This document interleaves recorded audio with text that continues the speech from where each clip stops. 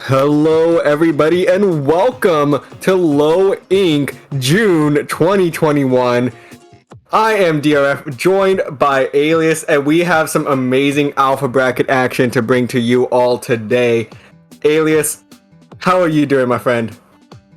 Good. I just woke up, so you and me both. Great way to start the day, though. Oh yeah, absolutely. I mean, we are going to be diving right into alpha bracket very shortly. And we have two amazing teams here for you with Anarchy versus NERV, both consisting of 5 or more people. So we're going to definitely be seeing some subs come in between games here, and all of our action is going to get started on some tower control on the Reef. Alias, what do you make of this first map mode combo? This is definitely going to be a good one to start out with. The Reef is one of those stages where you can play it a lot of different ways, but one playstyle that I like seeing a lot, especially on a mode like tower control, is just straight up aggression.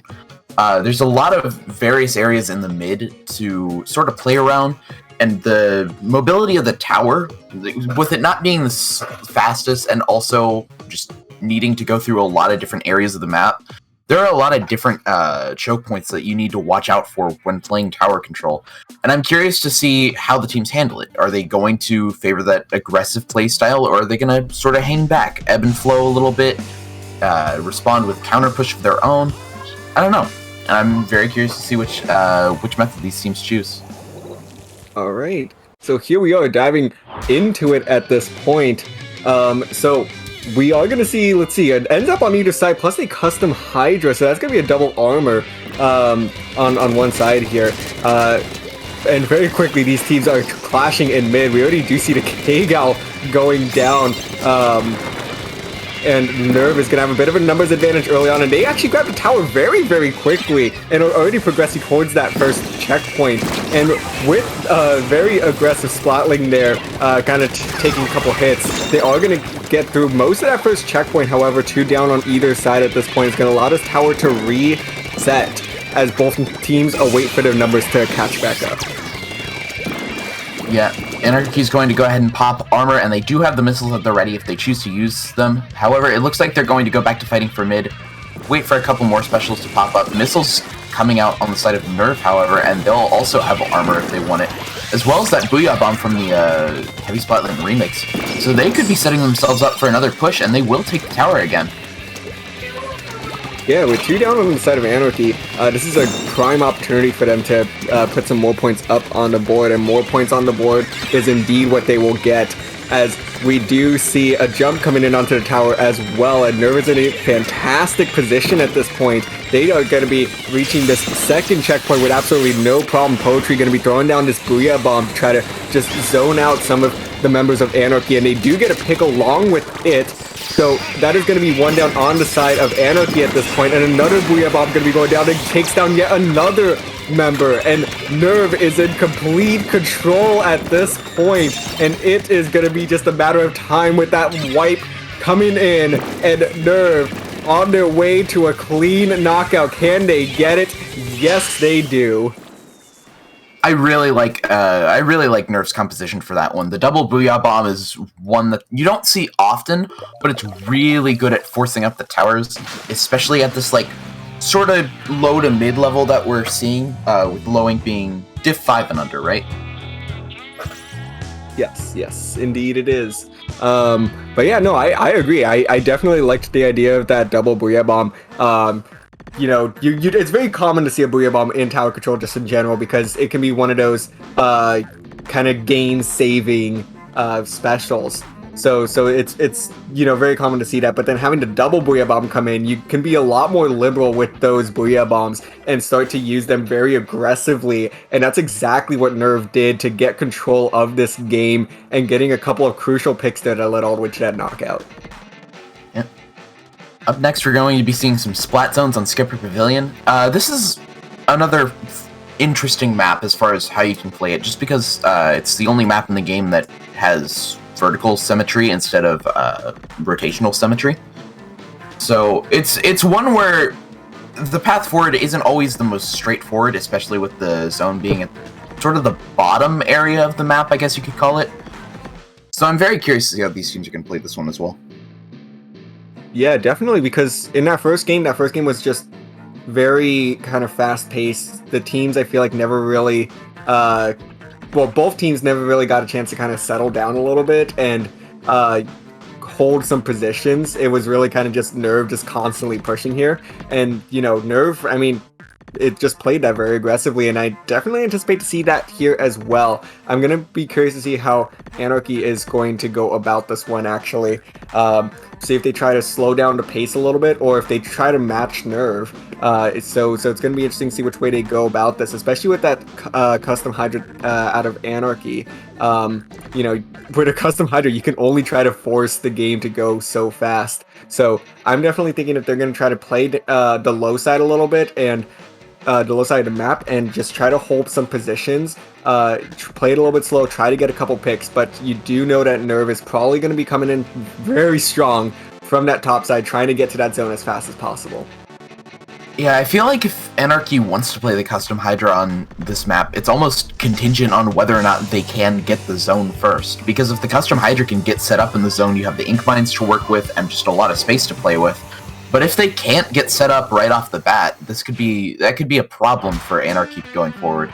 Not going to see too many comp changes. We're actually going to see the Kenza Splattershot Jr. coming out from NERV, so they're forgoing armor in total in favor of those bubbles. Meanwhile, on the side of Anarchy, I don't think we have much. There's just the Junior coming out, as well as a Neo Splash-O-Matic for that Suction Bomb Rush. And already, NERV is off to a hot start again. Even without the armor, they're still just pushing forward. They have complete control of the zone, and Anarchy's nowhere in sight. Yeah, absolutely. This is just, once again, Anarchy getting outpaced by NERV. I mean, even in those opening seconds there, we did see a member of NERV already get onto Anarchy's side of the map. So the struggles continue here for Anarchy, but they do have all specials online, and if they could just get them off without going down here, we do see the bomb rush going to be coming out from that splash, and that is a complete wipe on the side of Anarchy, despite all the specials that they had in their pockets there. So NERV going to be putting up big points yet again, and Anarchy already just in disarray here. They need to make a move, and a move fast if they want to keep this game alive. And I do think it does come down to the choice to bring the custom Hydra back. NERV is putting on a masterclass in how to shut down the effectiveness of that particular weapon.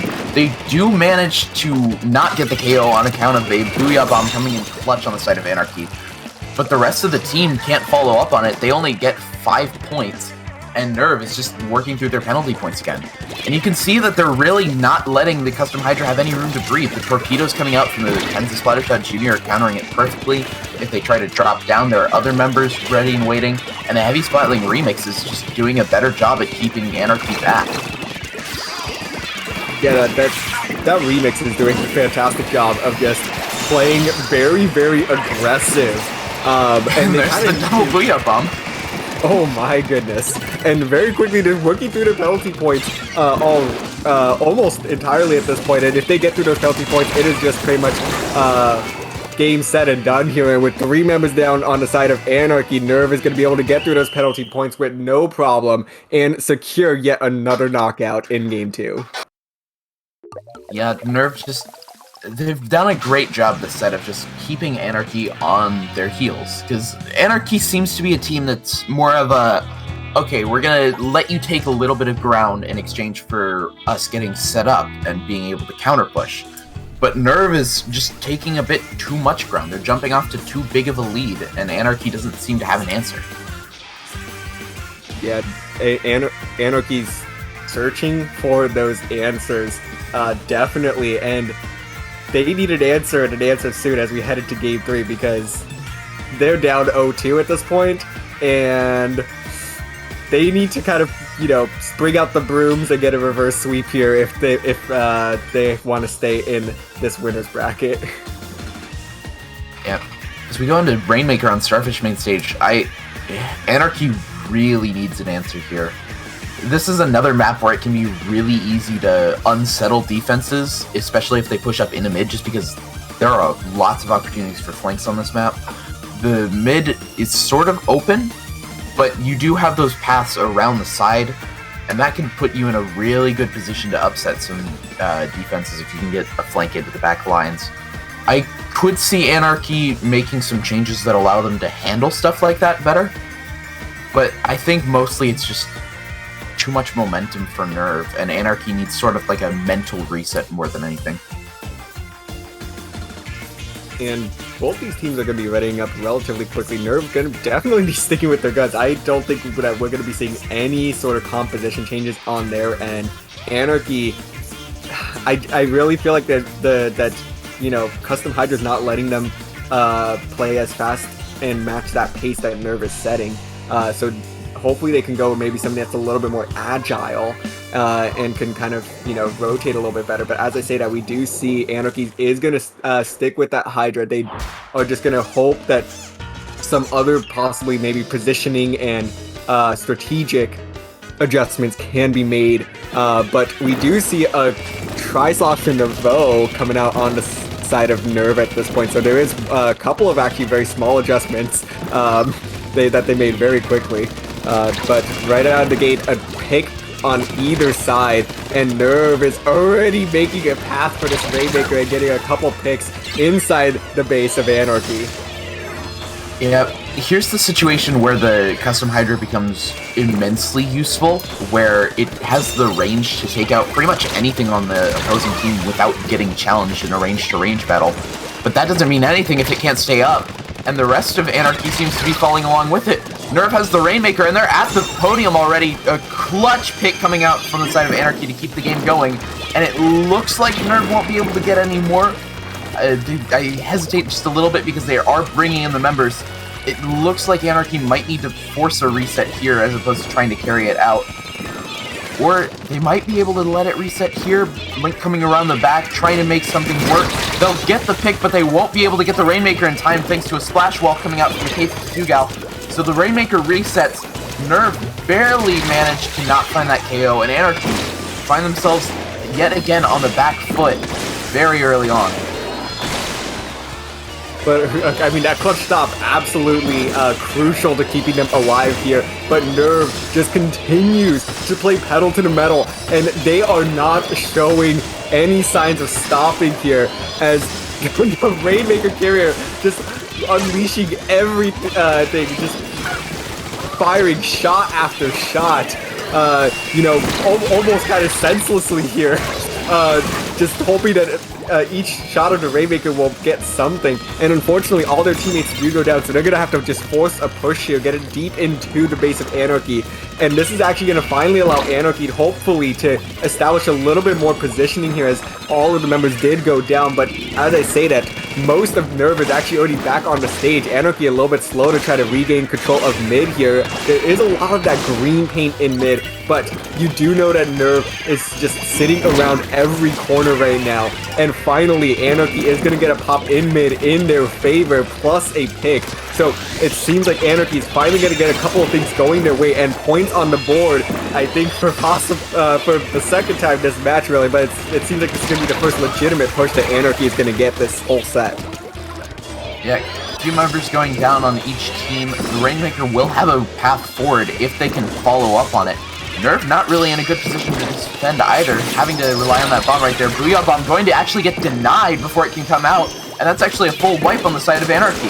So NERV holds on, they don't give up their lead yet, and they'll have a lot of control over mid if Anarchy can't respawn in time.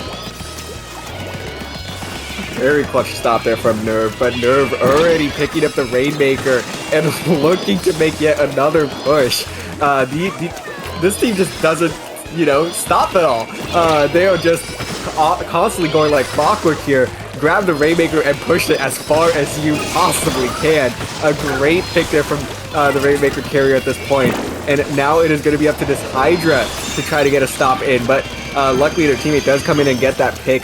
So that is going to be 2 down on the side of NERV at this point. And Anarchy, for the first time this whole set, finally, you know, is breathing a little bit of life here. Getting some stops in great position. Oh my goodness, this Try-Navo in a fantastic position to grab this Rainmaker. The Hydra going to try to force a stop here, but no! Wow, what amazing positioning there to just catch the entire Anarchy team off guard. We'd seen them get up there once before during one of the larger pushes. I think it was the second time that NERV tried to push up. And as soon as Inkfair panned back to that, that was one where you can just like see what they want to do very clearly. They didn't need to pop the Rainmaker bubbles, so they don't give themselves away until the very end after it was too late. Great catch by Inkfair, our streamer for today, for being able to find that. And great job to NERV, because I think that's the set for them 3-0. It most definitely is. So a very good job to NERV there to just clean this one up 3-0. Fantastic job. I mean, they were just very aggressive from the very first second of that first game all the way until that last knockout there.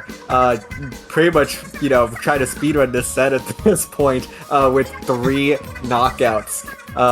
So Anarchy is going to head to our losers bracket. They are not out of it yet, but it is a very tall order at this point to run the entirety of that losers bracket to hopefully get a shot at Grand Finals and stay in this. But we'll just have to see. Alrighty. Are we going to a break now? I believe we are. Alrighty. We'll be right back. Don't go away.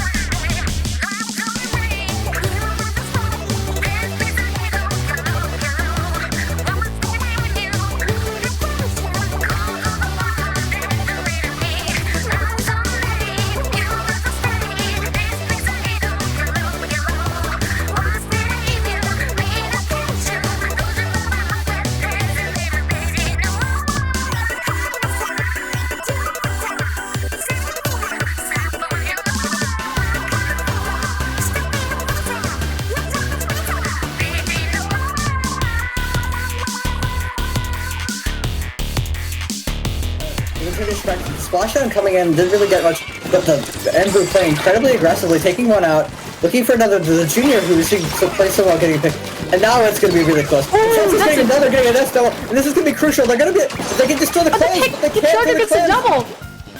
Yeah, they were forced to keep fighting. Really comfortable there, abused all their range, and just keep the path clear for Fruit Punch to basically threaten to get a KO. You see them, and more clams spawning right next to the basket. They just need one more clam to get the KO, and they don't really have enough players left alive to defend against this Sleepy Flash. Oh, I saw it. And there you go. Players go down. Flash being the last player up and alive at the car, and they do sniff them out. Flash does go down, but they have a long way to go this left side. The Ink Wall coming out. They just have 3 more. Just 1 point. The Ink Wall, the hero of the game. If it wasn't for that Ink Wall, this game is over. It tied it. Go there. So the Rainmaker had a really good spot to just push from.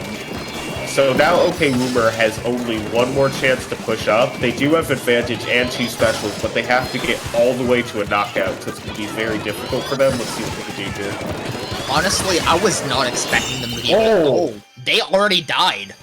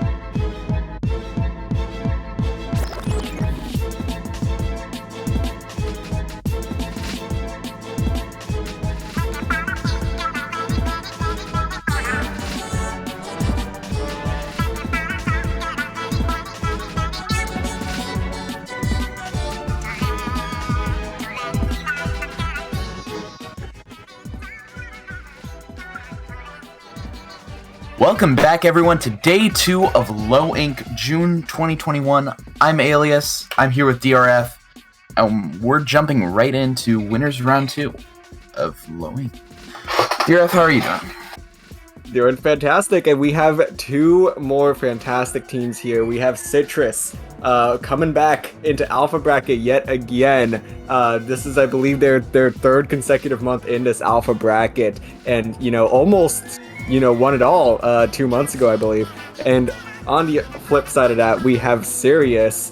So two great teams here that are going to be duking it out.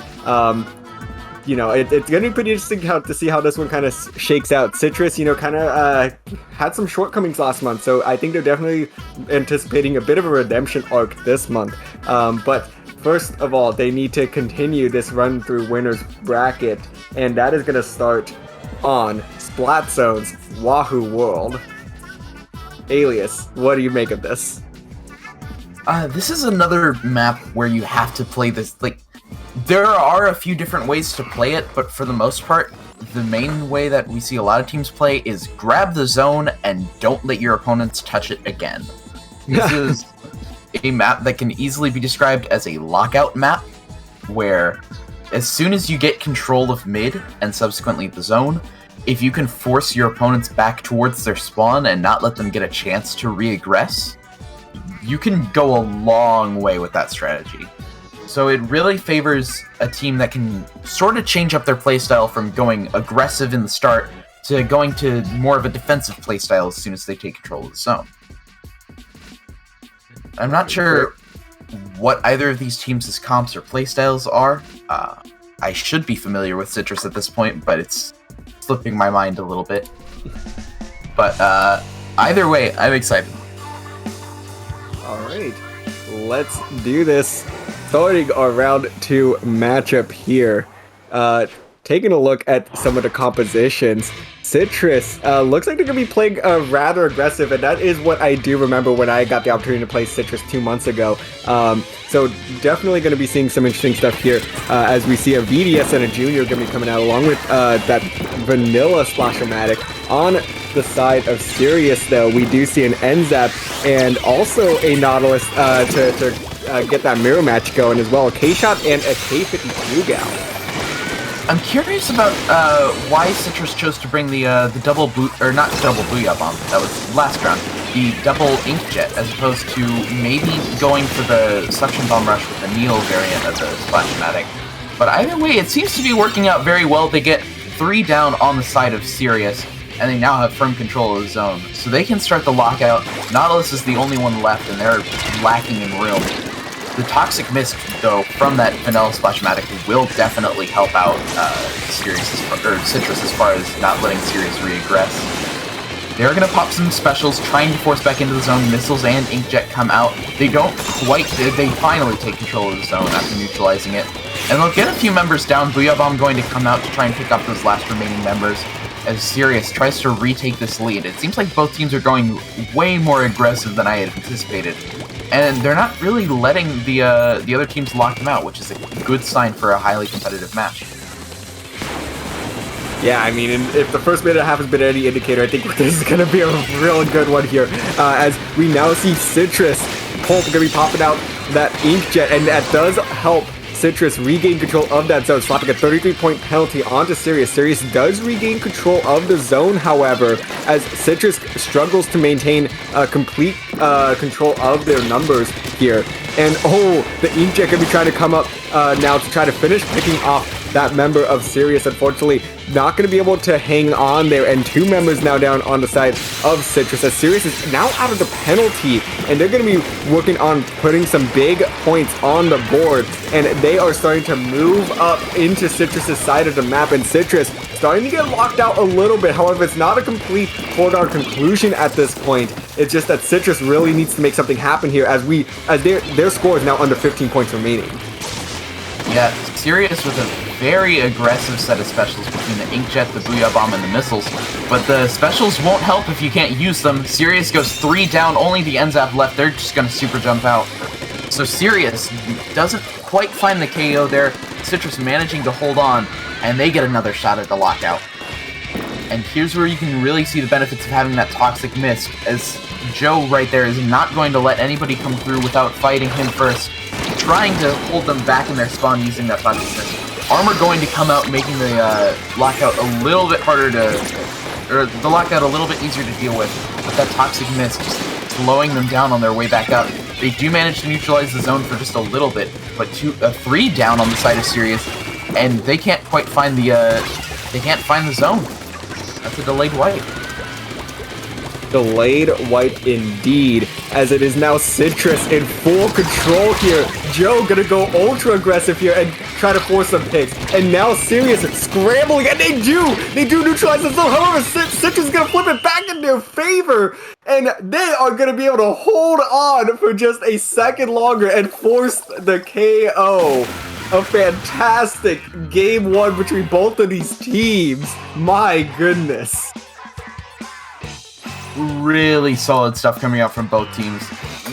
That was one of the closest games I've seen in a good while on Splat Zone's Wahoo. Both teams just doing a really good job of re-aggressing towards mid and also doing a good job of defending their zone when it was their time to push. But in the end, Citrus manages to do it with what could arguably be said are the weaker versions of 2 of those main weapons. But they were chosen for a reason, and Citrus proving that they know what they're doing. And given that this is, their 3rd time in a row or so in Alpha Bracket, I have no reason to doubt that they do know what they're doing. Alright, so now our Game 2 matchup is going to be going to Rainmaker on Manta Maria. This one I think is just a lot of fun. It's just, so many different ways to kind of approach your Rainmaker pushes, and if you are not careful, you can easily just let the Rainmaker slip by, and suddenly you're down a huge deficit early on. So it's going to be pretty interesting to see how each team handles this, because this map mode allows for just a lot of creativity with how your team can coordinate pushes. Yeah, it's definitely one of the more interesting maps to play on, given that you have a lot of tight corridors to work with, mid having sort of that exposed upper level, but also just a good vantage point on either side. They're going to, Citrus is going to, I think, bring back the exact same comp. I'm not sure if they had an NZAP or a Junior last time, but that's the only thing that might have changed. Meanwhile, on the side of Sirius, they're going to be bringing out the Orange Nautilus, the 89, those missiles. They're going to be running a double missile comp with that and the K-50, not K-52 Gal, K shot. But they don't have armor. Yeah, I mean, it's a pretty interesting choice here.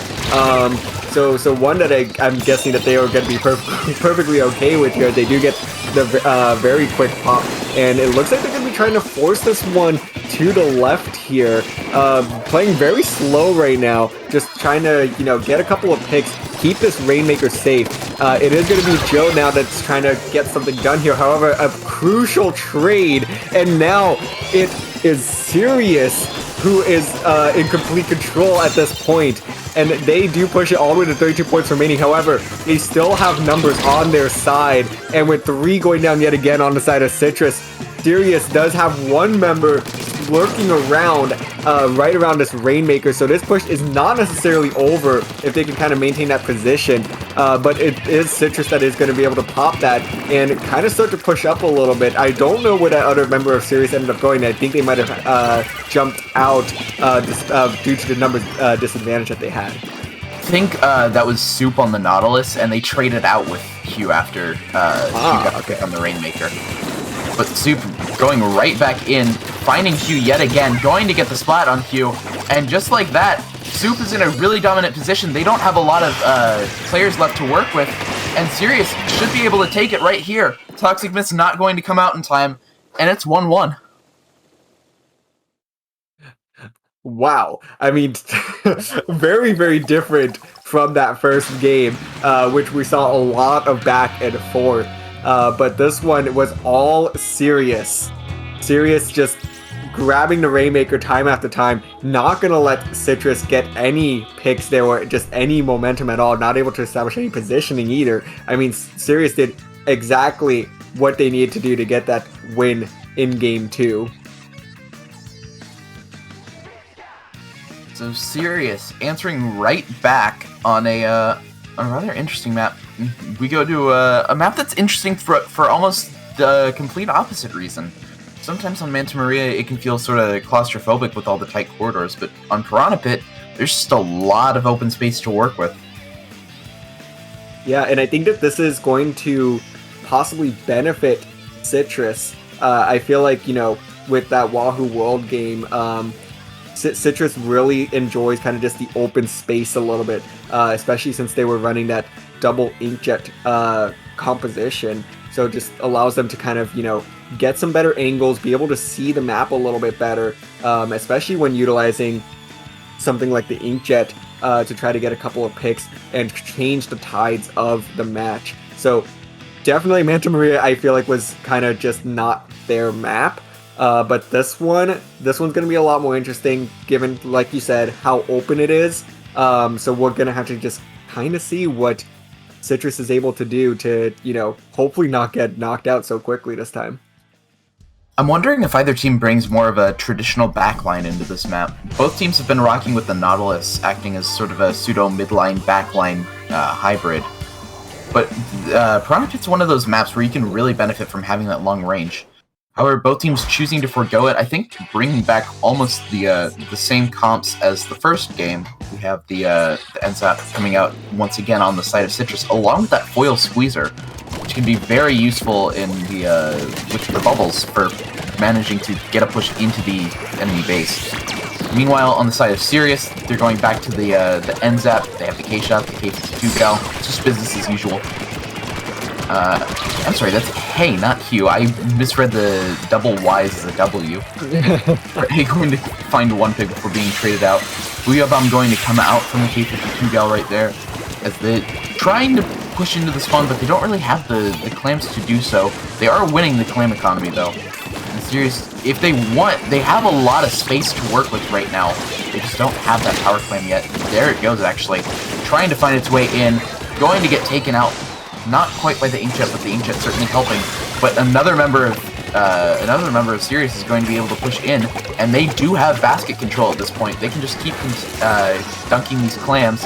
They get all the way down to 50, only a couple clams left at their disposal. 47 might be where it ends.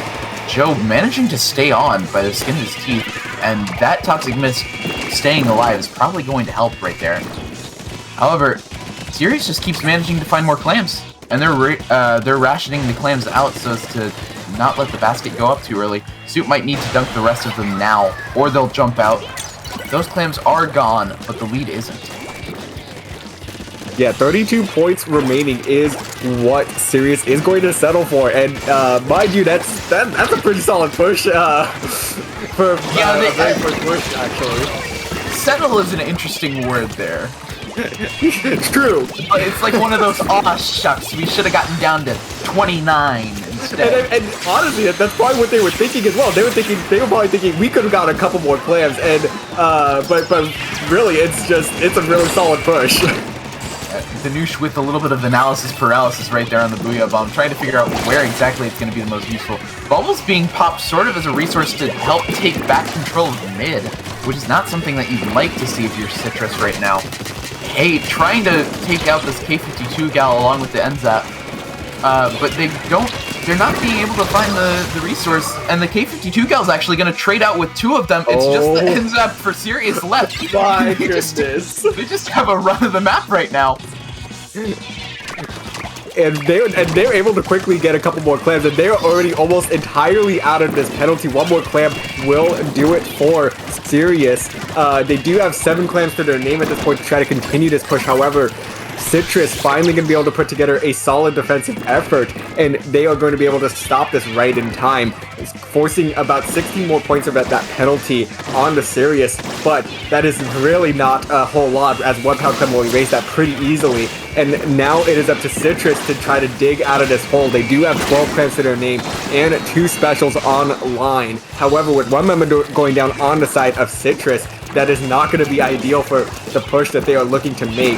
But they do start to unleash these specials here. The bubbles are going to be coming out. However, bubbles seeming like they aren't going to really be able to accomplish a whole lot here, as the entire Sirius team is just playing defense at this point, and that is exactly what they really just need to do at this point. They don't need to coordinate any more pushes. Just hold their own and don't allow Citrus to get a bucket. But as I say that, they do go down there, they did actually put together a nice stop to shut down that power clam. But it is going to kind of, slow down the game a little bit at this point, as Citrus, I think, is slowly starting to kind of back up a little bit more and just constantly trying to get these picks and brute force their way in. And Citrus, once again, going to be trying to get towards that basket. However, 2 members going down on either side. This is just kind of looking like a stalemate heading to these last 45 seconds. Yeah, it's just a really tough position for Citrus to find themselves in, because Sirius doesn't have to hold on to any of these specials. If they feel like things are starting to get dicey for them on defense, they can just pop a special to counteract it. Meanwhile, Citrus sort of needs to save these specials for a unified push, but they aren't able to. Inkjet going to have to come out in order to even regain control of mid, which is something that we saw from the bubbles a long time ago, or a little bit ago. Soup just in a very advantageous position right now, trying to prevent this power clam from reaching. Inkjet's going to come out yet again, coming out from that vanilla splashmatic. Bubble's going to be used almost as a defensive weapon. Page is trying to stay alive right now, popping the last bubble. They do have the power clam to work with, but do they have the time? Do they have the space? I don't know if they do. Hayden does manage to push up. They do get the power clam in, but they are losing members very rapidly. Joe actually going to find a double, and that might save it for Citrus. They're starting to jump in. I'm not sure if that's a power clam on the way, or just another member. I think it's just another member. Joe popping the Inkjet, going to keep trying to fight Sirius back. So this is doable for Citrus if they can find the clams. Pulp going down, Joe also going down after jumping back. It's just down to Hay. Hay goes down as well, and Sirius manages to hold on. The barrier goes up, and they've taken game 3. There we go. That was the game that I was looking for from Citrus, finally coming out in overtime. They didn't get the win, but Citrus started to look much more like themselves finally in overtime there. Sirius just had control for the entire 5 minutes of regulation there. So just the fact that Citrus was finally able to just get a push going there and nearly took the lead. They were 4 clams shy from tying it. They needed 5 to take the win.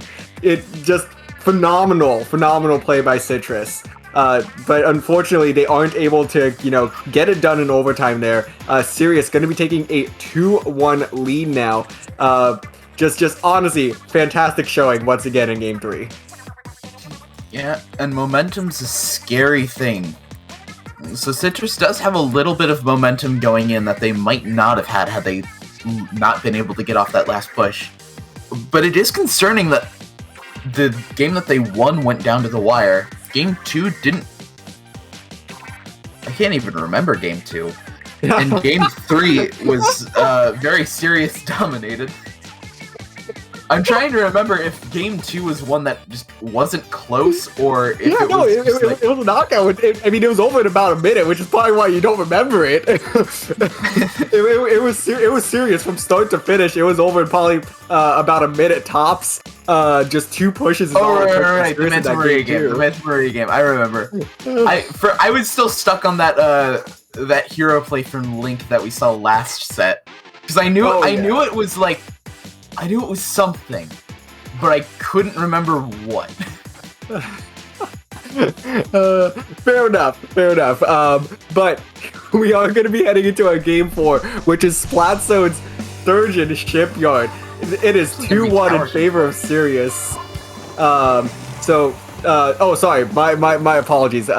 Yes, thank you for catching that it is tower control. So, a couple of adjustments here. We do see a bamboo coming out now on the side of Citrus. A very interesting adjustment to be made there from the Nautilus. But it looks like for the most part, Sirius is going to be sticking to exactly the same composition that they have been running. Yeah, just that Ken's a shot, Ken's a 52 gal, armor bot, Nautilus. Just proving to be very, very strong for Sirius so far. However, Citrus is going to be the one jumping out to an early lead here, as Sirius has been forced back a ways. Lots of composition changes coming out from Citrus right now. In addition to the bamboo, they do have the Tri-Slash and Avu. which is an interesting one. Inkstorm is one of those that's not always the best, but you can find ways to make it work. As well as just having that bomb and the Tri-Slosher itself on a map like Sturgeon Shipyard is going to be very, very strong. However, Sirius is starting to answer back. They're cutting off control right now from of mid, and Citrus just doesn't have anywhere to go. Sirius already at checkpoint 1, and they might be able to take lead off of this. And they do. So that is going to be lead back in favor of Sirius. Well, I say back in favor, but it's for the first time this game. And they're already trying to push this from that first checkpoint to the second checkpoint. And this is that crucial stretch when you're on the defensive end. You need to be able to stop this before they get to that second checkpoint, because as soon as you get through the second checkpoint, like Sirius is about to do here, this is what I like to call the oh crap zone, where basically if the other team gets to that second checkpoint, that's a great indicator that you are in a whole lot of trouble. And a whole lot of trouble indeed for Citrus, as Sirius is already down 10 points remaining, and they are going to be able to secure the knockout and the victory here in Game 4. Yeah, I was gonna say another big indicator that you're in a lot of trouble is a team wipe, and after Sirius found that, there was really nothing stopping them from getting a quick KO right here. So Sirius going to take the set 3-1, and Citrus once again left looking for answers. Yeah, I mean, you know, that first game was just very, very close in this set, just constant back and forth. But as soon as they got through that first game, Sirius made whatever adjustments they needed to make there, and just were able to ride out the rest of this pretty handily. Game 2 knockout. Game 3 was just in their favor for the first 5 minutes. Managed to get a very, clutch stop there in overtime. And in Game 4, despite the first push from Citrus, able to recover very quickly and just get their team back on track to secure a very decisive knockout there to secure it 3-1, like you had mentioned. So Sirius going to be able to run away with this one. And, earlier you had mentioned momentum. And Sirius is going to be riding just a big wave of momentum right now into round 3 of the winner's bracket. So definitely going to be a team to watch moving forward. But Citrus, once again, not able to get it done early in winner's bracket. Losers bracket, it is for them, but I mean, they've run through losers bracket before. Hopefully they can do it again. Yep. Well, either way, I think we're going to another quick break right now. So we'll be back with some more low ink action right after this.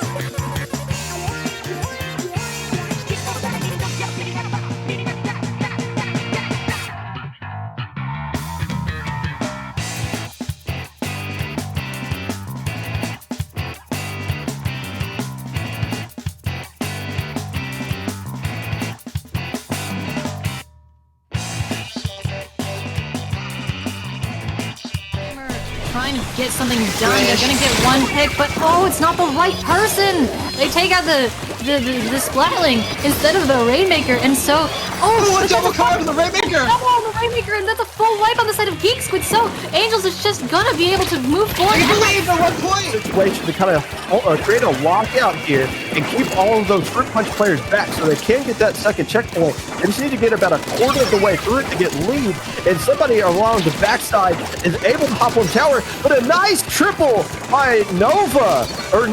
Take that a quad to Angels. Finally goes down, but sucks a lot of attention over there, and you see Oliver kind of cleaning up. So 2 players go down for the Angels, and they recognize that, and here they go, grabbing the Rainmaker, trying to get across this bridge. Can they? And they do, and they are going to not get lead. What is this game? Come on.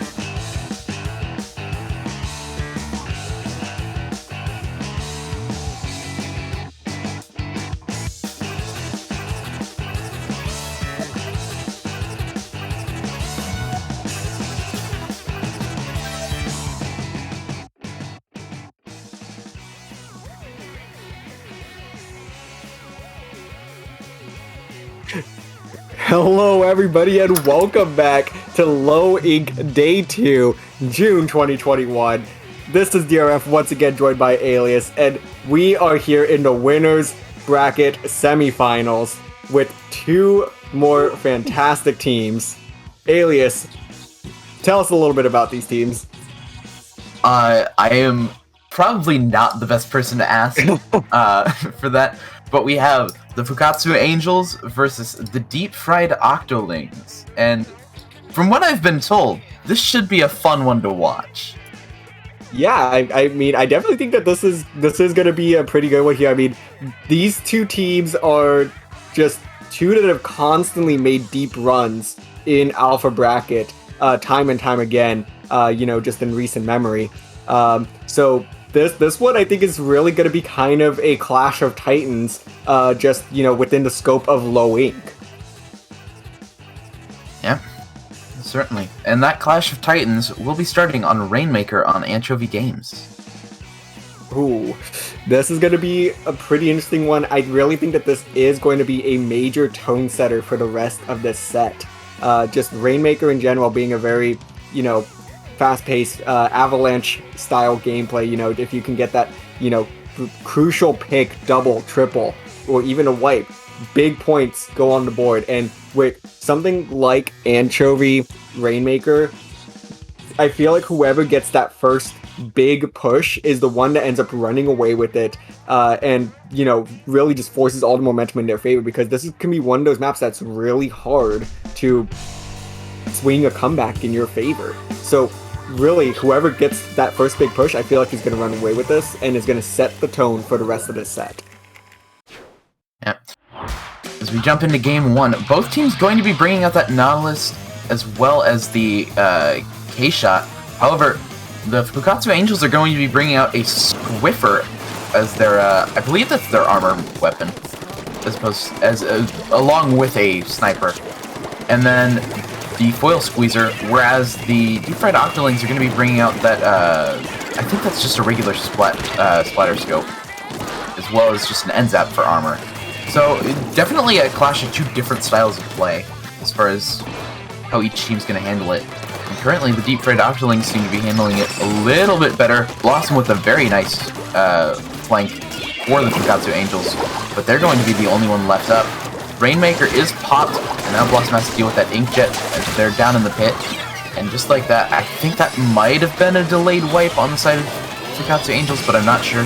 Either way, Deep Fried Octolings with a huge opportunity.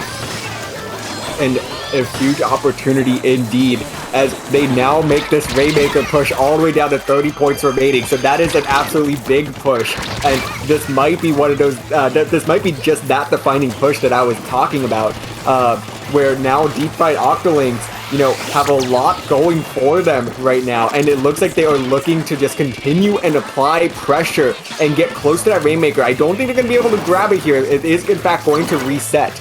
But they maintain so much pressure in the just on the platform of the Fukkatsu Angels. So now they're going to once again pick up this Rainmaker, and they are going to be looking to kind of bring it back to exactly where they had left off. So the Deep Fried Octolings are not done with this push, really. And, looking for a couple picks here, unfortunately, they are going to go 2 down. That's actually going to be a triple there. So this Splatter Scope is going to be forced to jump back here. So this could actually be a good opportunity for Fukkatsu Angels to put some points on the board. However, they aren't going to be able to, pick it up fast enough to kind of catch the Deep Fried Octolings off guard here. So they are going to have to kind of make this push with a lot of just contesting going on. Yeah, and that Stingray coming out from that Splatter Scope might make things a little bit difficult. The Rainmaker's the only one left up. They're sort of just sitting defenseless, and Fukkatsu Angels weren't able to get as many points as I'm sure they would have wanted. The Rainmaker trying to find a clever little pick on Bolt right there, but they're going to be able to shut it down. Rainmaker in a very awkward corner of the map, but the Deep Fried Octolings should be able to get it out easily if they so desire. Bolt just continuing to take control of mid along with the rest of their team, and the Deep Fried Octolings just looking in a very good position. And the Inkjet coming out once again. Broke gonna get a great pick there. That is gonna be 3 down on the side of the Fukkatsu Angels. Broke looking to just kind of, utilize the rest of the inkjet, kind of get some inking done. Hopefully get a surprise pick there. Unfortunately, not going to be able to do so. But now it is the Deep Fried Octolings who once again have possession of this Rainmaker and are, kind of bringing it right back to about where they had left off in that previous push. Unfortunately, the scope is going to go down, and that was the person holding the Rainmaker. So it is now a 3-on-3 situation here. The Fukkatsu Angels able to get the pop off, but it is the Deep Fried Octolings who are going to be able to start making an approach towards that Rainmaker. And Knowledge doing a great job of shutting that down, but 2 down on the side of the Fukkatsu Angels. And now the Deep Fried Octolings once again going to be making another push here. Yeah, Chris doing a great job of finding Broke on that Nautilus right there before they could do anything. They have a flank going if they can win the duel. Instead, they're going to trade with each other. The Deep Fried Octolings still sort of on the back foot as far as this push goes. Bolt trying to find this pick on Blossom, but Blossom's actually going to get a double, including the Rainmaker. And Fukkatsu Angels are presented with another chance. You do have to contend with Broke in mid, though, and because the Deep Fried Octolings have so much mid control, it's going to be kind of hard for Fukkatsu Angels to push out into mid without being forced to pop a special. You're going to see... Going to reset there, actually. Yeah, and we do see a couple specials get popped, namely the bubbles and the ink armor. I think they might have also used missiles as well. But that's just allowing them to get back in control of mid, and they have nothing left for this push. And as Broke pops the inkjet, they might not have the members left for the push either. Trying to find the Squiffer, won't be able to, but a lot of chip damage, and just driving the Squiffer back. And really, you don't need to take full control of mid, you just need to make it to where the Fukkatsu Angels can't actually get up into mid and grab the Rainmaker. Bolt's gonna take the Rainmaker and just hold on to it. One of those plays that works, but you never like to see if you're the opposing team. But either way, Bolt's gonna hold on, and the Deep Fried Octolings are gonna hold on to game 1 as they take it. Alright, so yes, like you said, it is going to be first game towards the Deep Fried Octolings here, and I think it really just came down to that first push. That first push was just, massive. They managed to get a wipe there, force the Rainmaker all the way down to 30 points remaining, and from there, they just really needed to make sure that the Fukkatsu Angels never got a whole lot of control of mid and weren't really able to move up. And that's exactly what they needed to do, and that's exactly what they did. So Deep Fried Octolings are going to hold on here to take an early 1-0 lead. So the Fukkatsu Angels going to be needing to make adjustments as we head into game 2, which is going to be Mako Mart Flamblitz. Now, this is another one where just having control of that mid area is so important. Mako Mart's one of those where you can really go a long way just by having control of the stacks. And with Clamblitz, having that shorter stage to work with could be a blessing and a curse depending on how these teams want to play it. There's a lot of aggressive pushes to be found, but also it makes counter pushes that much more strong. If you can successfully defend your basket, maybe go 2 or 3 players up, and then just push right towards your opponent's basket as well. Well put.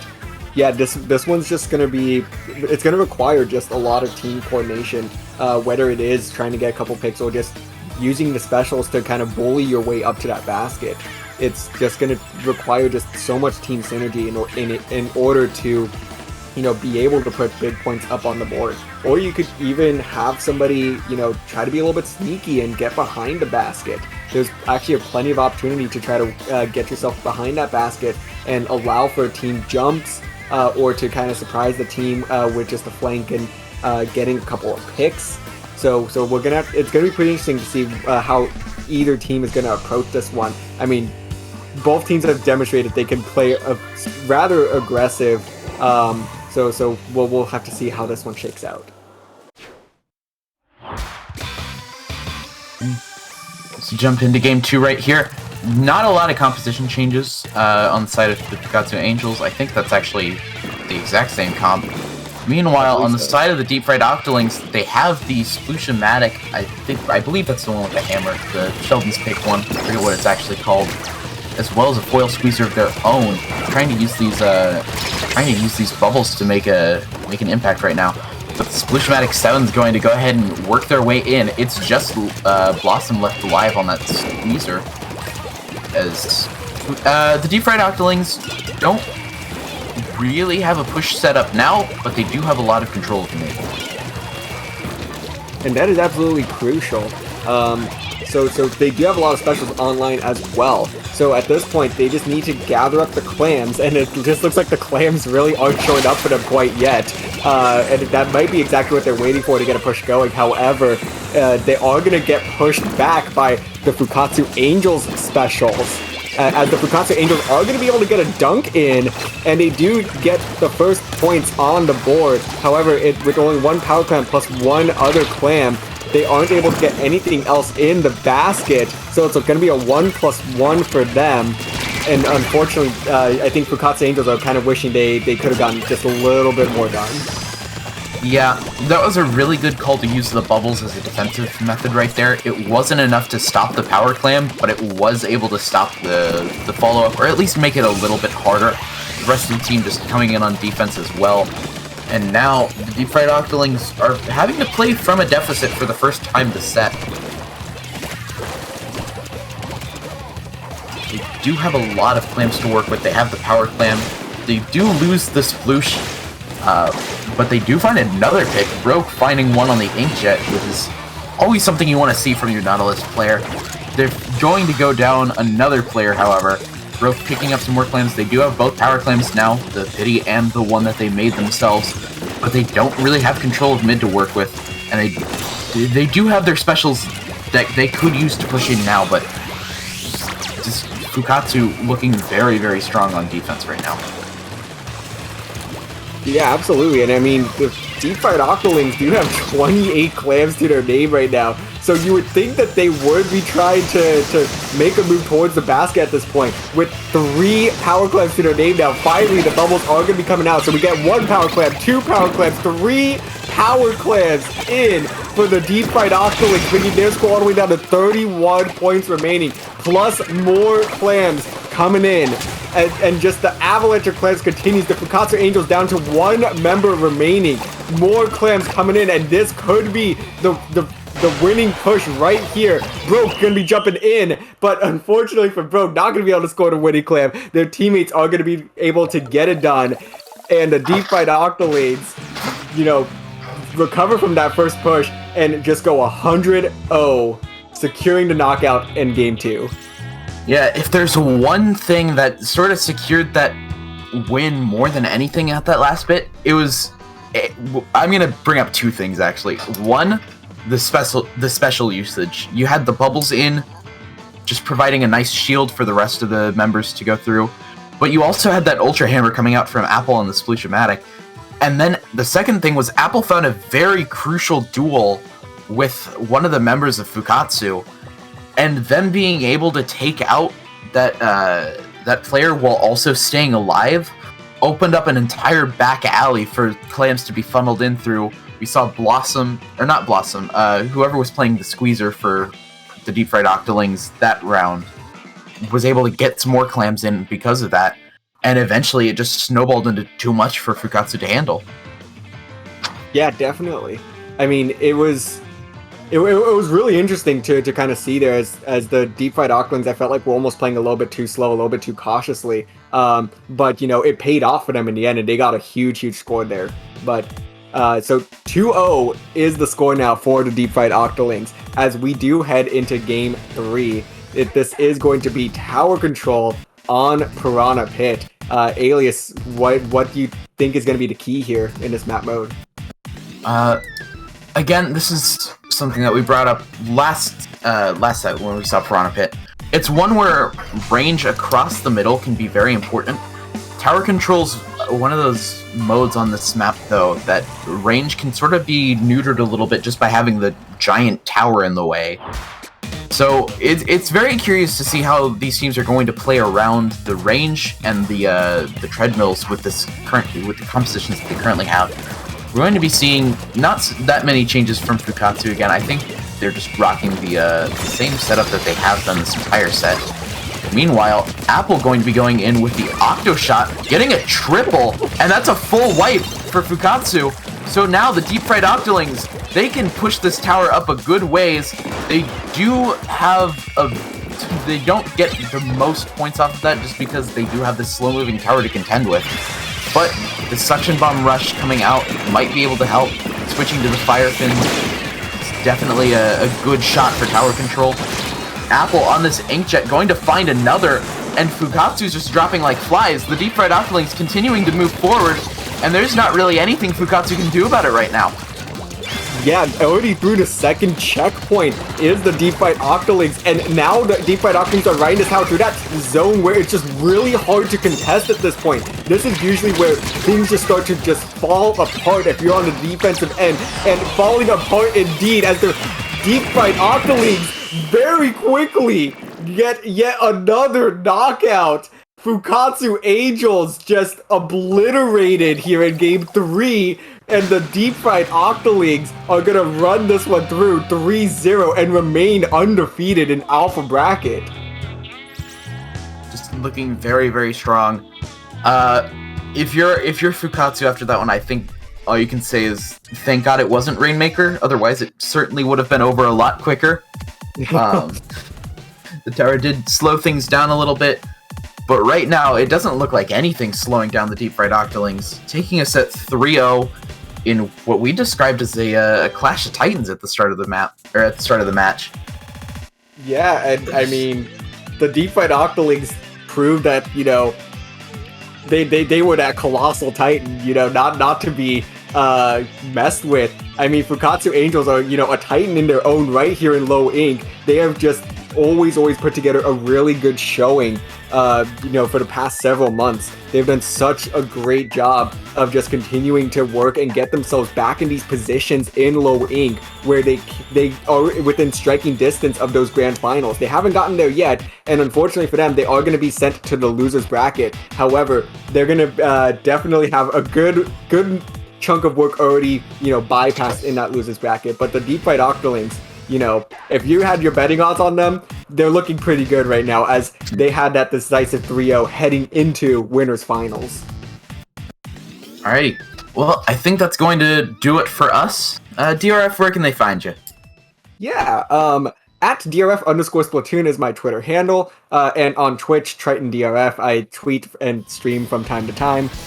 So, yep, be sure to give a follow on those platforms. Alias, what about yourself? I'm alias_handle on Twitter. Other than that, if you're part of the competitive Splatoon community, I'm probably in a server with you. You just might not know it yet. I'm all over the place. I might be commentating midpoint in like 5 minutes. I don't know. But yeah, you can find me just pretty much anywhere. But yeah, like I said, that's gonna do it for us. I think up next we have Hop Gun and Magic 8 Ball, and you definitely don't want to miss that. And you definitely don't want to miss the final block of Low Ink June 2021. Thank you all. Stay tuned. More action up ahead.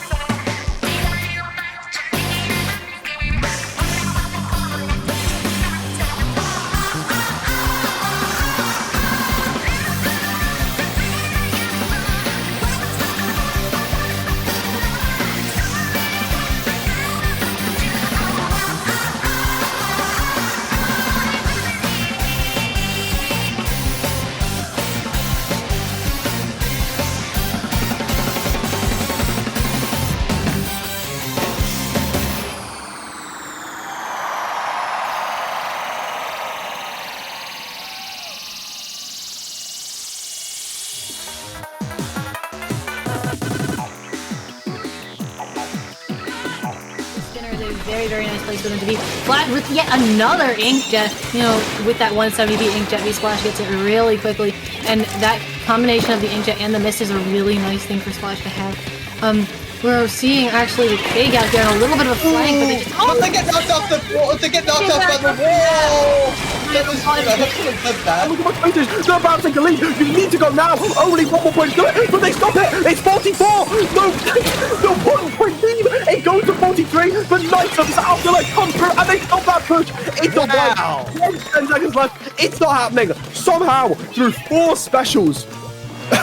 Honestly, something that might have saved night surfing for at least a little bit longer. And now Noodles bullying a kid into the corner. And this is where things are starting to get a little out of control with 3 players going down. This could be your tournament right here. Alex slams it down. Night surfing has won Low Ink April 2021. Go there. So the Rainmaker had a really good spot to just push from. So now OK Rumor has only 1 more chance to push up. They do have advantage and 2 specials, but they have to get all the way to a knockout, so it's going to be very difficult for them. Let's see what they can do here. Honestly, I was not expecting them to be able to go. They already died.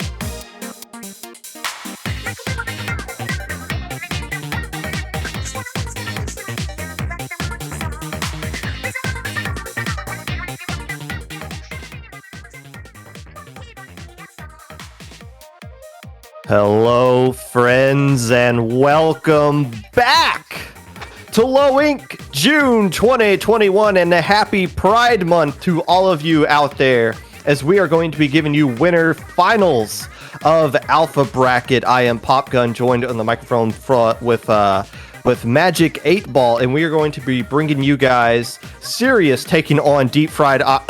excuse me. The Deep Fried Octolings winner moves on to grand finals. Loser takes a trip down to losers bracket. Magic, we were talking behind the scenes. This is going to be a not versus not matchup, and it should be a very exciting one. Yes, it should be. These teams have been high low ink contenders for a few months now, and it looks like these teams have been doing well throughout the tournament so far, so having this clash of similar styles is going to be very interesting, and Popgun, I'm excited to be here with you, and I'm excited to get into this match.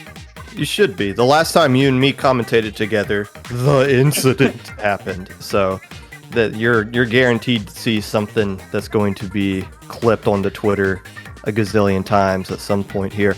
Deep Fried Octolings, the first tournament they played in was actually June 2020 here in Low Ink, so this is their 1-year anniversary. Obviously the best they've ever done, making it all the way to winners finals here. Sirius, if you were familiar with the Team 3AM from the last couple of months that made Alpha Bracket, this is the reincarnation of that team that is disbanded, and they've come back with a name that is much easier for TOs to deal with. Game 1, Clam Blitz at Albacore Hotel, and if neither team is going to use an anchor, that makes this map a little bit more interesting, with Squeezer not being the longest range being brought out by either team. Right, it's going to be a battle for these bridges, really, is what you're going to see. We already see the longest range weapons on both of these sides heading to this long graded area, trying to put on some long range pressure to do so from a safe position. That's exactly what we see the Squeezer doing, trying to paint up for these bubbles, using this armor, putting on that pressure with their team, crossing over through the mid, and a great push is looking like it's starting for the Deep Fried Octolings, but nothing on the board yet. I'm just going to call them Octolings going forward.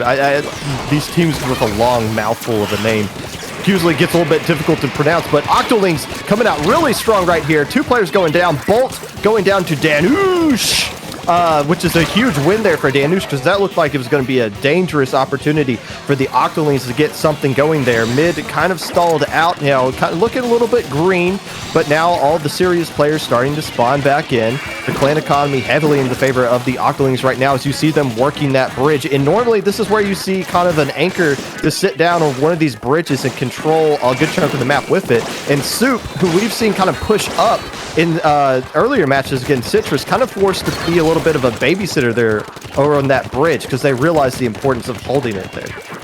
Right, if somebody crosses over that bridge from the enemy side and gets free reign into your base, like what we see from the Nautilus right here, look at how much pressure they're already putting on this left bridge area, because if you can cross over through there, put a lot of pressure on the enemy basket from that right angle, you can have a 2-prong attack over that mid-bridge, and it's almost guaranteed to get a strong push in. And as we see the specials going online for Sirius, this is looking like it could be a very good push. They don't have too many claims at the ready right now. They do have 1 power, so they're going to be able to get something if they are able to manage to break through the defenses of the Deep Fried Octolings.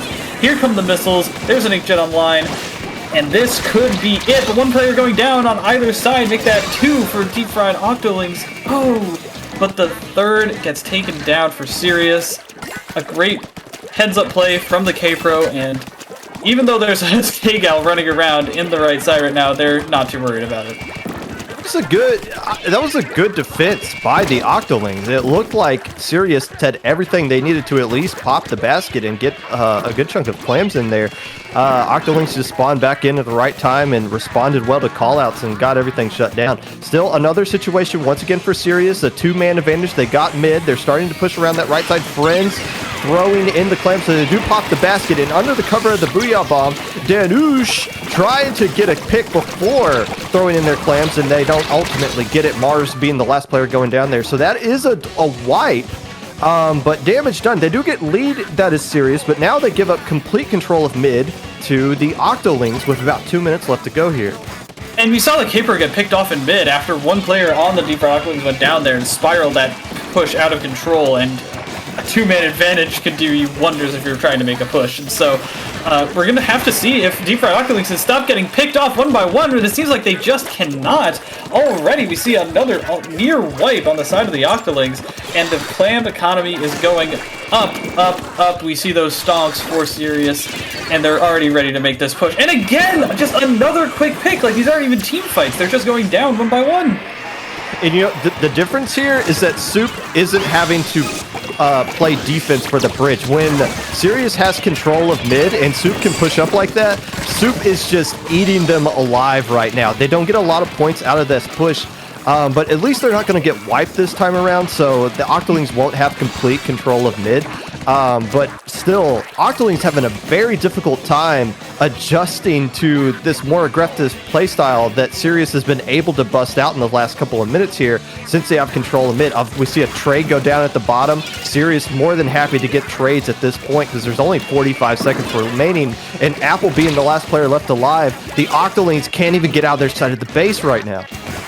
No, they cannot. It seems like once they got that mid control, Sirius was able to just keep it consistently throughout the entire match, not letting that Nautilus get all the way back. I mean, even when they wiped, it seemed like they still had a decent control of mid because of just the low painting power on the side of the Octolings. Here comes the Inkjet. Oh, we see a dogfight in mid.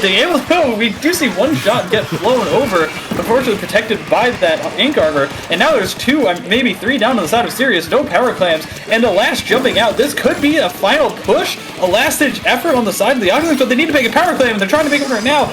4 seconds left. Here come the bubbles, and they're trying to make a last-ditch push, even though they've got 20 seconds of overtime.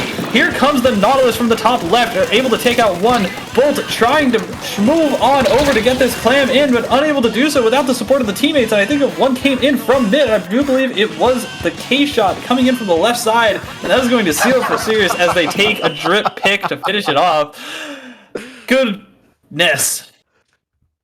You have just witnessed the first loss the deep-fried Octolings have taken all day long.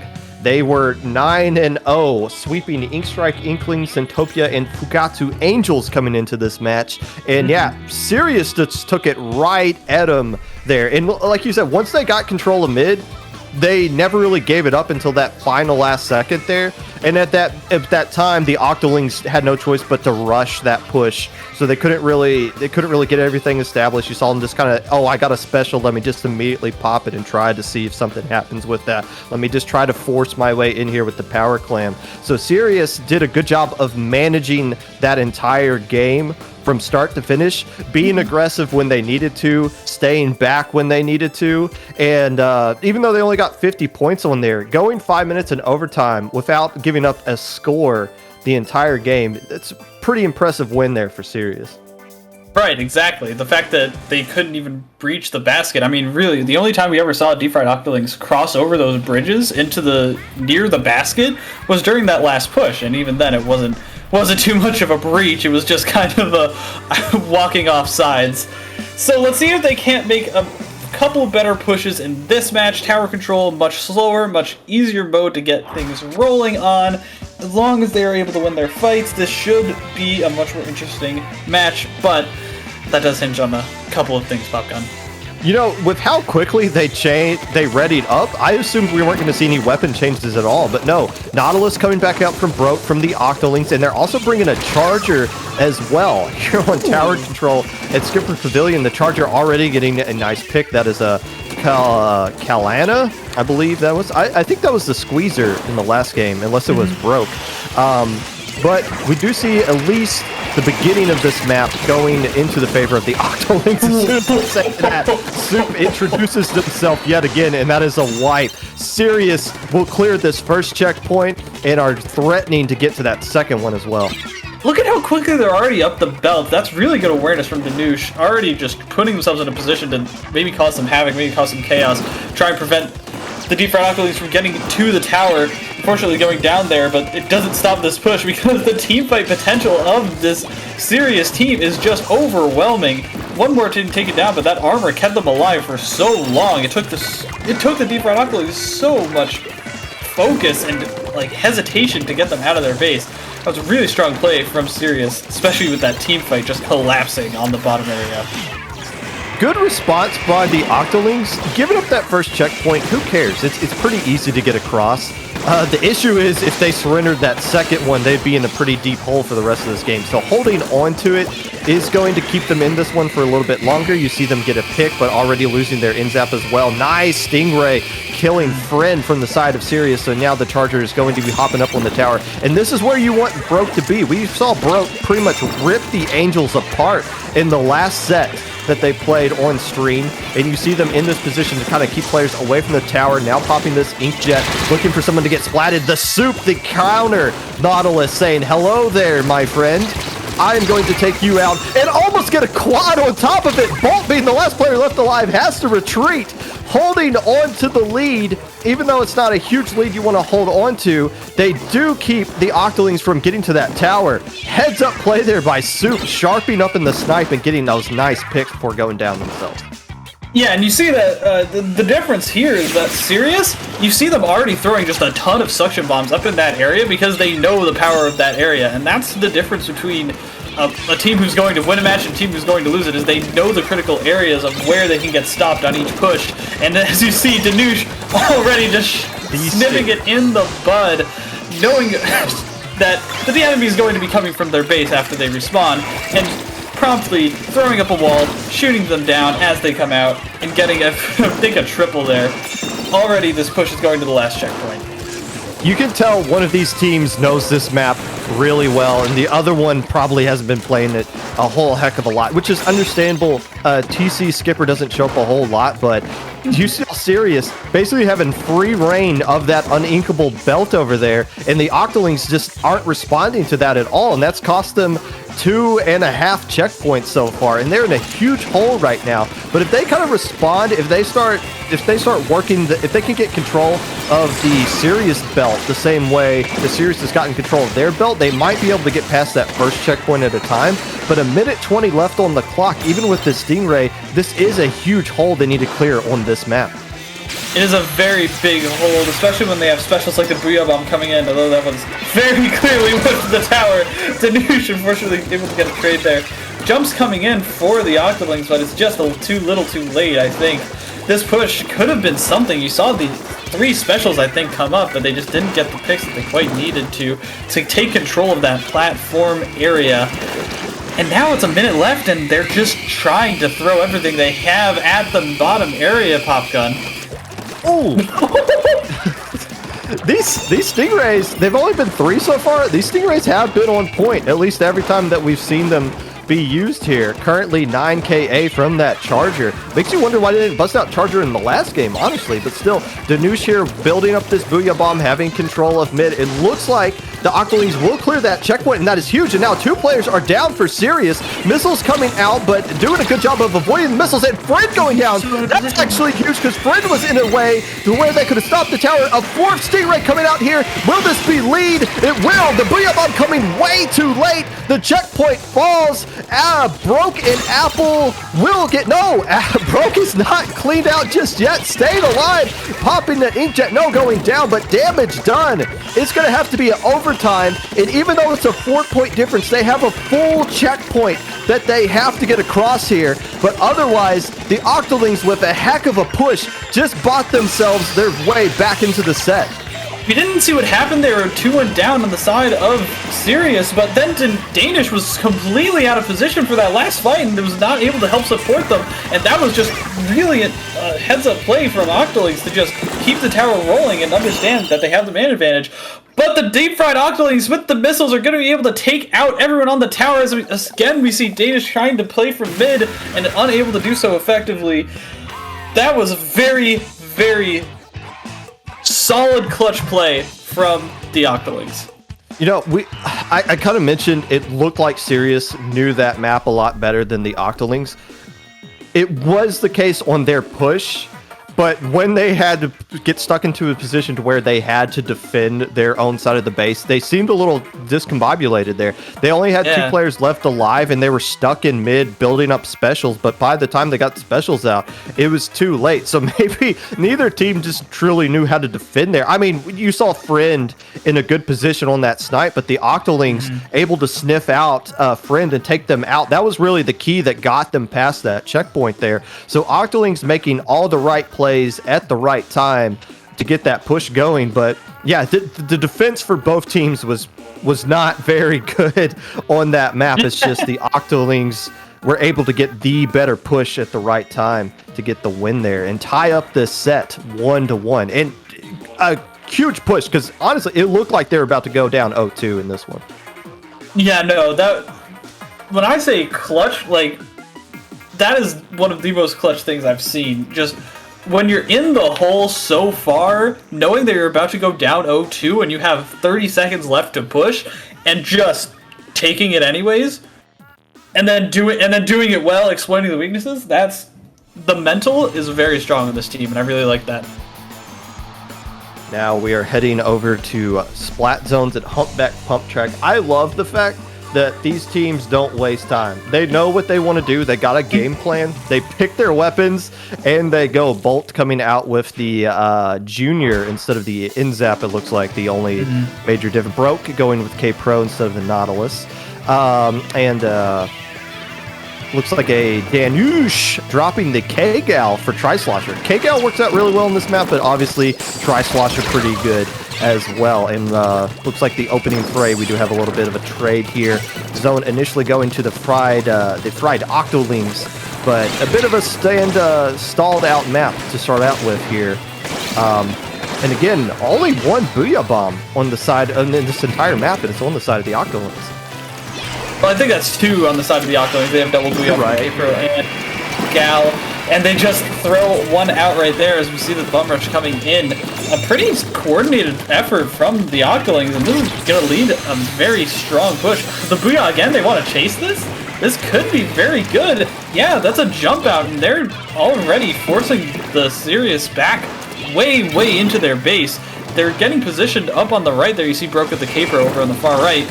And even though we do see the special coordination from Sirius as well, Octolings are finally respecting it, backing up, and not letting themselves go down and lose their specials as the Sirius comes back in and wastes all of theirs. This is really strong play from the Octolings that we're seeing, and I don't think that I've seen them in this form the rest of the set.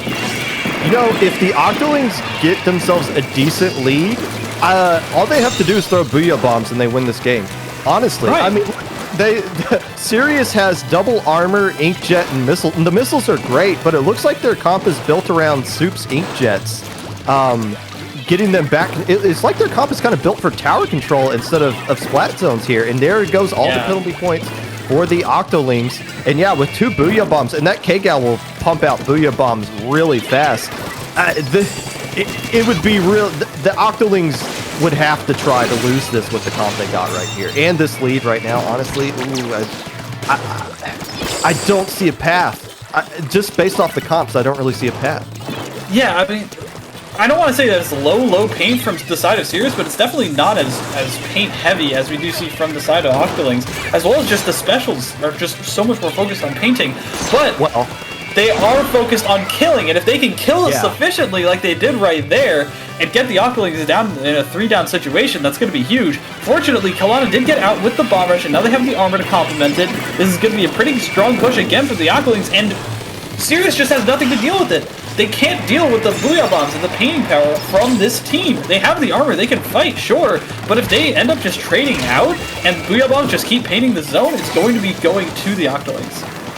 Yeah, that's how Sirius is going to win. I was to say, I don't see a path. They do have a path. They need to kill the K-Gal and the K-Pro. More specifically, that K-Gal. Because if they just throw a Booyah Bomb on the zone, it's going to at least stall. And if they throw both at the same time, there's almost nothing they can do there.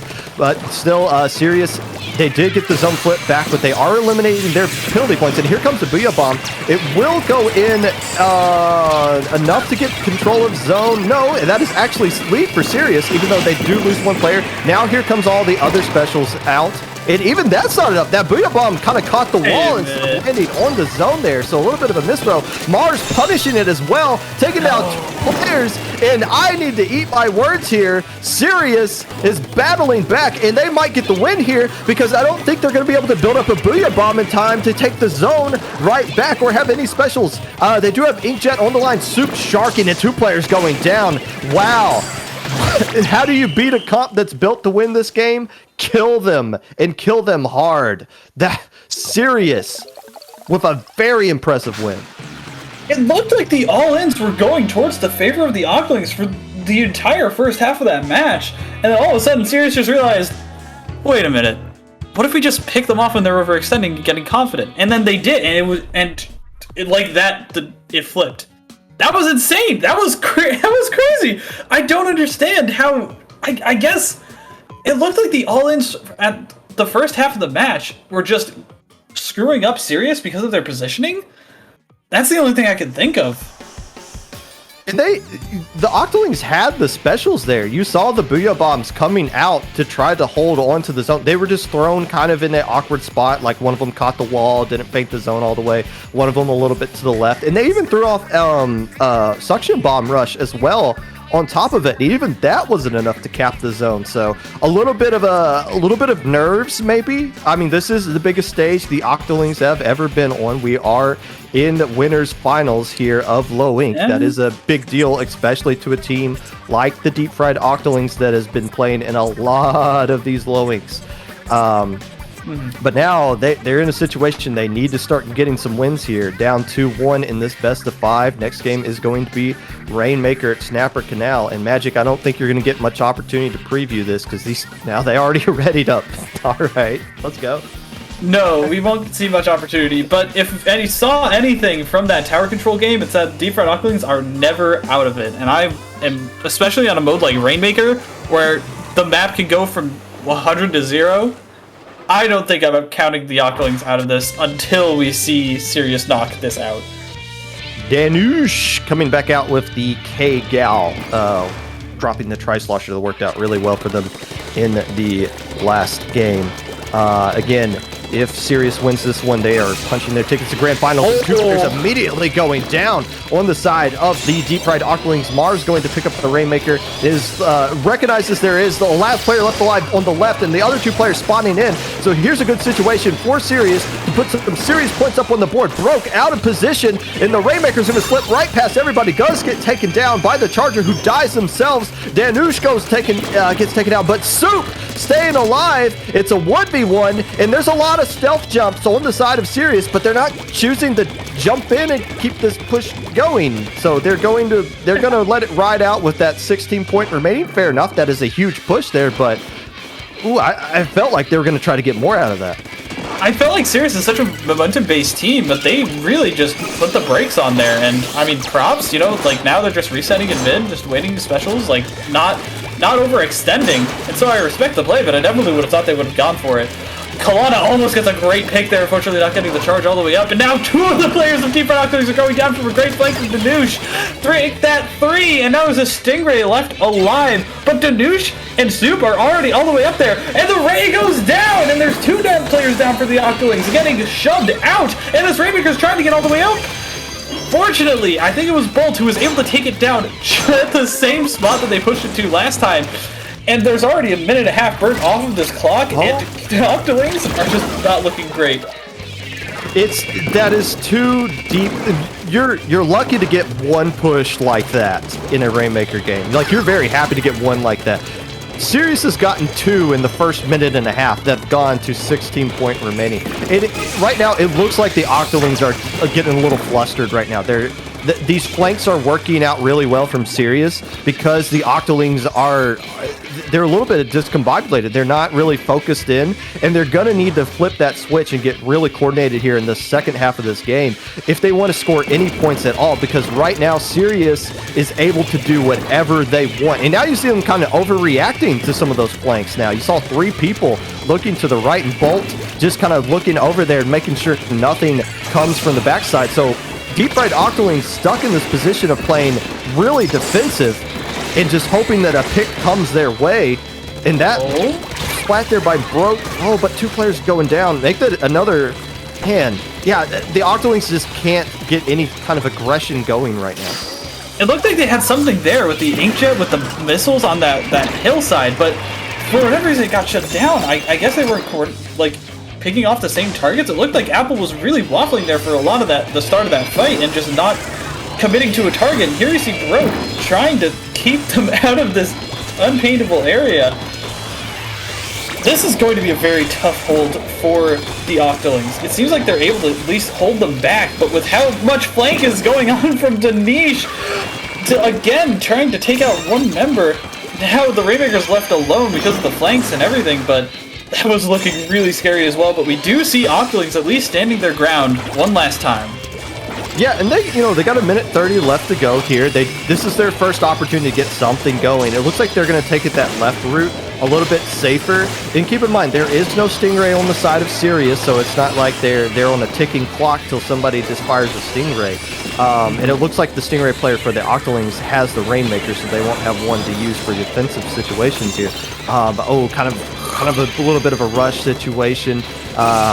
Sirius doing a good job chucking bombs, and one of them just making the connection on the Rainmaker. Now Soup coming back around for a mid and forcing a pincer. Look at the collapse. Look at all of the Sirius players collapsing with a great pincer on the Octolings, and that'll force the Rainmaker to reset, and only 45 seconds left to go here.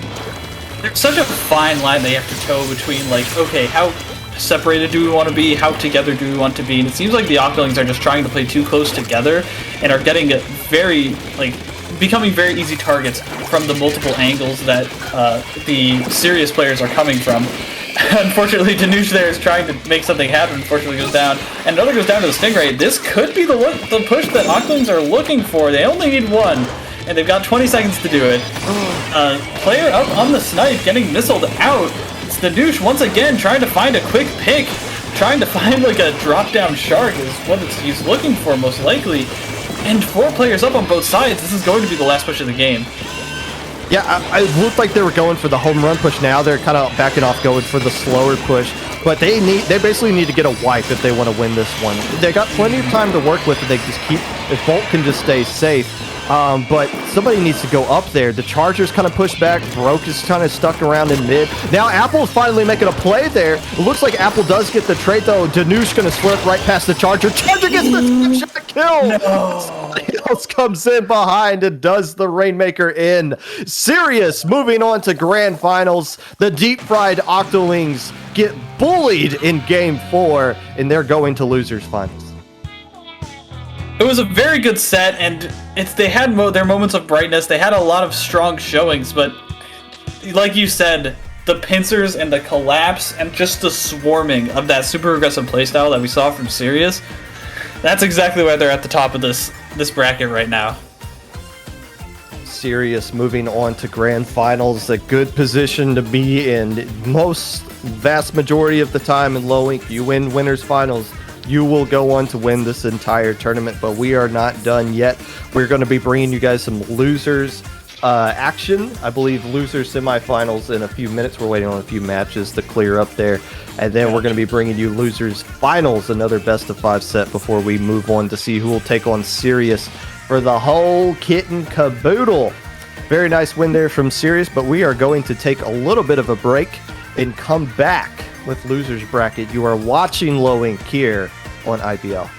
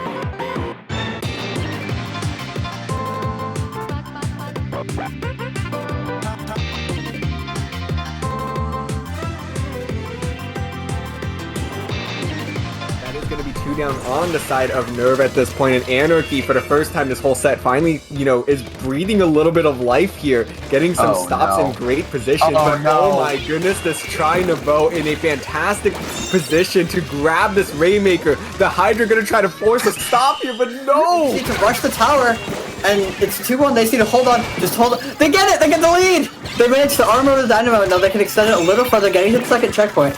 And like we saw, most of the match was a stalemate, but now and then the Rickroll! You see it. In Rainmaker on Manta Maria, it's definitely super beatable. Both sneak in for more points. And going, John.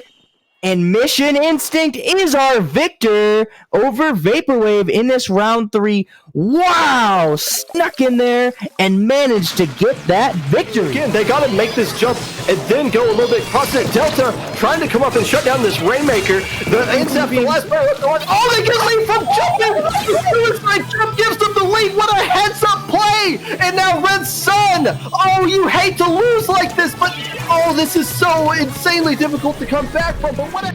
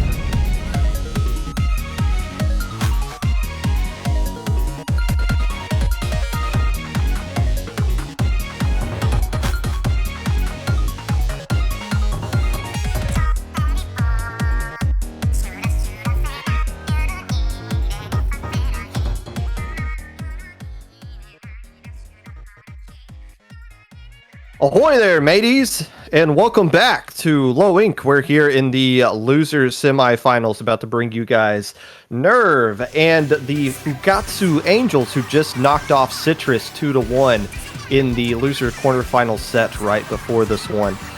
Magic, both these teams were on stream earlier. Interesting enough, the NERV team, I don't know what time it is for them right now because they are in Australia, but they said the end of Low Ink yesterday, it was like 7 a.m. So you got to be thinking, these guys have been playing since about 3 a.m. local time for them. It's so, their 3 a.m. is better than most Eastern time zone players' afternoon time, but I'm curious to see at what point do they start falling asleep here. If I know anything from trying to wake up for Area Cup, it's the initial hump of getting up. That's the real problem. Once you're awake, you get the momentum going. Like once the sun comes up, you start feeling a little bit more awake. So hopefully they'll stay awake. Hopefully it's not going to be too much of a detriment. But if I know anything about Australians, they like to power through and show us a good show. So I'm personally rooting for them, and I'm excited to see a good show. I saw a replay during the break where Link made a really good play on Rainmaker on this map, so I'm expecting to see another play like that. The Angels coming in, one of the stronger teams themselves. Look at this comp. Nautilus, Squeezer, and Squiffer. Okay, so you got the traditional armor to go with your Inkjet there. With a very midline heavy, arguably anchorless comp, I guess you could say, coming out from the Angels. Very unorthodox, but it's obviously the Angels being one of the stronger teams left in this tournament. This has gotten them to this point here. But NERV trying to play a defense here in the early going first 30 seconds here, but 2 players going down from NERV. Yeah, we saw the Tri-Slasher try and jump in, make something happen with the armor, but unfortunately the team looks at their follow-up, and that's going to be a 2-down situation. So, Patty over here in the corner trying to find some way not to get splatted, and is going to be basically kicked out of the fight, going to try and flank through mid while his team is respawning, and he gets called out. Unfortunately, he is able to get a pick, and the Squiffer goes down as well. So a good heads-up play from making the best of worst of a pretty bad situation. So good stuff to NERV for using that adjustment, but they still have not made any strong, meaningful pushes yet. Yeah, that flank is definitely considered a dub in my part. I mean, it got the trade, but it did draw attention back to mid for the Angels, and that at least saved them the checkpoint here. And now NERV starting to reestablish control of mid, but 2 players do go down, and wow, we start to see some flanks coming out from the Angels themselves. Chris getting a nice double there with the K-shot, and yeah, now they're going to be threatening to clear that second checkpoint, the most important checkpoint to clear in this map. That second one, you're kind of exposed right down in the valley between a couple of high points and the snipe, obviously, in the middle. But Chris firing some missiles there. One player for NERV does get taken down by Blossom. The other one that was running into the tower did survive somehow, it looks like. And the Tri-Slasher ran out of ink? No, yeah, it must bomb there to get in. And the Angels should have a clear path to get past this checkpoint. And now NERV is definitely in some danger here. Yeah, I mean, it looks like the Squeezer's just tearing them apart. Fortunately, that Tri-Slasher was able to do some damage on from that high elevation, and now we see at least a little bit of work being done. Chris getting a double on the exit.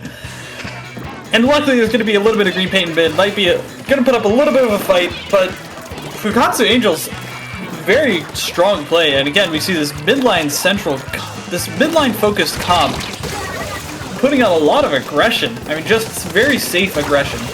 And, I mean, when you have your frontliner doing things like that and winning those fights, it's just a super powerful combo.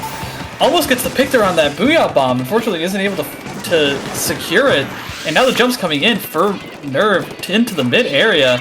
It's looking like Fukkatsu Angels kind of pushed back, but this is kind of where they like it. Again, that mid-range is just... they're putting out so much pressure from a really safe distance.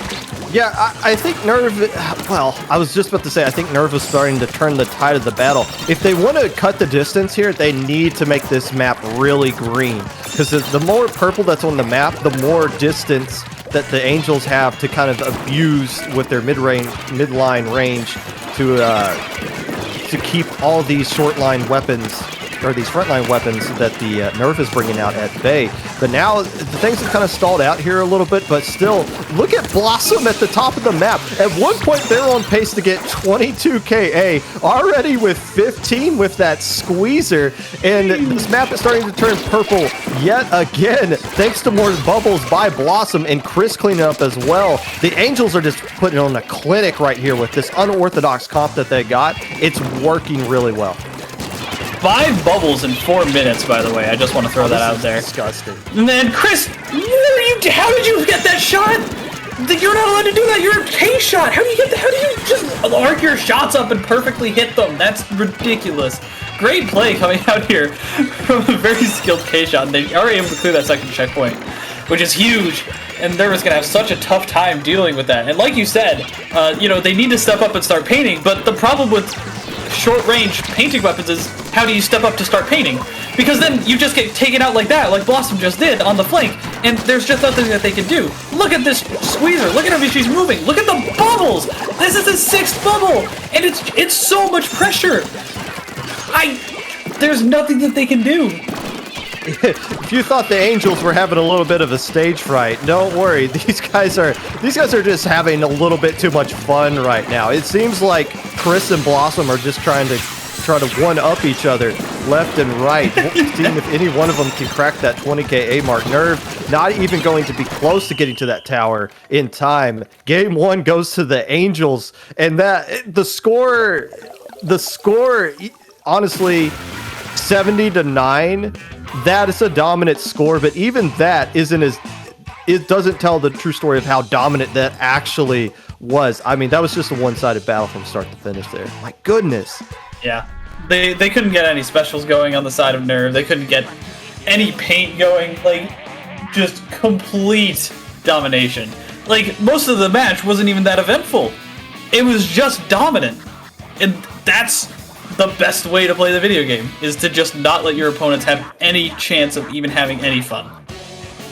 If you're NERV, I think you got to see some sort of comp change coming out here. And now we're going to Rainmaker at Snapper Canal again. So okay, so maybe that faster pace comp that they're looking for might work to their advantage a little bit here. I mean, but what they need paint control. They need control of the map. I mean, you could say that about any team, but more so specifically, if you're going to run a shorter range comp like this, you have to have paint control. It's hard to get it on the map like this. Popping the Rainmaker in mid doesn't really do anything for you, just because it's up on that uninkable tower there in mid. So, but still, my mindset is, I feel like they have to make some changes comp-wise, or else they might not be in this tournament much longer. Right. You know, it's kind of like the same idea as, like, oh, if you want to play a roller, you need like a ton of paint to support it. The same idea goes for any short-range weapon, really. You know, you need paint so that they can move around, that they can effectively approach people and cut that gap really quickly so that they can get in and get their quick kill time. And so if you don't have that support, you can't really get what you want. And especially if you're running a bunch of weapons that are situated like that, if you're running the Tri-Slasher and the K-Shot, it's just going to be super duper hard. Again, this is a best-of-3 set, so if the Angels win this one, they are moving on to losers finals. And we do see a bamboo coming out from the side of the Angels, and no comp change at all. And I guess you could say the Tri Nouveau as opposed to the vanilla Tri coming out. So a little bit of a difference there, but still the squeezer, still the bamboo as opposed to the squeezer this time around. And actually they dropped Nautilus as well. So a little bit less range, but still a very aggressive comp coming out from both teams. And now NERV in a great situation here to pop off in the very beginning. Link opting to go back around to mid and get a little bit more points across of it. Wow, goes all the way to the pedestal. 6 points remaining. NERV popping off, and they should be able to chase out this K Pro and get this Rainmaker out of here. But that is a winning push in the first 30 seconds for NERV. That's the response they needed. After the butt whooping they took in game 1, taking it to the Angels immediately right off the jump. You love to see it. I mean, what I have seen from Link with the replay that I saw earlier from their stream match and this match right here is that Link knows what to do with the Rainmaker. And that is going to be the difference between a good team and a great team on Rainmaker. If you have a carrier that knows exactly what lines to take, where the enemies are going to be positioned, what to do, like how to schmoove their way through all of that ink, there's just nothing that can be done. It's just a skill that people need to learn. And if you don't have a carrier like that, you're just not going to be at a disadvantage. Good stuff from Link, and let's see if this bubble push can get anything going. It looks like they're just kind of taking it slow and letting Link walk right up to the Rainmaker, getting a great pick. Unfortunately, 3 going down for the side of NERV. But that Rainmaker was absolutely shut down. They couldn't make any progress, whereas you saw NERV went in, got the picks first, and then let the paint do the work. You know, if you're the Angels, you're still thinking, okay, we got a couple of guys here who could just rip these guys apart in the last game. You got Blossom over here. If I'm NERV, I want to know where Blossom is at all times. And of course the K-Shot, who's already got 5 KA as well. The only thing that's going to cause NERV to lose this game is if they get wiped. And here you see the Angels picking up the Rainmaker yet again. You see Blossom now trying to work around. Look how yellow this map is right now. This is the Angels have been, ever since they gave up that huge lead, the Angels have pretty much been on offensive the entire time. And this might be the first situation to where NERV can get a little bit of a momentum shift here. They want to be aggressive with the Rainmaker. They don't want to turtle up for this entire 4 minutes here. So now putting the Rainmaker on the Angel side of the map, and survived that shot, was the Bamboo player right there.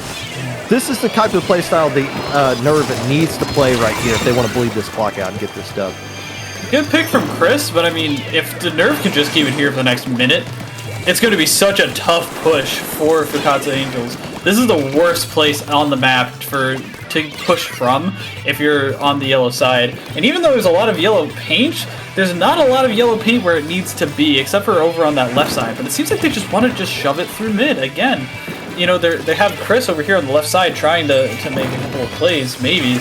Finally, they're swinging the Rainmaker away from the mid area. He ends up trying to make a play and ends up going down. And this could spell bad news for NERV. Here comes the Inkjet. They do have the armor to protect themselves for a little bit. They do have some more specials coming online.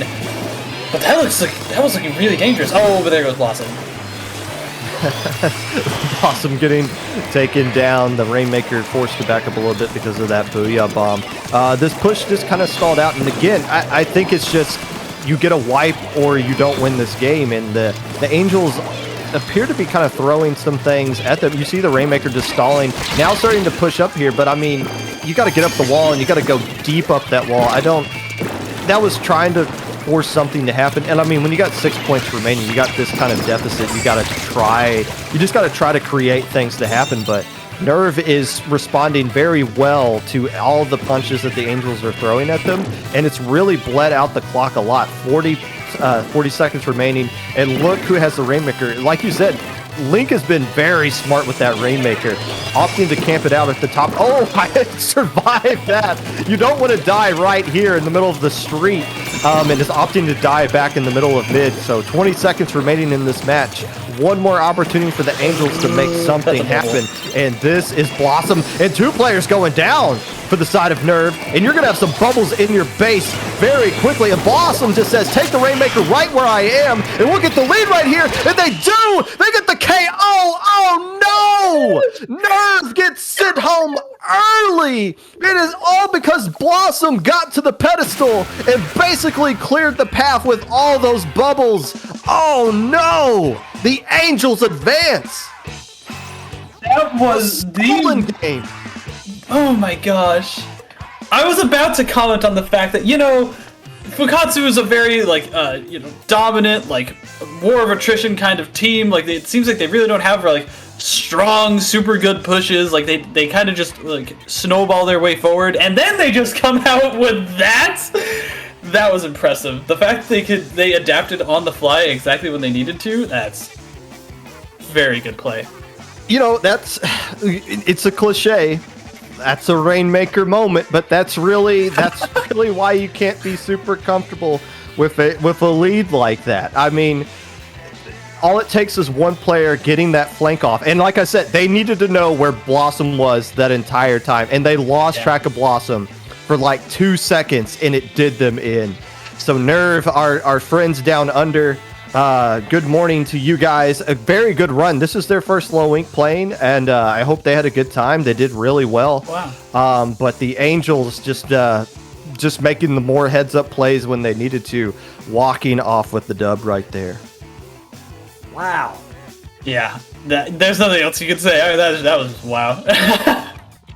Well, we're not going to take a break. Instead, we're just going to roll right on into losers finals. But we always got those stuff that we need to plug. So let me see if I can pull off a document, and we'll start reading off some great things going on in this community outside of just what's happening here at IPL. So some talking points here. First off, we're going to start off with the Splat 1 tournament. That's right. There is a Splatoon 1 tournament. For those of you that didn't sell off your Wii U because all the games on the Wii U got ported over to the Switch. But if you still have that sucker, put some wipe the dust off of it. Ready for a throwback. Introducing Splat 1 Sunday. Splat 1 Sunday is a one-off Splatoon 1 event that will be happening on July 11th at 10 a.m. Pacific Daylight Time / 1 p.m. Eastern Daylight Time.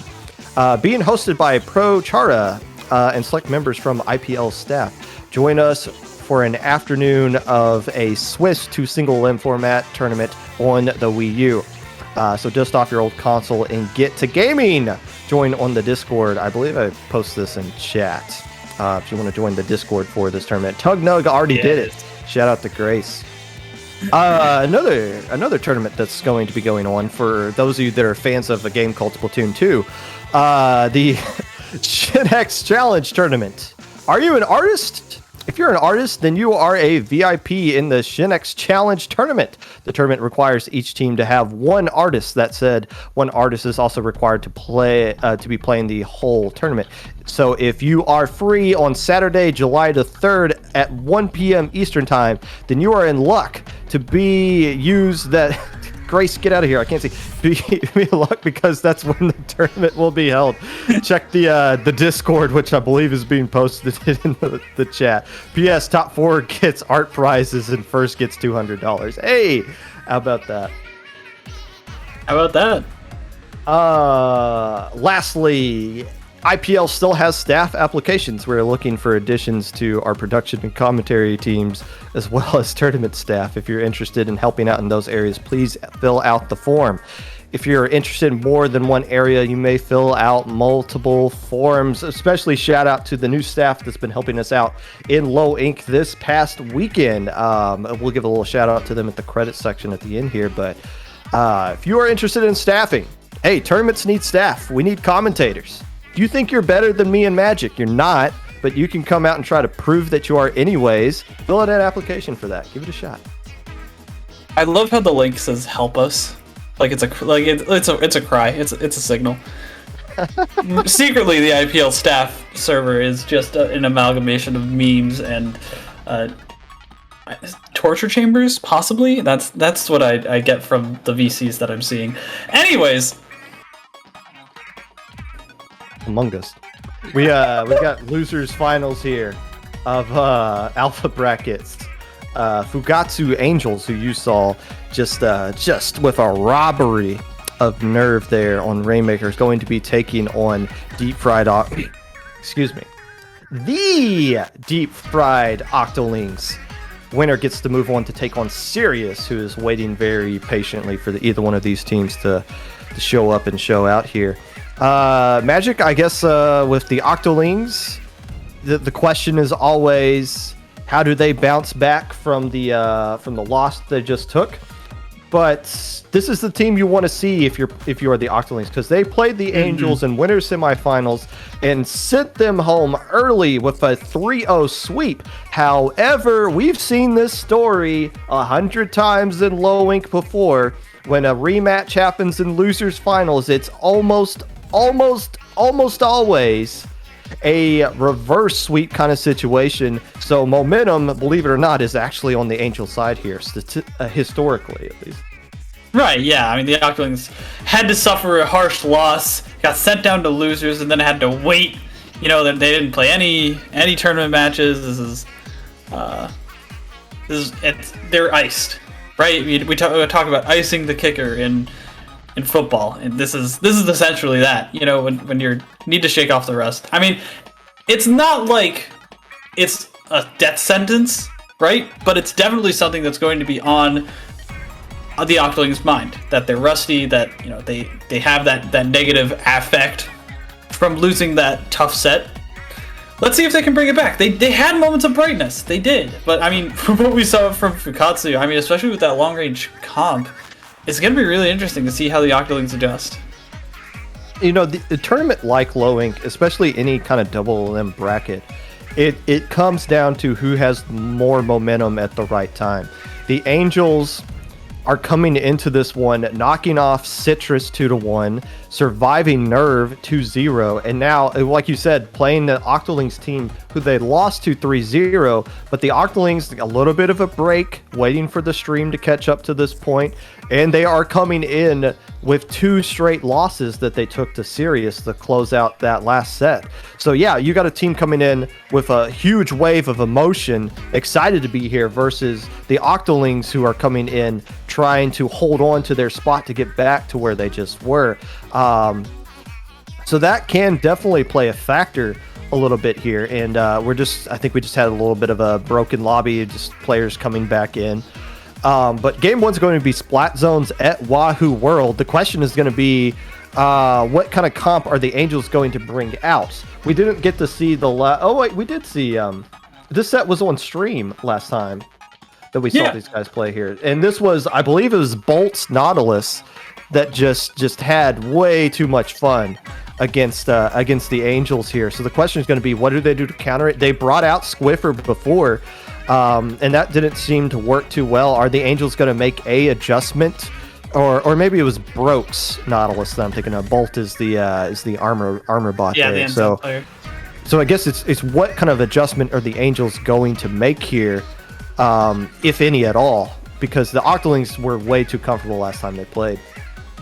And this is Zones Wahoo, and you know what that screams to me? That screams bubbles, bubbles, bubbles all day. And we saw Blossom tear apart NERV in that last set, and if he can get a good flank off, do the same thing, or just get a really good bubble push going from the plat area, I mean, it's just going to be over.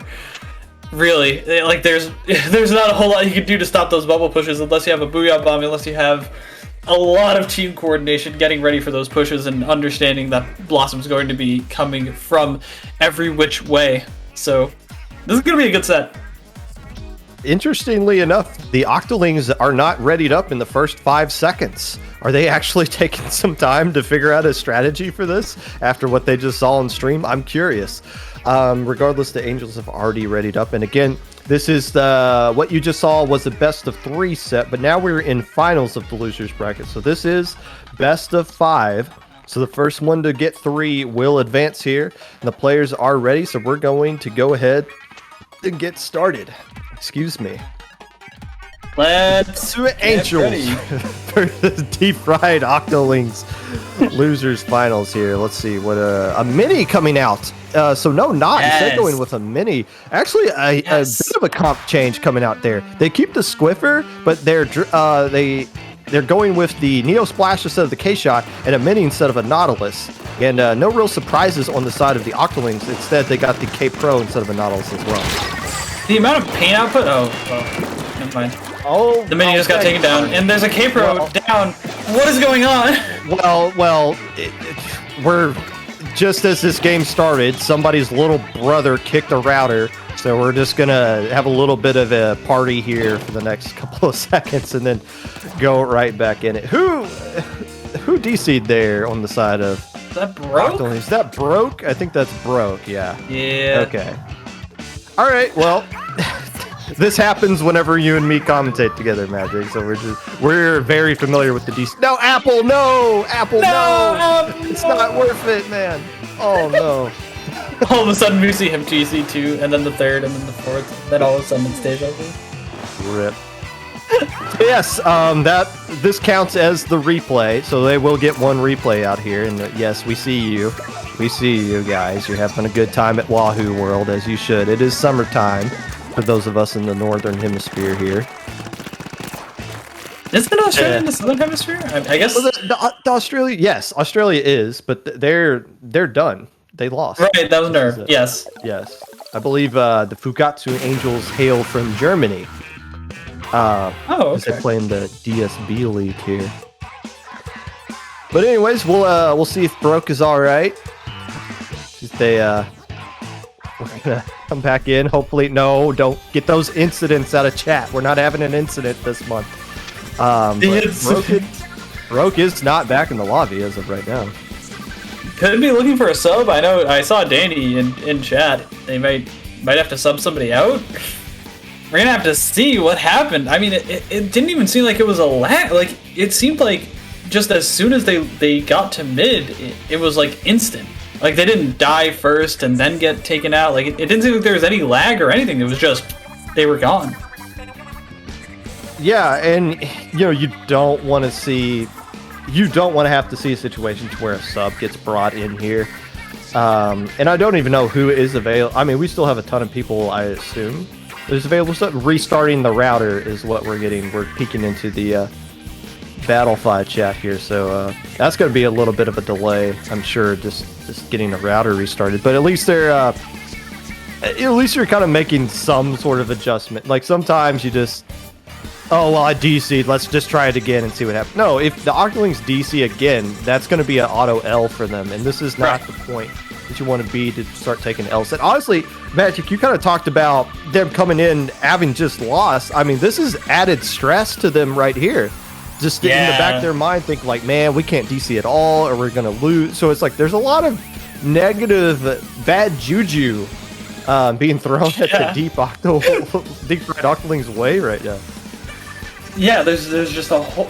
It seems like the Murphy's Law, right? Everything that can go wrong will go wrong. It seems like that's where we're headed right now, in terms of what the Octolings are having to go through. They've got everything against them, and even though they got that first pick too on that mini early on, that looked like it was going to be a really good play. Like they were just going to go in from glass, get control of the zone. Looked like they were going to get going. Off to a good start, and then just it was done. Yeah. What if they do get a sub, then all the comps can be changed if they feel like doing it. If Broke comes back in and they get started, they have to lock in. They have to use the same weapons that they used at the start of that last one there. Right. So neither team opting go with Nautilus. The mini, you like the mini. The mini paints really well. I believe it's the missile one too. Mm-hmm. I guess the Charger makes a lot of sense for the Octolings, because Charger on that map, if you just kind of stay at your plat, you have a direct line down the entire middle of the map there. But I don't recall seeing a Charger being brought out the last time the Octolings played the Angels. So, and obviously it looked like they were really struggling against Broke's Nautilus there. But we're seeing, I guess they just want the Booyah Bomb to help paint the zone here, which works out really well, just off the top of my head. But yeah, just looking at the comps, I like that there was an adjustment made by the Octolings to try to counter what they knew was coming. But yeah, the opening was just better by the Octolings in that last game, but obviously it doesn't matter anymore here. The mini went for an early missile, and that can only really work once. So it's going to be tough to try and pull it off again. Like, they're going to know what's coming. They're just going to back up, and then the mini's just going to waste a missile. But I mean, at the end of the day, is it really wasting a missile if they're going to have it back in the next, 20 seconds? Because that mini paints so much. And it's going to be really good against the Charger, right? Having that missile spam, having that little bit of added pressure, having just a ton of paint. The combination of the paint from the mini and the splash is almost unbeatable. Like, I don't think that they're going to get out-painted. In just a 4v4, like, everyone's just sitting painting at the zone, just, there's no chance they get out-painted. So I really like the comp from the Angels here, but obviously it's going to be all up to that Charger, whether they can make some really good plays, use that long-range aggression to pick people off. I think that's going to be the difference. Yeah, from Cal Anna, I believe. You did it really good with the Charger when they busted it out against Sirius, Right. who is probably watching stream right now, patiently waiting for something to happen, and we are right there with him as well. Still behind the curtains here, still no return from the deep fried Octolings. We're waiting to join in the lobby so that we can get this set going yet again. We'll keep an eye on that. I don't know. Our TOs that are not commentating right now are working on this. I'm sure there's some sort of rule to where we need to get this going. I don't know about you, Magic. I don't have all day. I got a wife who wants to hang out at some point. I think I can avoid mowing the grass today, but I need to do it at some point soon. I mean, just before this, I was taking a test. You know, I've got League of Legends Clash tonight. You know, like I've got places to be. Legends Clash. What's that? League of Legends. So there's like there's like a little like tournament kind of thing that you can do with the group of 5, and it's fun, and people ask me to play, so that's where I gotta be tonight. If we can get this thing underway. While we're waiting for that, let's give you guys an update on what's going on in some of the other brackets here. Power Inc. Power Inc. is in grand finals of beta bracket. Okay, I see you. They beat Mahi Monsoon 3-1 in winner's side. Your fighting Boilermakers at ITAP have lost to OK Woomer 2-0, who's currently fighting Mahi in losers finals there. But yeah, Power Inc. Okay, I see you ripping your way through beta bracket. Very nice to see. If we take a peek over at Gamma here, Unlimited Woomy United Uwu has swept the Ink Bashers in winners finals there, and grand finals there. Playing Ink Bashers again, no score in game 1 of that set right there. So a little bit of a view of what's going on across the board here. It's not just alpha bracket that's going on here. Obviously, alpha bracket's where all the stream is, but the beta and gamma are the teams of tomorrow. The deep fried Octolings, a team that have spent a lot of time in gamma and beta.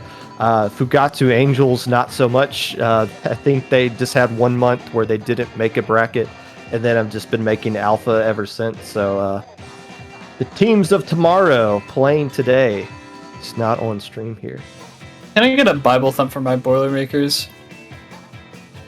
They've been working hard. Unfortunately, you know, the unfortunate mix-up with oversleeping earlier on in the day yesterday, so that was kind of a downer for them. I have to recover from that. Speaking of recovering, I think you and me have stalled this out about as long as we can go here. Oh no. Yeah, I don't. We still don't have another player back into the lobby. We said 3 minutes, give or take. Just got back online, and that was about a minute and a half ago. Again, restarting router. Obviously, those things take a little bit of time. It's understandable. Right, sure. And you know, it's a lovely Sunday. We got the 4th of July. I mean, what else can we talk about here? How's the weather? Not like this, man. Not like this. How has the troops been doing? Destiny troops. We want to talk about Destiny troops right here. Hey, sure, we're doing good. You know, tying this into Low Ink, it's been we won Low Ink not last March, but the March before that. So it's that, you know, kind of always brings back memories whenever we commentate Low Ink here, thinking about how this tournament has changed over the years. That back then it was just it was a 1-day tournament back in my day, and now we got this monstrous 2-day tournament here. Double elimination bracket. I think ever since we switched to the 2-day, it's been a pretty big uptick in teams that have signed up for it. It's become much more of a tournament across the entire community, not just something that's going on here in the lower level community. We have a sighting of Broke. The clouds have opened up. We've been blessed by the Fukkatsu Angels. The deep fried Octolings are back, and everyone, welcome back. You were falling asleep to hearing us talking. We have 8 players in the lobby. Oh my goodness. You talk about icing a team out. Oh my god, if they don't ready up in the next 10 seconds, I'm going to lose. Okay, come on. Come on, Blossom. Come on, we all man. know you're playing Squeezer. Let's go. It's not that hard, man. Don't change your gear. Come on, just press A. You can do it, I believe. Yeah. Once more with gusto. The actual losers finals. And I swear, if one of the Angels DCs, we're just ending the streak right here. Don't even go there.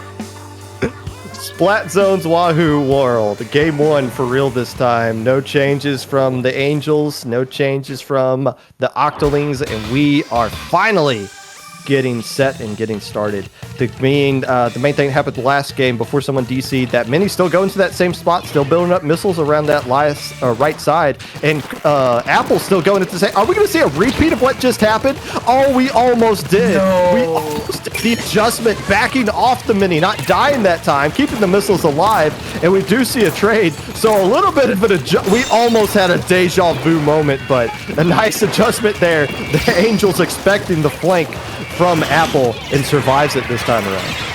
That Domi? There's an X there. I don't really know what to say. Bubbles in the zone and a bomb rush in return. And this is going to be a quick double cap back towards the side of the Fried Octolings. Domi trying to get a nice pick here on the K-shot, able to do so. And that's going to be 3 down, maybe 4 if Blossom picks off the charger. Kalana able to escape just barely, but not even having that much special charge. That's essentially a wipe and a great positioning for the Fukkatsu Angels in this Wahoo World map, which is going to be so reliant on this area that you see right in front of you, the flat. Yeah, and you realize the Octolings understand that. Oh, and so do the Angels. Look at them throwing all of their suction bombs right on that flat. They do not want the enemy charger to get comfortable right there and to start like establishing control from that flat. And the Squiffer doing a good job of staying in mid. Bolt getting taken down by Chris, who flanked around through their side of the map.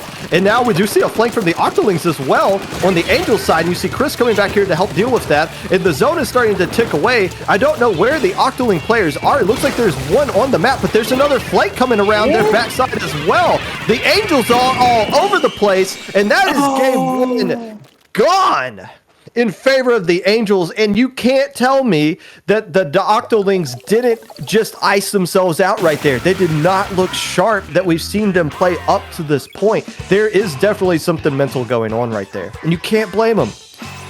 No, 100%. I mean, everything with the Ratter from the tough set earlier, just everything got them feeling just so like slow, sluggish, just uncoordinated and flustered. And Fukkatsu Angels thrives in this chaos, from what I've been seeing. Yeah, this is kind of like Red Sun versus Twisted Time. If we want to, we just want to keep trying to shoot ourselves in the foot here. But what made that set so interesting is Red Sun was constantly throwing flanks, and as the course went on, the flanks started to, as the set went on, the flanks started to land more just because fatigue starts to set in. The Angels were like all over the place, and the Octolings just couldn't really respond to it. Kind of like what Sirius was doing against the Octolings in the winter set. Basically, the more the Octolings play, the more disciplined they have to be with deal with the flanks, and it just wasn't landing for them right there. Right, exactly, and especially with the way the Octolings have been playing, they've been playing super just like back, like kind of just like. Especially with what we saw against that Sirius set, like it seems like they try and go for these one-off plays, these plays where they're trying to make something alone, they're not really coordinated, and they just get picked off super duper easily. And so here on tower control especially is where you're going to need to be super coordinated, making sure you're going to have somebody watching the tower at all times. A great pick from Kalana onto Blossom, one of the main fraggers, and that is really going to be strong. Unfortunately, the flank from I believe that was the K-shot on the Fukkatsu Angels is going to disrupt this push from happening. Chris getting taken down by Broke, unfortunately gets traded out, and again, we just see super scrappy fights. It seems like there's not even a whole lot of specials being thrown out yet, and all of a sudden, Fukkatsu Angels is the one on top just because they got the last pick. That fall-off kill that Blossom got on the Charger was so dirty, and then throwing the bubbles to make sure that they get across that checkpoint.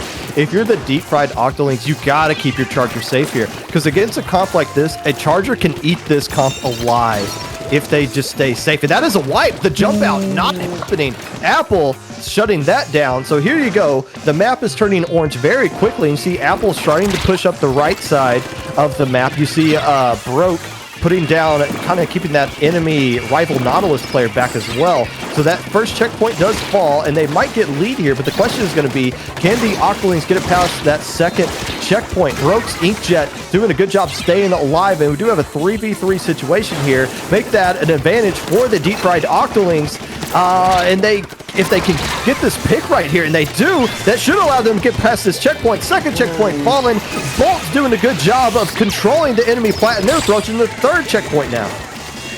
Apple went down early on in that push, and in mid somewhere, and because one of the members of the Angels were flanking, and I thought it was going to lead to a really good play on the side of the Angels, but unfortunately they turned it around, and they couldn't really convert off of it, and the Octolings made a play off of it. Unfortunately, they were able to stop the tower, and there's going to be no knockout for the Octolings, and the Angels are going to be able to recover and get a little bit of working in mid. But having that flank play go a little bit wrong, and to just have that 3v1 go so poorly in the top left area in that booth with Broke, and I believe it was Demi who was fighting with that Nautilus, that's really unfortunate. But let's see if the Angels can turn it around as they're scrapping in this bottom left area. Yeah, 2 checkpoint lead here, a huge lead on this map, and we've just crossed the halfway point. The Octolings trying to hold on here. The Charger player, it's really going to come down to the Charger. If they can if they can keep the Charger alive, I know I've said that already, and the Charger already going down, that means they're not going to have Suction Bomb Rush to kind of help slow down this push. They do have a Booyah Bomb from the K-Gal, and Broke just got taken down as well. Man, the Angels, if they want to get back into this one checkpoint at a time, and it looks like they're in a good position with Bolt way out of position right there to clear the second checkpoint, and now they're approaching the third one here, and Blossom is just doing Blossom has been doing this entire set. Might get another cheeky fall-off kill on the Charger, survives it a little bit, and the Charger gets a nice pick, but the Charger being the last player left alive as they approach that checkpoint, and it looks like they'll get across that one as well. 2 Angel players down, and they do get across that checkpoint. They're not enough to get lead, but still, there are no checkpoints left for the Angels. If they just hop on tower, they can coast it to lead. No, this is not going to be a comfortable game, a comfortable minute 15 seconds for the deep-fried Octolings at all.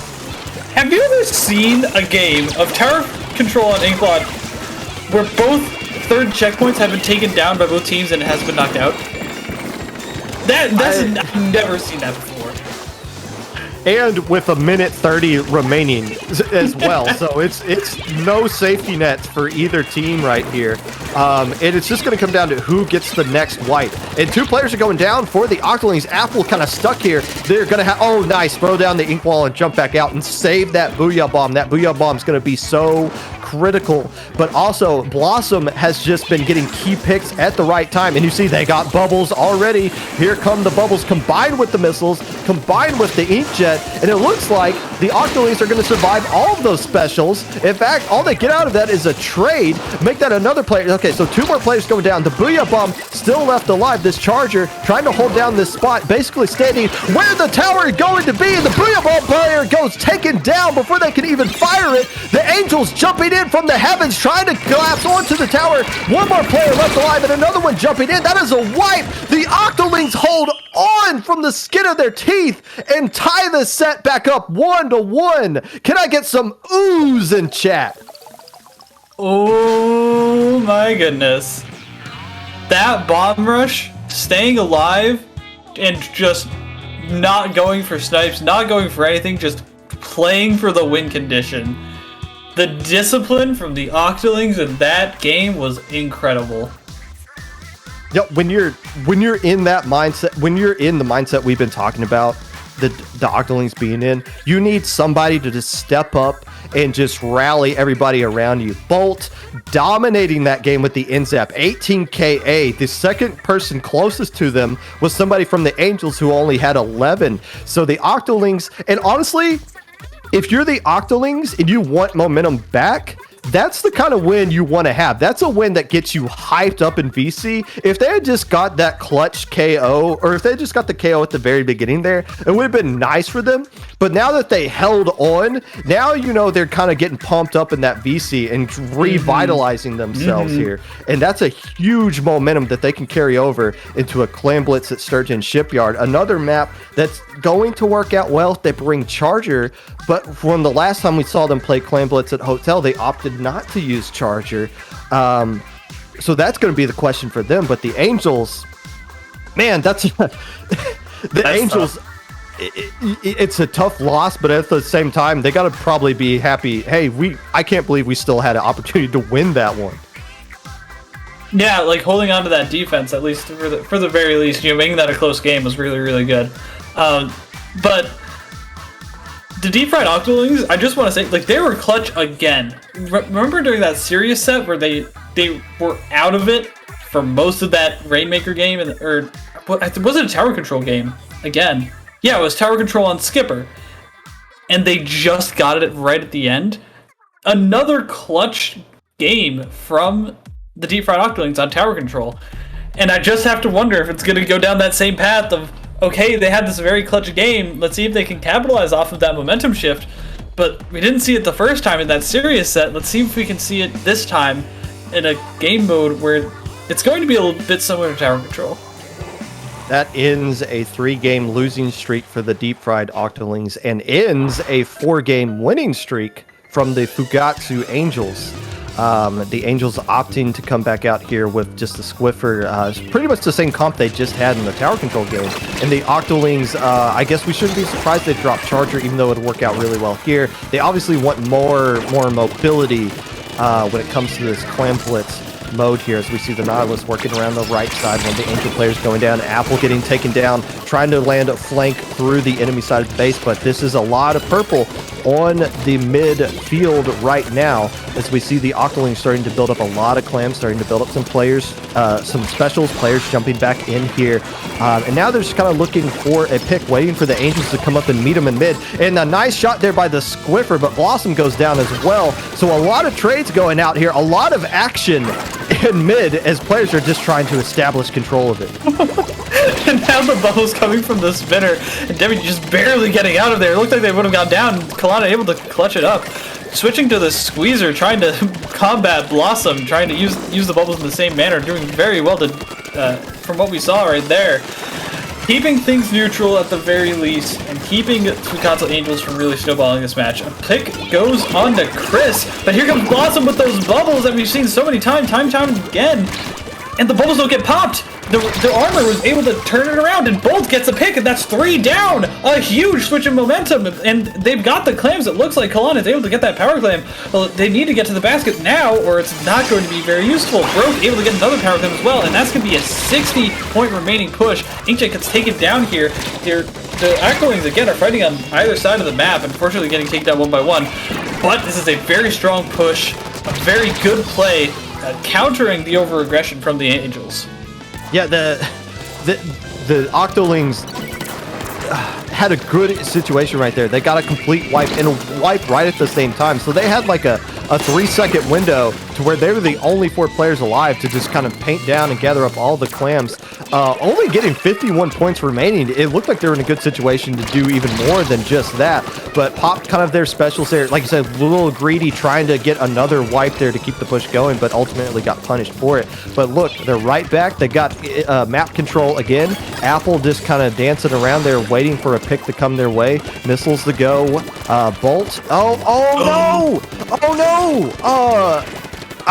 Oh no! They already have one replay, so this has to go no matter what. This is a game.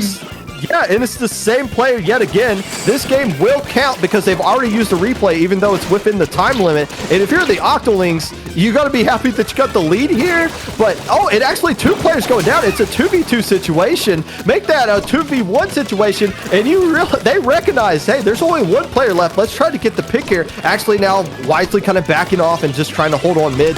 Can the Octolings really turtle up for 2 minutes now? If there's any mode that is able to happen on that I've seen 3v4s get won from a lead position, it's Clan Blitz. These teams tend to get really over-aggressive, especially these younger teams, these newer teams, get really over-aggressive. Oh, bouncing it off the blue! And they're trying to go for a push here! The Octolings are going for a push when they're a player down from a DC! And Apple trying to fight Chris and gets the pick! Is able to trade out! And they've extended their lead to 35, which is going to be a really hard push to get back from.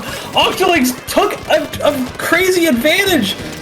What is going on? If there's any mode that it can happen on, it is this mode.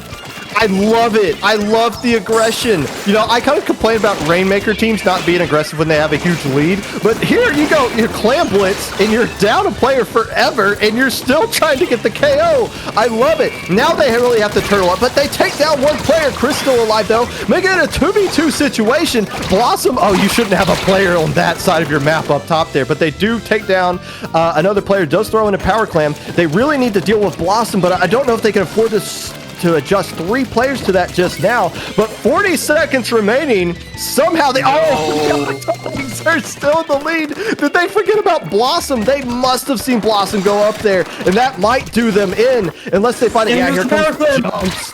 Oh no, they Kalana's trying to go up there with bubbles. They felt so afraid of Blossom up there in that top right corner, but now he's the only one left. They're hanging on again. But Blossom is trying to fight clams, trying to keep this basket alive. He's got the bubbles too. And now they need 1 more clam to take the lead, and Blossom's the only one left. So here comes the jump, and I believe they have a clam. Is it going to be in time? It is! It's barely in time! Blossom staying alive, causing so much havoc, and finally going down after like a minute. And now it's overtime, and they don't have a power clam. But they need to send this in 10 seconds over to the enemy basket, but I don't think they're going to be able to. Oh, I think they might have waited too long. Apple needed to go there. Somebody else needed to pick up that Mercy Claim and go with it. I mean, it's 3v4 difficult. Yeah, they just ran out of time right there. Oh my gosh, dude. They almost won that game. I can't believe that. I can't believe that. They saw Blossom go up there. I can't believe they saw Blossom go up there, and then there might have just been a miscommunication of like, hey, you go deal with it or what. Apple with 19 KA, my goodness, man. But regardless, look, there's so many awesome things happened in that game that we could talk about forever. But the number 1 story we have to deal with right now is what is going to happen with the Octolings going forward here. Broke is not in the lobby. They are getting a sub. It looks like they are going to try to find a sub. But man, that's man, awful. I can't believe if they killed Blossom right there, they win the game. Oh no, 100%. But the call must have been that okay, Blossom's just up there. We cannot approach him. We just need to go. And like I could totally see, because that's what it looked like. It looked like we can't approach him. He's in such a good defensive position that like there's nothing we could do. We have to just try and go forward again. But that was when they needed to turtle up the most and just watch those jumps. Wow, that was the most exciting DC game we've ever seen. Outside of like a Valhalla match from back in November. But here we do have a sub, Dan E-Boy, who played for the Deep Fried Octolings yesterday, is now in. But now here comes the question. Okay, you got a player seemingly off the street. Who knows if Danny, I mean, still in street clothes, might not even be in a uniform. Who knows if this player is warmed up, ready to go, ready to take on a team like the Fukkatsu Angels. But honestly, if you just look at what Apple did that last game, just paint the floor and just let Apple win you this game. I mean, you've seen different people. You've seen Kalana with the Charger step up. You saw Bolt step up in game 2 right there. Broke being down is not a good thing for the Octolings, but if you just give the opportunity for somebody, one of these players to step up, you can get right back in this one. Oh, 100%. You know, both of these teams have really standout stars. And if one of them pops off, it spells disaster for the other team. So we just need to see if they can do their good job at enabling them. Dami going for that mini again. We see Danny Boy on the slosher, going for a hyper-aggressive combo to complement that charger against this Squiffer Squeezer composition from Fukkatsu Angels. This is going to be a very intense fight, especially on Rainmaker, and the pop going to the Octolings. Let's see if they have what it takes to win this. Yeah, the thing you lose with Broke being out, you lose a little bit of range, but again, you still got the charger there, but 2 players immediately going down for the Octolings. Kalana kind of stuck in an awkward situation, bombs and the Booyah bomb, or the Rainmaker getting thrown at them, and this is Danny Boy getting taken down as well, and this is not looking good early on. The Angels able to keep Bolt back a little bit longer, and now they got less than 20 remaining. The Rainmaker still alive, trying to get a little bit more points, clearing out the path, waiting for the rest of the Angels to pop in there. They do get taken down from behind. Who else but Apple, but too little too late. 18 points remaining, and this is a huge hole to be in, but still 4 minutes left to go, and the Angels, they came back from this earlier against NERV, so they know they need to hold on to this one. But the question is going to be, who's going to step up here for the Octolings, because they need somebody to get like an 18 KA game here. Well, Apple's on this Inkjet, and right now, Danny Boy went in trying to get a pick. Chris over harassing the Rainmakers is going to get taken down as well. It's a 2v2 situation, at least here in the street. And here comes Blossom with the bubbles in the armor. Unfortunately, I think got stuck down, and now the Rainmaker gets taken down because of Danny Boy's jump in with a good play on those bubbles, and now it's looking like this pushes it over to just yet, but it's going to be very tough to make a breakthrough. Yeah, you know, they're taking their time. They're going to need to go right now because there's only 10 seconds remaining over that Rainmaker's head. And they are going in! They are going in, and they don't quite get it. 2 players left alive. The Inkjet should clean it up. I don't know where the end zap is, but it's not going to be enough to overcome. And yeah, you had so much time. It was like, okay, we need to go or I'm going to explode. And they just went in there and almost got the lead straight up. Okay, now the Angels have the Rainmaker stuck in their own plat, and Apple survives at least a little bit to get a trade. If Apple had lived a little bit longer, that would have spelled disaster for the Angels, losing control of their fan. It comes up the Stingray right here, and they're backing up with the Rainmaker. If they die, they need to land that. They don't land it, so it steps in the office, and Bolt. Oh, that's a huge pick by Chris. They had to take care of Bolt right there. But they are going to be able to throw stuff at it from the other side, and if they can get a good Inkjet play from Apple here, with Bolt supporting him, this could spell disaster for the Angels. They're over on this far right side, and here comes Apple trying to find Dami, is unable to do so, but keeping them back away from this Rainmaker, forcing them to stay up in their platform for a little bit longer, and able to get control of mid, and it looks like Octolings is kind of in the driver's seat right now. But here goes Blossom! 2 minutes left to go here. The Angels in complete control of the map now. 3 players going down. The Stingray being built up to try to shut down this push. And the Angels opting to take it this left side, trying to put the Rainmaker in an awkward spot, looking for a path to add to their lead if it presents itself. But the main thing for the Angels right now is bleed the clock out. Instead, they're looking to add to their lead. They found an opening and they're trying to slip through it. Danny Boy's just arcing the Tri-Slosher shots around the corner there, so they don't add to their lead, and 3 players go down there. So I don't know if they put the Rainmaker deep on the enemy base, but they sacrifice a lot to do it, including mid. Yeah, sacrifice a lot of their special timers, mid control, and just giving the Octolings just a little bit of time to just reset. And that's going to be really important, because if we see what we saw early on, the Octolings just kind of looked flustered. It seemed like they weren't really like cohesive, you know, especially after that DC. It's really important to just like get a good mindset going. And now that they have the time to reset, get a good push, like going from the beginning, they get 2 picks, and now even though the Squiffer is looking like they could tear a hole through the team, Danny Boy's keeping them way back, and the Rainmaker's trying to go for a run here, and now it's only 3 down, and there's only 1 left, and Downey's able to get the pick, but they need to pop this Rainmaker instantly, or else it's going to be the lead, and the Octolings get it! They get the lead! They're trying to lose the knockout, and 21 does it! And we're going to game 5! Wow! This set is unbelievable. Unbelievable! And it's just losers finals! Sirius is waiting in grand finals, just shaking their head at what we're seeing right now. Danny Boy off the bench, providing 10 KA, combined with Apple getting the 11, and they get the right play at the right time with about 30 seconds left to go, and we are going to a game 5. Man, the Octolings facing more adversity than we've ever seen a team face in this low ink. Going to a game 5 against the Fukkatsu Angels that are left scratching their head, figuring out what happened there. And now we're going, it's going to be Splat Zones at Wahoo World, or at Albacore Hotel, excuse me. You got to bring that charger back out here. You got to bring that charger back out here. Oh, 100%. Kalana's going charger. And, like, especially from the performance we saw last game with those Stingrays and everything, you might even see the Ray, although I'm assuming we get bomb rushes. And the amount of mental stamina and fortitude that we're seeing from the Octolings, putting up a huge fight into 3v4, getting a crazy clutch game in the Inkblot Art Academy, and another crazy clutch push on that Rainmaker game. I cannot believe my eyes.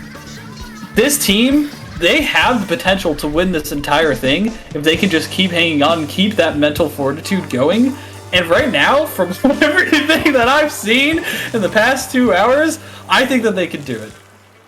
If you're the Angels and you want to bounce back to win this one, I'm looking at Blossom. I mean, Blossom has been the driving force for this team so far with all those. It seems like every time they pop bubbles, all 8 players on the map have to stop and take notice of it. But the quick score from the Octolings as the Angels opting to just kind of bounce around, build up specials, and capture control of key areas instead of going for mid. Apple stuck around here throwing an ink wall, now going into the face of the mini, getting the nice takedown as 2 Angels go down quickly, and the Squiffer being the last player left alive. So what? Apple didn't die. Apple found that pick in mid and was able to keep this rolling. Oh. And now it's a charger recharger. And this is a really good setup for the Octolings as they get this green hold over on the right side of the map. And that's 2 players going down that drop from the right side. Fukkatsu Angels is split up right now. And they're just kind of sitting around waiting for this timer, waiting for their teammates because they don't have anything else to do. Because they were so split up. Look at how split up they are. And they're running out of time. Only 25 points remaining. And then the Squiffer goes down, but they do take down Danny Boy on the Tri-Slosher. Here the Mini. The Mini's going to be key because they put so much paint down, combined with the missiles and the bubbles. Oh, but 2 players go down, and here comes the suction bombs. The deep-fried Octolings survive and move back to grand finals when they were dead in the water. Oh, an answered prayer. A miracle. And just... that is the only thing that I could describe this as. That was miraculous. Miraculous play. 100-0. And I don't even know if that was a minute and a half. Holy cow. One of the easily the best losers finals we've ever had here in Low Ink. What an entertainment one. And Sirius, now they've been in their trailer watching this. They'll be coming out, getting the stretch and warm up, and said, okay, we see you, deep fried Octolings. Whoever you got to bring in, bring it. And we are going to be set for an epic grand finals here in Low Ink. Before we do that, we need to take a break. I need to get some water. You guys need to use the bathroom, get some popcorn, because we are going to be set for the deep fried Octolings taking on Sirius in grand finals. Stick around.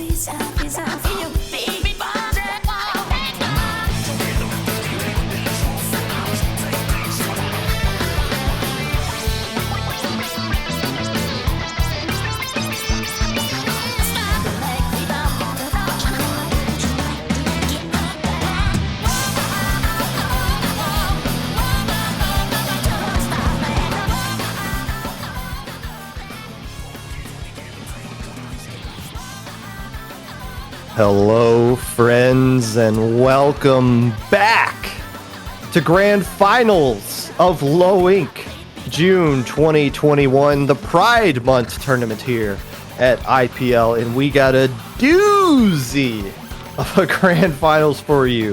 A rematch of the winner's bracket, a very rare rematch from the winner's bracket we haven't seen in a while. The deep-fried Octolings taking on Sirius, who has been waiting very patiently for this set to get started here. If you're looking at the rosters right there, Scratch broke out, who has DC'd out of the tournament, and insert Danny Boy, the sub who played with them on Saturday, coming in to fill in for them here as well. But for Sirius, the question that the deep fried Octolings have to figure out is, how do they deal with that Nautilus from Soup that was eating them up alive? And actually, we got a rematch of the only game the Octolings won against them in winners finals. TC Skipper. Okay. Oh wow, that's a crazy kind of coincidence, right? And let's hope that both these teams make an adjustment, because what we saw last match was the Octolings getting just a very clutch, timely push and a little bit of a mispositioning from the members of Sirius. So maybe we'll see a bit of a more intense, more thorough set, and Sirius will come out on top, or we'll see another great capitalization off of the deep fried Octolings, especially with, you know, a new cog in the machine. Let's see what happens as we get into Grand Finals for Low Ink June 2021. Deep fried Octolings versus Sirius. If you want to predict your points as to who you think is going to win this set, do that now. Already 100,000 plus points on the side of Sirius over the deep fried Octolings. But keep in mind, the Octolings won this map-in mode in the winner's side of bracket last time around. And it came down to the fact of who did a better job of defending. And the answer was neither team did a good job of defending at all. So who makes that adjustment and holds on to their checkpoints more will be the team that wins this one here. Same side, Sirius had the better opening last time as well, and it looks like they're getting quick control of mid, but now getting punished. The Inzap getting taken down. Danush helping getting a pick on the Inzap player, but 2 players down, and they're looking to just hold control of mid while they wait for their teammates to spawn back in and rush the tower in a good position to create a pincer if they want to take it. And we talk about adjustments. That was a really good adjustment from the deep fried Octolings, backing up and making sure that they don't get all in from Sirius right from the start, and that was a really good adjustment. And now they're already moving the tower up just a little bit, making some little bit of progress, and just waiting for their specials, and they do a good job. And now there's already one down on the side of Sirius, and the tower is already moving. Ends up going down as well as the Booyah Bomb comes in, trying to get the tower. It doesn't quite hit it, and the Inkjet comes in as well. There's only 2v2 near the tower as this one flanking K-Gal is trying to do all of the work for Sirius, but is not doing anything because they're so far removed from the fight. And the Ink Armor comes online, and there's already a 30 push for the deep fried Octolings, and finally Danush goes down, and the Ink Armor is going to tear apart this team on the side of Sirius, and it's left for alone with Soup and the K-Shop, who goes down to the Ray, and here comes the Octolings pop gun. Oh, I'm surprised. They threw a lot of bombs at that ink wall and wasn't able to snap the apple, but 2 players going down for the deep fried Octolings. Surely that ends the push right here, and what a devastating push it has been for the deep fried Octolings, as they only got 24 points remaining with 3 minutes left to go. Sirius with no points on the board whatsoever, but starting to get established with control of mid here, popping a Booyah Bomb, as well as Ink Armor to try to get something going here with the missiles, and they do approach this first checkpoint. The question is going to be, can they survive that Stingray? Because they already popped a lot of specials that would deal with that Stingray already just to get to this first checkpoint. Danny Boy going in, getting denied, but it does force players off the tower, and the Octolings save that first checkpoint. It's a great follow-up by Apple. Danny tried to go in with the Stingray, right? And going in a little bit too early, but fortunately Apple was there to back them up right at the end and able to stop this push in its tracks. And this will look like it's going to be a really back and forth game from what we're seeing. You know, each side is going to get their pushes in. We're going to see that Deep Red Octolings, their defending is doing really, really well right now. We saw Kalana get away from that pressure over on the snipe area earlier, and just seems like they've got their ducks in a row. But as soon as I say that, Commentators curse, here comes Sirius.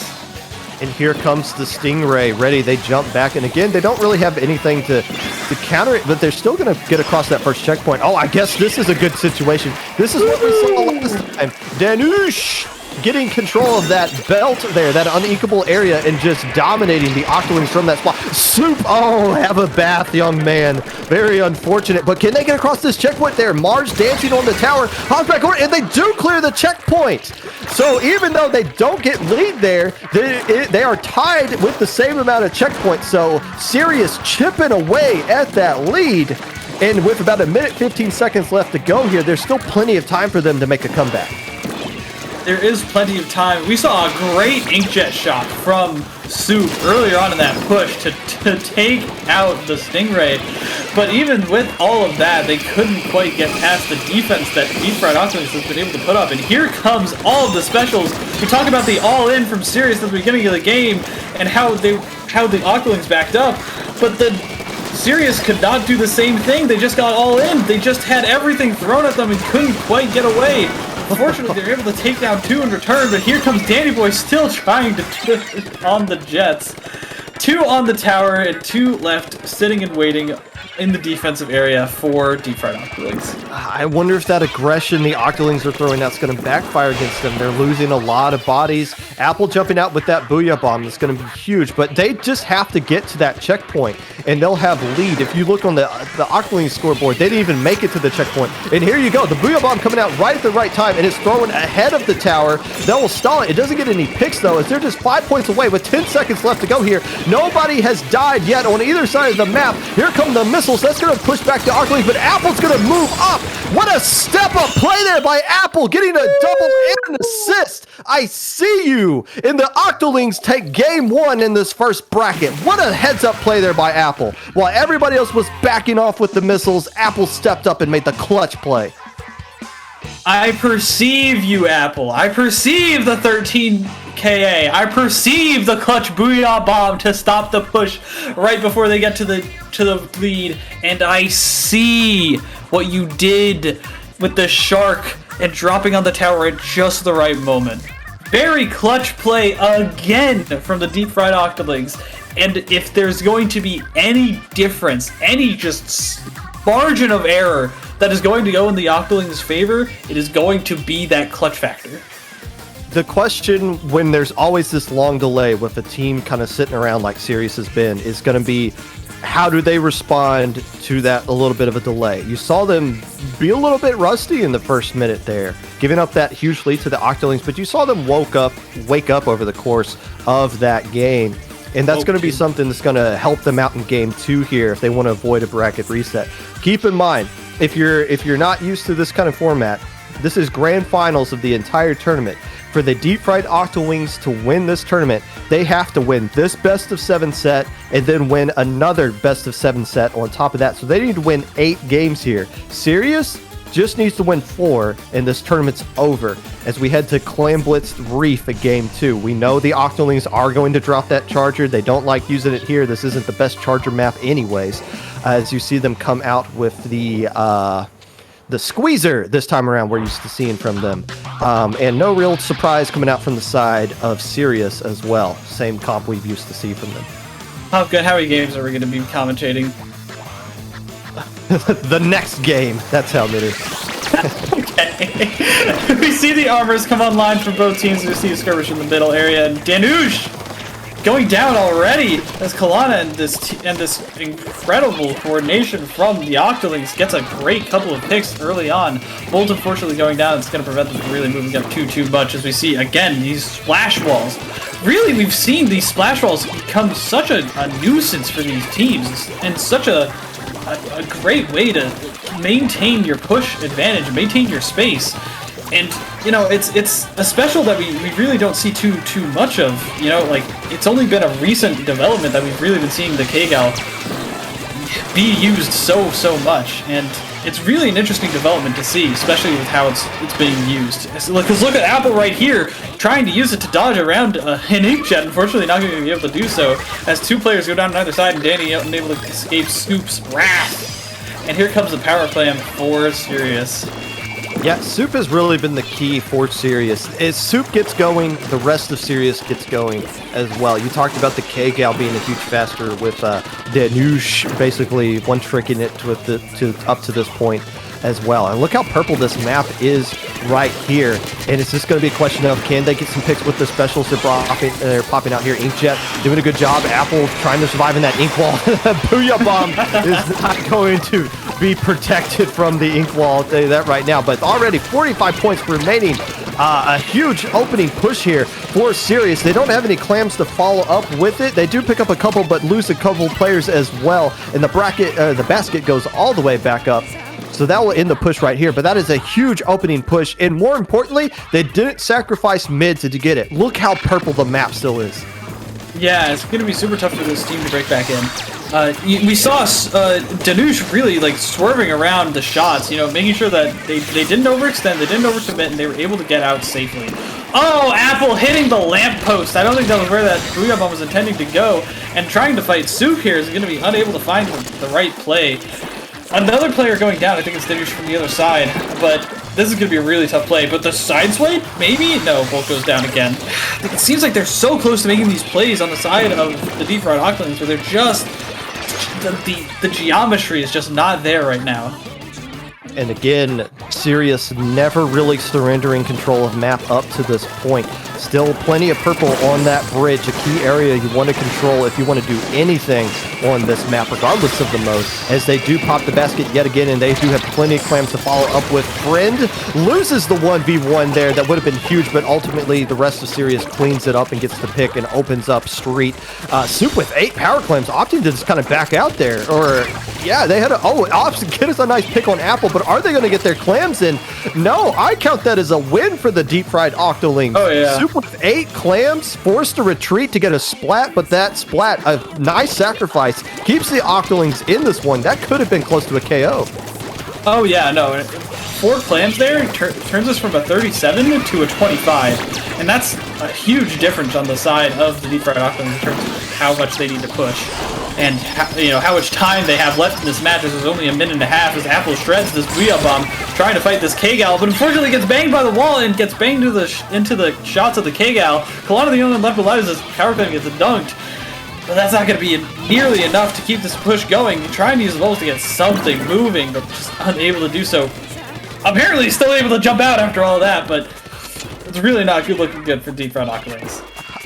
I don't know how the Octolings scored there, because when we zoomed back up as soon as they scored, it was an ocean of purple that they had to get through. So again, that's been the story this whole game. A lot of purple in the map, and that gives more room for your Nautilus player and Soup to just kind of move around and do what they need to do. Now they're opting to be a little bit more defensive, guarding the alleyway there. They do have Inkjet ready, and still those same 8 clams that they had earlier. Gets a trade with Danny Boy, and 2 players going down. Make that 3 now for the side of Sirius, and Octolings have their opportunity, really their first opportunity all game to get something going. This could be lead. You do see Apple coming around through the car there. They do have enough clams to get lead, and surely they're going to get it right here. It's tied, and they do. Apple going back to get even more clams to try to build on this lead because they don't have a lot of penalty points to work with. That is a wipe, but they do get the lead. But this is this is very scary. Sirius able to just march right down the field, and they have all the tools they need to get lead right back if they can find a way to just crack that shell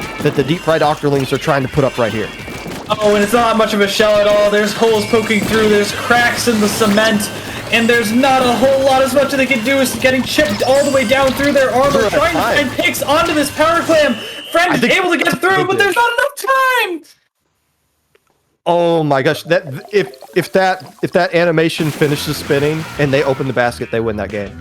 That we're tied 1-1 right here, but still, Octolings, man, there's been so many games the Octolings have won where it looked like they were not the best team on the field for about 4 minutes and 30 seconds, but they strike once and they get the right strike they need and they win off of that. Very impressive. You can never count out the Octolings in any game that they're playing in. And now they're up 2-0 in a set that they need to keep winning to force a bracket reset and they're keeping Sirius from getting any kind of momentum at all. And now we're heading to a Rainmaker. Oh gosh, this is not the mode Sirius wants to see coming up right now.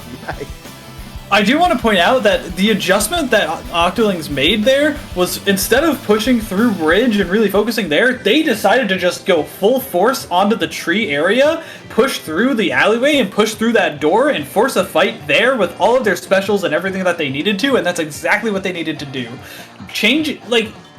Bridge push, yes, it's going to work most of the time, but if it's not working, you need to come up with something different, and that's exactly what they did. And they were able to use that effectively and use the different positioning because they were expecting a bridge push probably from the side of Sirius to their advantage, and they were able to make a good push out of that. And again, we're talking about the clutch factor, and the clutch factor is going to be so important in a mode like Rainmaker.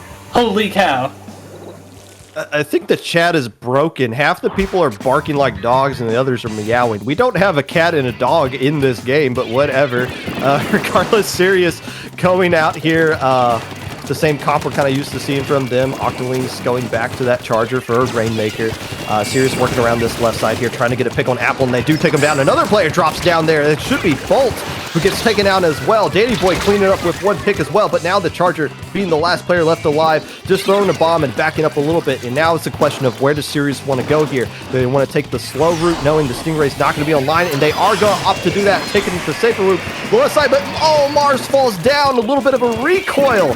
There's a lane right here, but the Rainmaker's not up there to take advantage of that. Now they gotta waste time to get back up there, and the rest of the Octolings have sworn back in, and here comes the rain, and 3 players going down now for the side of, and make that a white for the side of Sirius. Man, they had a lane there. It's just the recoil forced the Rainmaker back just long enough for the Octolings to just respond and take care of it.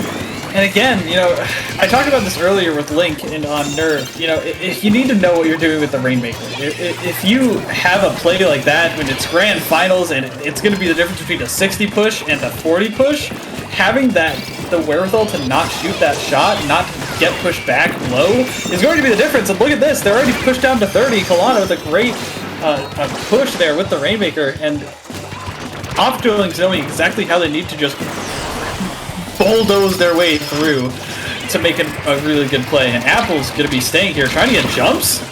They're trying to keep this momentum going, and I don't think they realized that the jump was there. Oh, no, they do. Kalana tried to go for the Rainmaker. It's going to be unable to do so. But yeah, no, I mean, Sirius had every right to make that push as strong as it was going to be and just flubbed it. And you kind of see the difference here. That 30 spot, that could very easily be Sirius right now. But still, obviously, still plenty of time. All it takes is a bad 10 seconds and this game is over either way.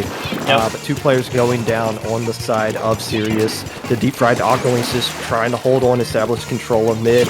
And, we've seen them be aggressive. The Octolings, when they have the lead, which is what you need to do with Rainmaker. You don't want to turtle up for another 2 minutes and 30 seconds. And you see Danny Boy pushing up, staying in the rain, but ultimately gets taken down there. I like the idea by Danny Boy. It just didn't work out in execution, which is going to happen from time to time.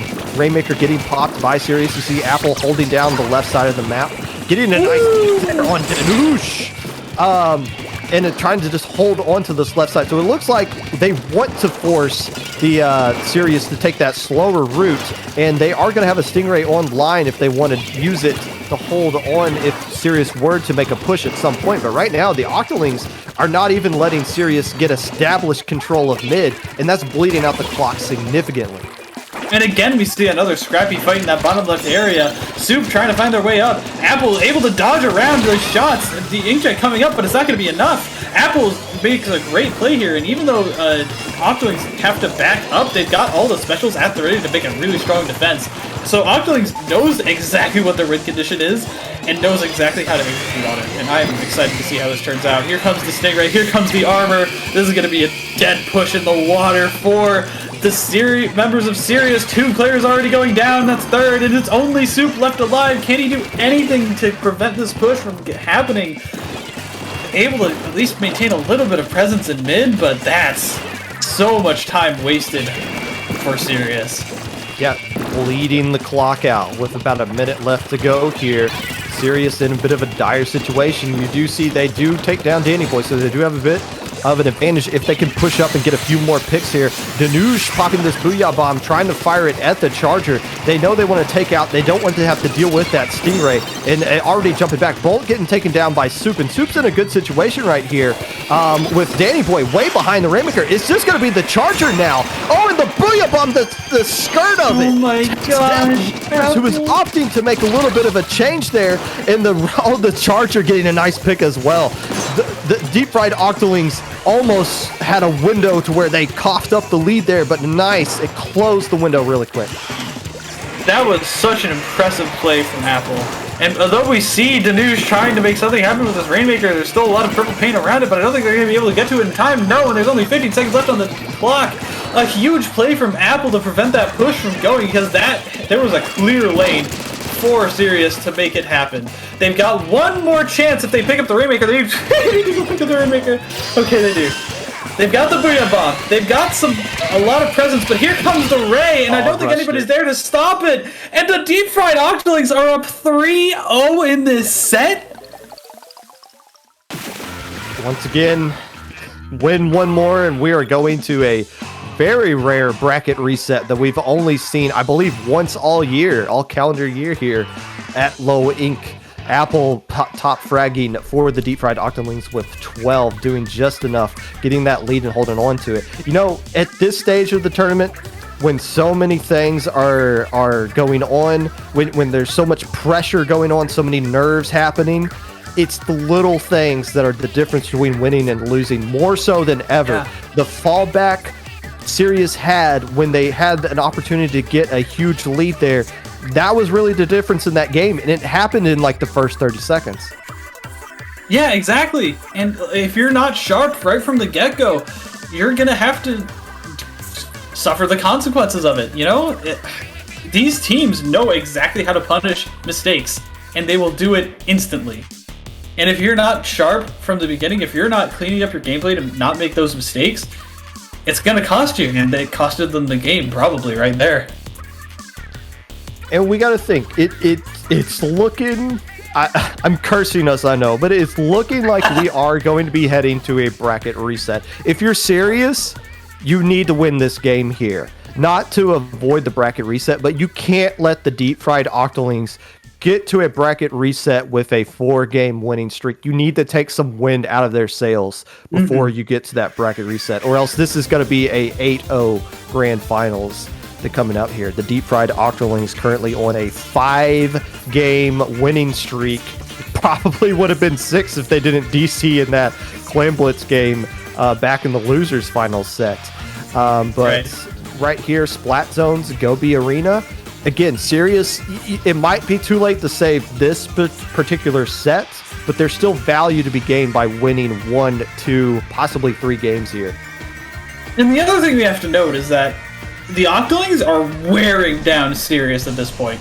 Not only are they winning each and every game, but these games are long and they are hard fought. If Sirius doesn't have the mental fortitude that we've been seeing from the Deep Fried Octolings, going into that next set is going to be so hard. Maybe they just want to take the loss right here and just say, all right, we're going to reset, go to the next set and just try and win that one. This one's already a sunk cost. Why try and keep fighting? Why banish our mental? It's an interesting kind of mind game they have to play. And we do see Danny Boy coming out with the vanilla Octobrush, Chicken Bomb, and Inkjet as one player for Sirius does go down. And Inkjet from Soup coming out as well. His friend is just kind of drowning in green ink there, forced to retreat, avoids all the bombs and explosions that go along with it. But the teams that are jumping in there, look, there's a lot of stealth jumps on the side of Sirius, but the Deep Fried Octolings are great anticipation to realize where those jumps are coming from and not letting them land, as 50 points are remaining here, and it's getting close to a complete lockout situation. Danush coming around the right side, popping Booyah Bomb, throwing it on the zone. Can he win that 1v1 that gets thrown down there? It doesn't look like they are going to engage in that fight. Inkjet coming out as well. Danny Boy gets taken down with the Ink Rush. Oh, almost a nice shot landed on the Charger, who survives, but zone goes to Sirius, and a hefty amount of penalty points put on the Octolings. That is a hefty amount of penalty points, and it's going to be tough to break back through. Gobi is such a hard map to break out on. You really need to make each push count, you know. And if Sirius isn't able to hold on too much right now. That was kind of a really Booyah Bomb from Apple, unfortunately going down, and Kalana sending out the bomb rush and just isn't able to cap. There's so much paint coming up from the side of Sirius, and now they're already almost about to gain the lead. When I say they need to make pushes count, they need to make them count. And if you're on the other side, you need to make sure that you're coordinated when you're trying to push back in.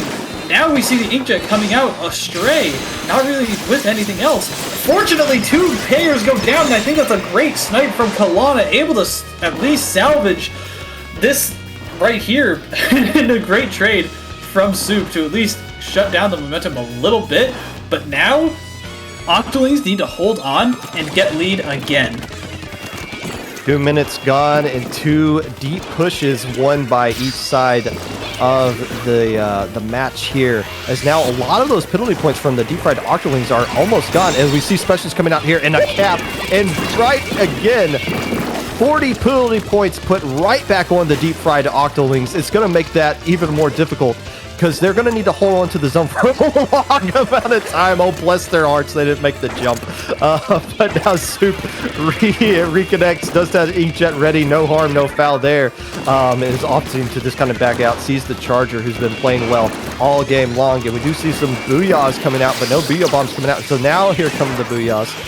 And a lot of the penalty points almost gone, but these specials coming out for the deep fried Octolings might be enough to stall zone. Danny Boy gets a nice pick on Mars, and they hold on to the zone and add even more points to it. More players going down too for the deep fried Octolings. This is starting to look like a KO with the Booyah Bomb on top, and look at Danush just standing there saying, "You might win this set ultimately, but we're still here."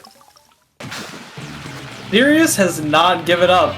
Even after going down 3-0, they have not given up at all. That is impressive. Goodness. And it seemed like the Octolings were doing really well with trying to break back in there. You know, they cleared out that top right area first, making sure Soup didn't just completely just clobber them from the right side, right?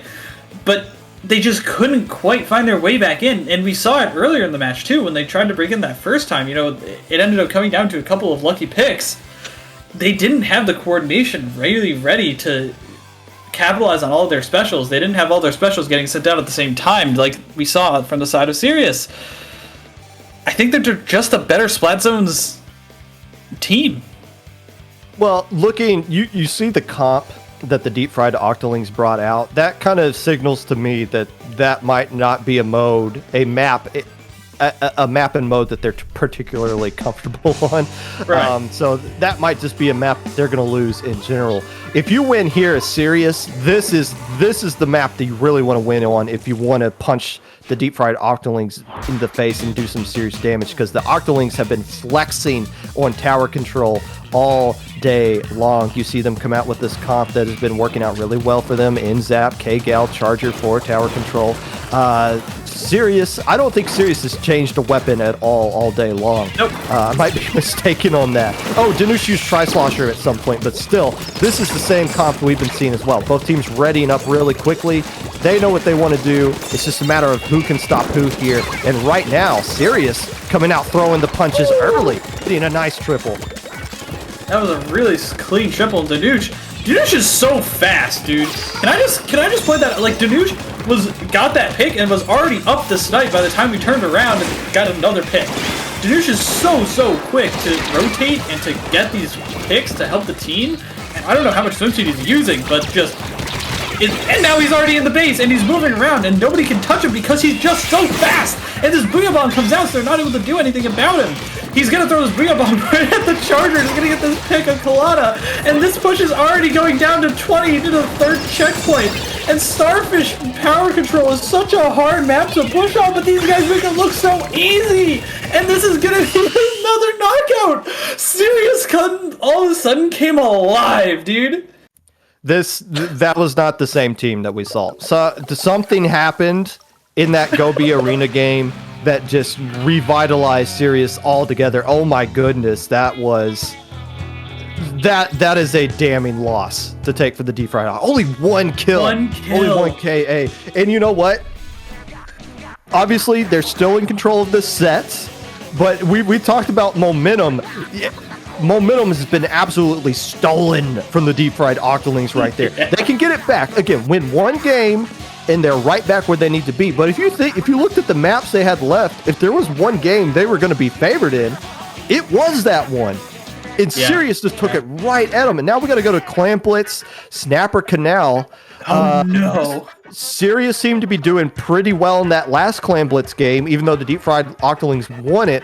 But this is starting to get a little dicey if you're the deep fried Octolings. You want to end this set right now and get to the reset. If you let that go to a game 7, your nerves are going to be out the wazoo, dude. And I can only imagine they're shaking in their boots right now after getting 2 very convincing losses, and they're already readied up. And I think the deep fried Octolings are flustered.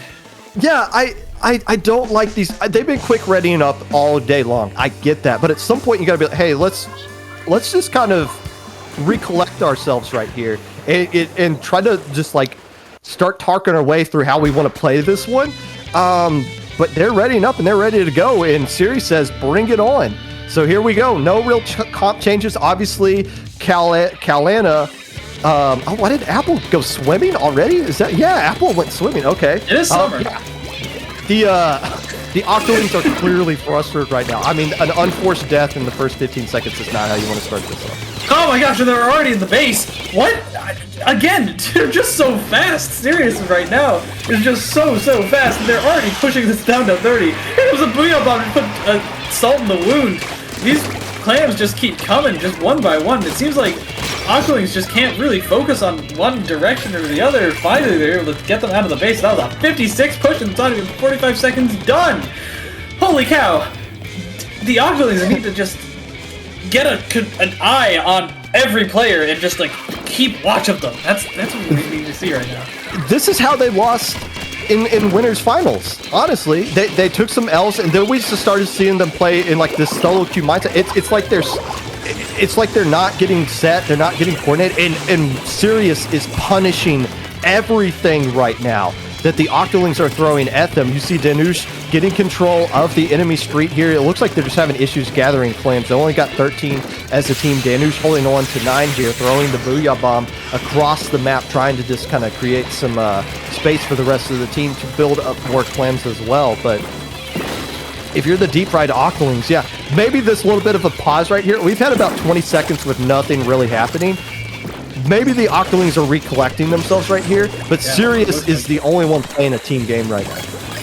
But we saw this on Snapper earlier in the winners finals set, and we see the exact same thing happening. They get flanked out of their minds because Danush and everyone is so fast, and they're playing so clustered. This is exactly what we saw from the winners final set on Snapper. I think it was Snapper Rainmaker, right? And now they don't know what to do. They're just getting flanked over and over again. And that's probably why Starfish was such a wash as well, because there were just so many angles of attack.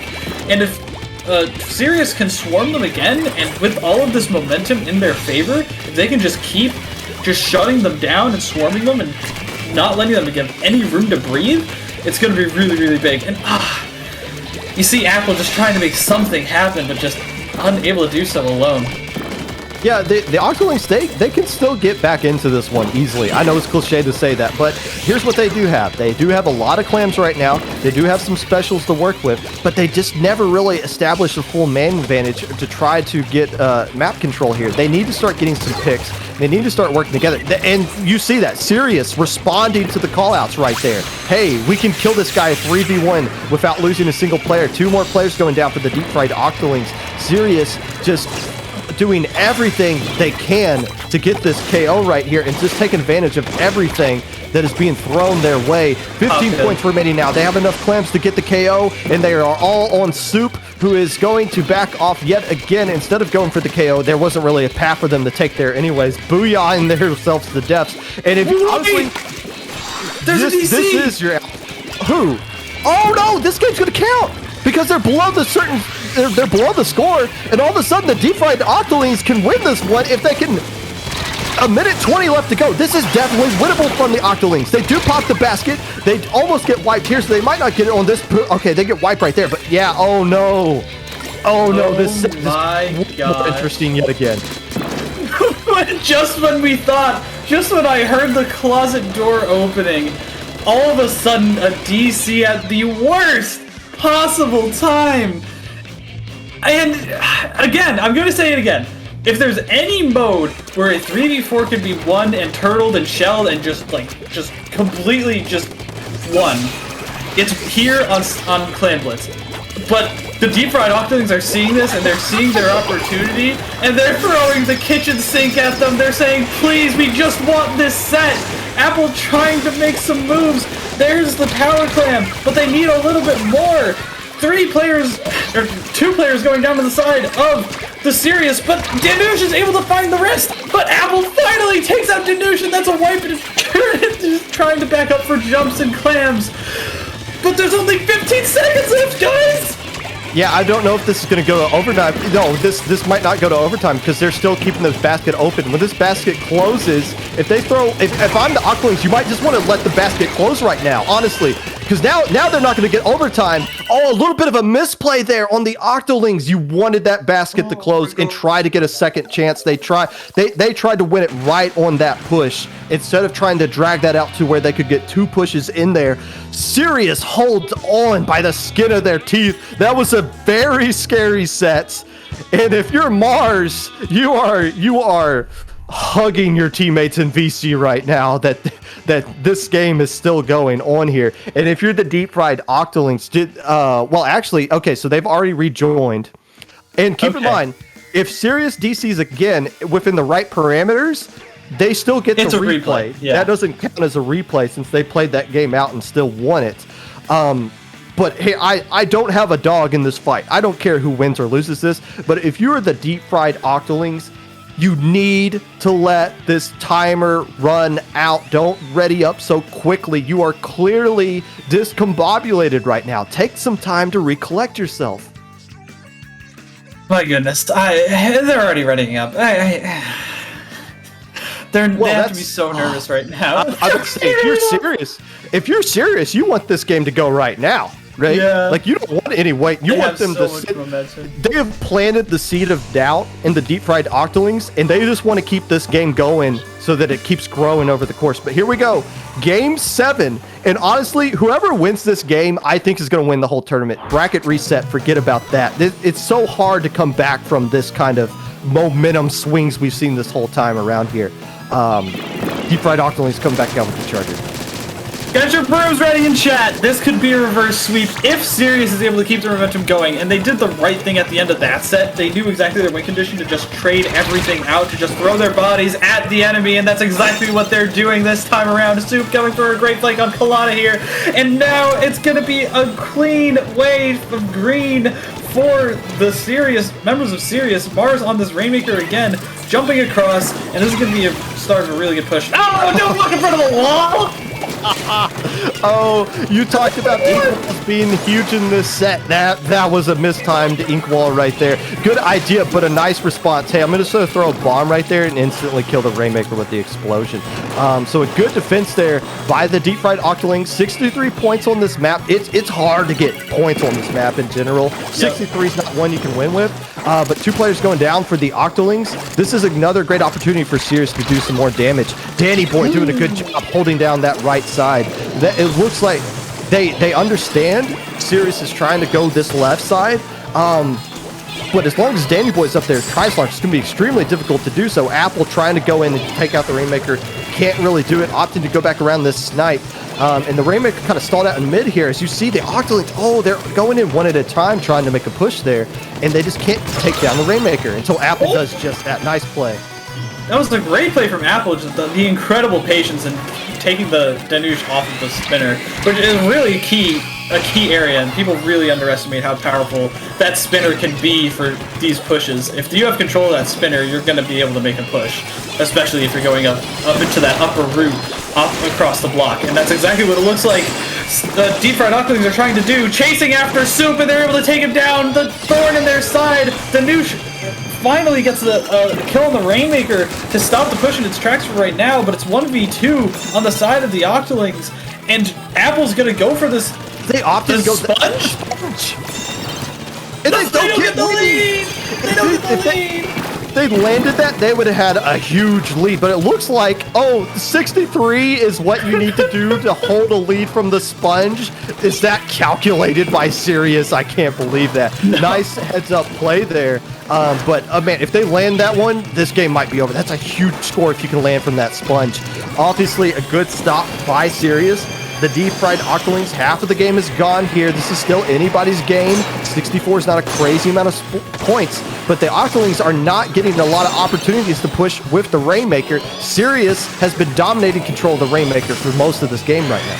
And now they've got control of that left area. Fortunately, they have the Ray to at least stop this push in its tracks for a little bit and get control of that area. 2 players going down. That's actually kind of huge. Danny Boy's in mid.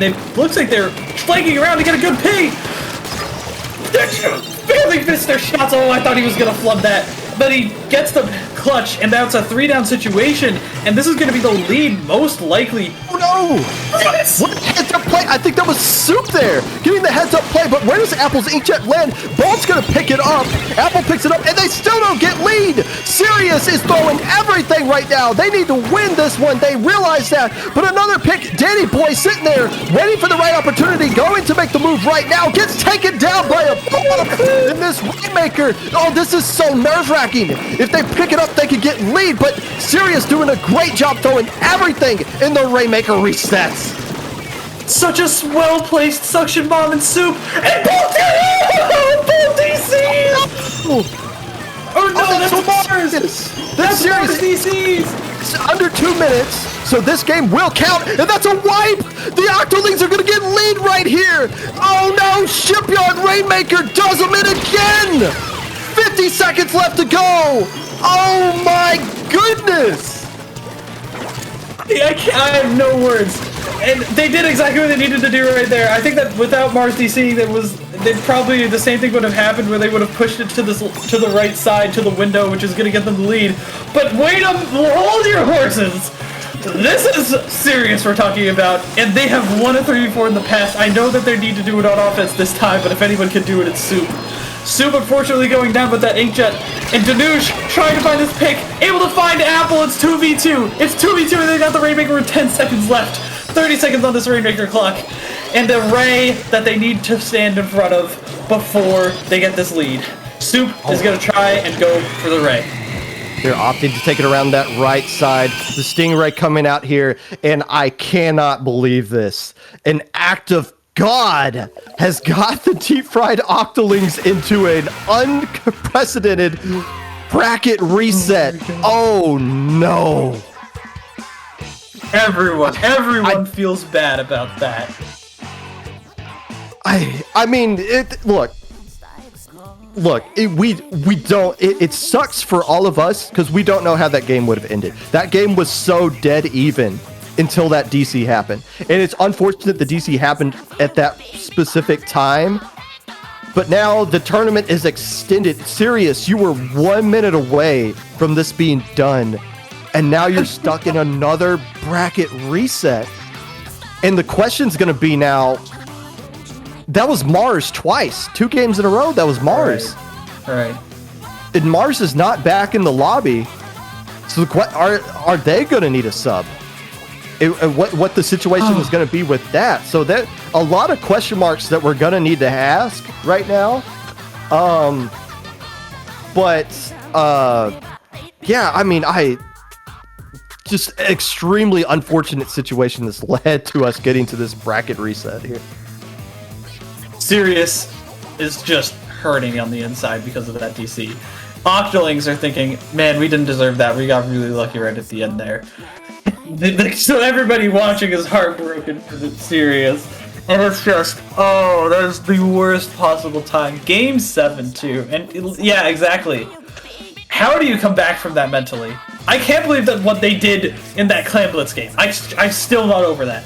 But now they have to come back and say, okay, we're at risk of losing this tournament after all of that, after all of the work we put in to go to that Game 7 because of a DC, and now we don't even know if our teammate's going to be able to play. Yeah. I'm at a loss for words right here. I it seems, I don't know what the exact situation is right now as far as who's doing what. It looks like I'm just trying to look at the bracket and see whether even the conversation is going on in the bracket right now. Mars is still not back into the lobby.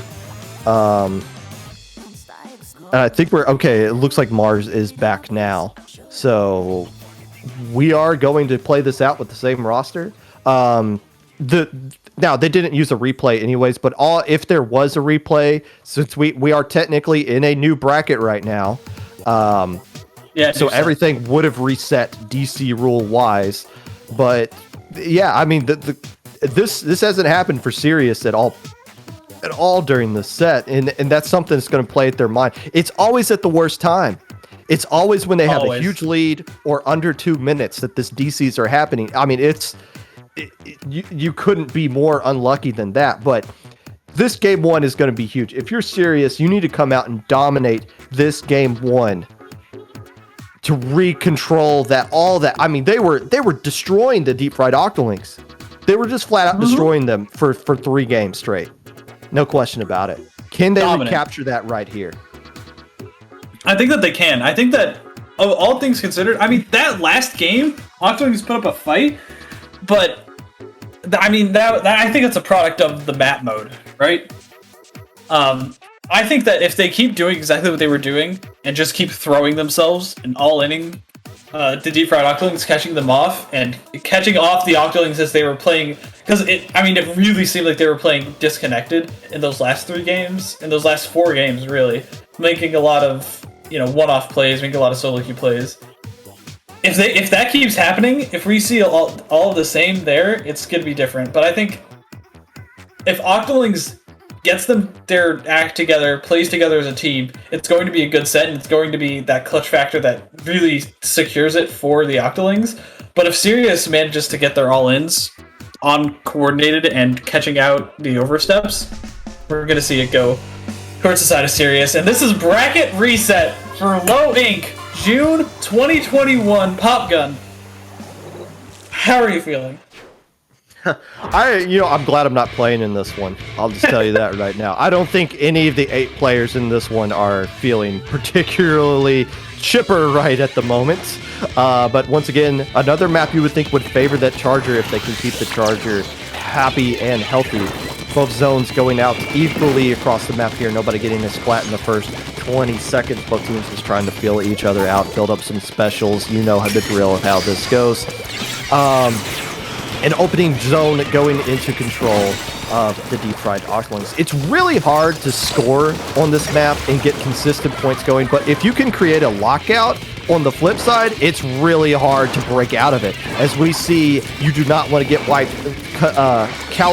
Kalana staying alive there, allowing some teammates to jump back in for the deep fried Octolings. Very hoops, and Danush getting punished, sent back to their side of the map with 1 minute gone by. No real points put up by either team here, but it does look like that momentum, at least as far as paint control is going, is shifting into the deep fried Octolings' favor. Bryn not doing enough to survive that video bomb. It looks like Apple is making a lot of really risky plays. Earlier on, gets caught out during that flank. You saw the missile. We saw the friend missile and call out Apple on that flank, and ended up with them almost going down. But Apple making another risky play there, and it ended up working out really well, trapping a friend with that Booyah Bomb, staying alive thanks to that splash wall, and just ends up wiping them. And so it's risks like that we usually see from the side of Sirius, but Apple is just tearing through them right now. That's what it looks like, and a lot of specials coming online as we see Apple trying to flank here through the street, able to take down one. It's only Pilata left alive, able to cap the zone at least for a little bit, and it's going to get double teamed by Super Douche, and that is going to be the jumps and the zone for Sirius, and this is going to be a lockout.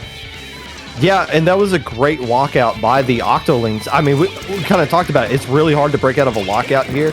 And now it's going to be the Octolings that are going to have to do that. You see them popping armor here. They got Booyah Bomb to work with as well. Everybody's just kind of waiting for something to happen before they close in there. Booyah Bomb doesn't really do a whole lot for Sirius. And now Apple throws one on the backside zone as well. It's not enough to cap the zone, though. Everything has been completely stalled out to this point. Apple gets taken down by Mars, who is still in this game, which is a good sign if you are Sirius. Danny Boy getting taken out as well, and now all the points ticking away into the favor of Sirius, who keeps the lockout going much longer. Can I get some eat the soups in chat?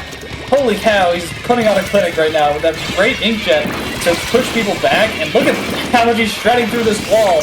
Unfortunately, he gets taken down right there, but it looks like it was a trade with Danny Boy. The stone does cap on the side of Deep Fried Octolings. I don't know why Sirius backed up so much there, but they must have had some reason to.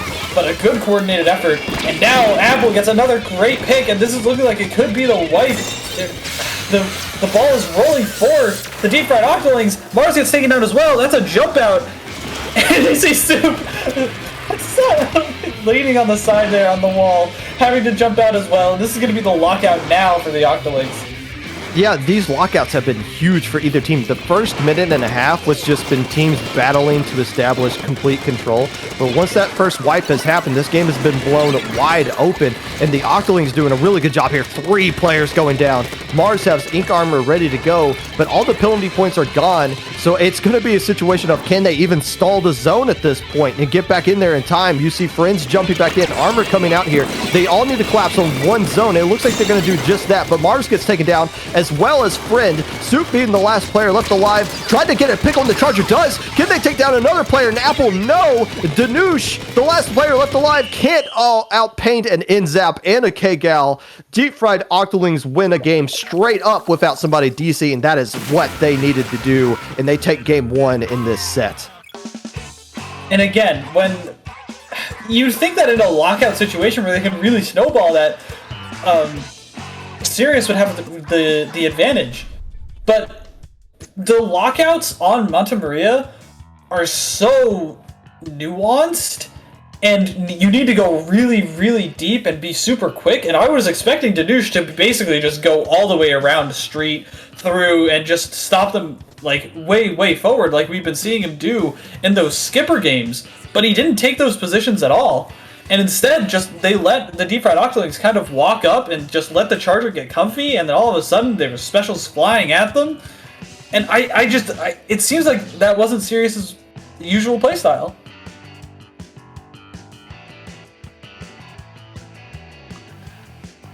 But now we're going to be moving on to Game 2, which is Tower Control Piranha Pit. And right now, I like this mode for Deep Fried Octolings because there's a lot of waiting that you need to do. There's a lot of playing around these belts, right? You need to play around the movement of the belts. You need to play around just these gigantic structures. And although, you know, it might seem like it gets in the way of the Charger, it can actually be really good for Chargers to play up on those belts, to snipe, to just exert a lot of pressure. And unless Sirius is able to just like collapse around them and just like swarm on one side, I think this game is going to go to Octoling. What do you think, Popgun? If you want to forget about that main stage game, that I don't think you can really call that a game. Honestly, that was more of just a bullying moment there. Traditionally, we have seen these games go into the favor of the Octolings. The question is going to be, though, can they bounce back from that last loss that they took on tower control, ride out the momentum here? Last time we saw Apple kind of going off the ramp at the very beginning and getting a very nice pick.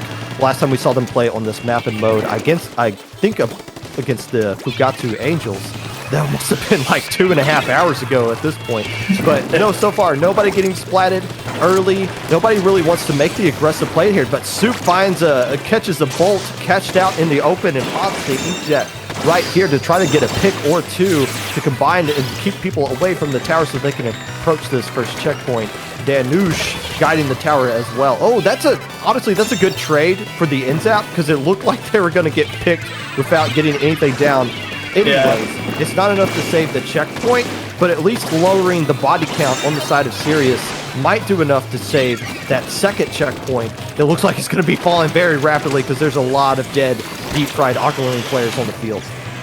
You know, I don't understand the bomb rush here.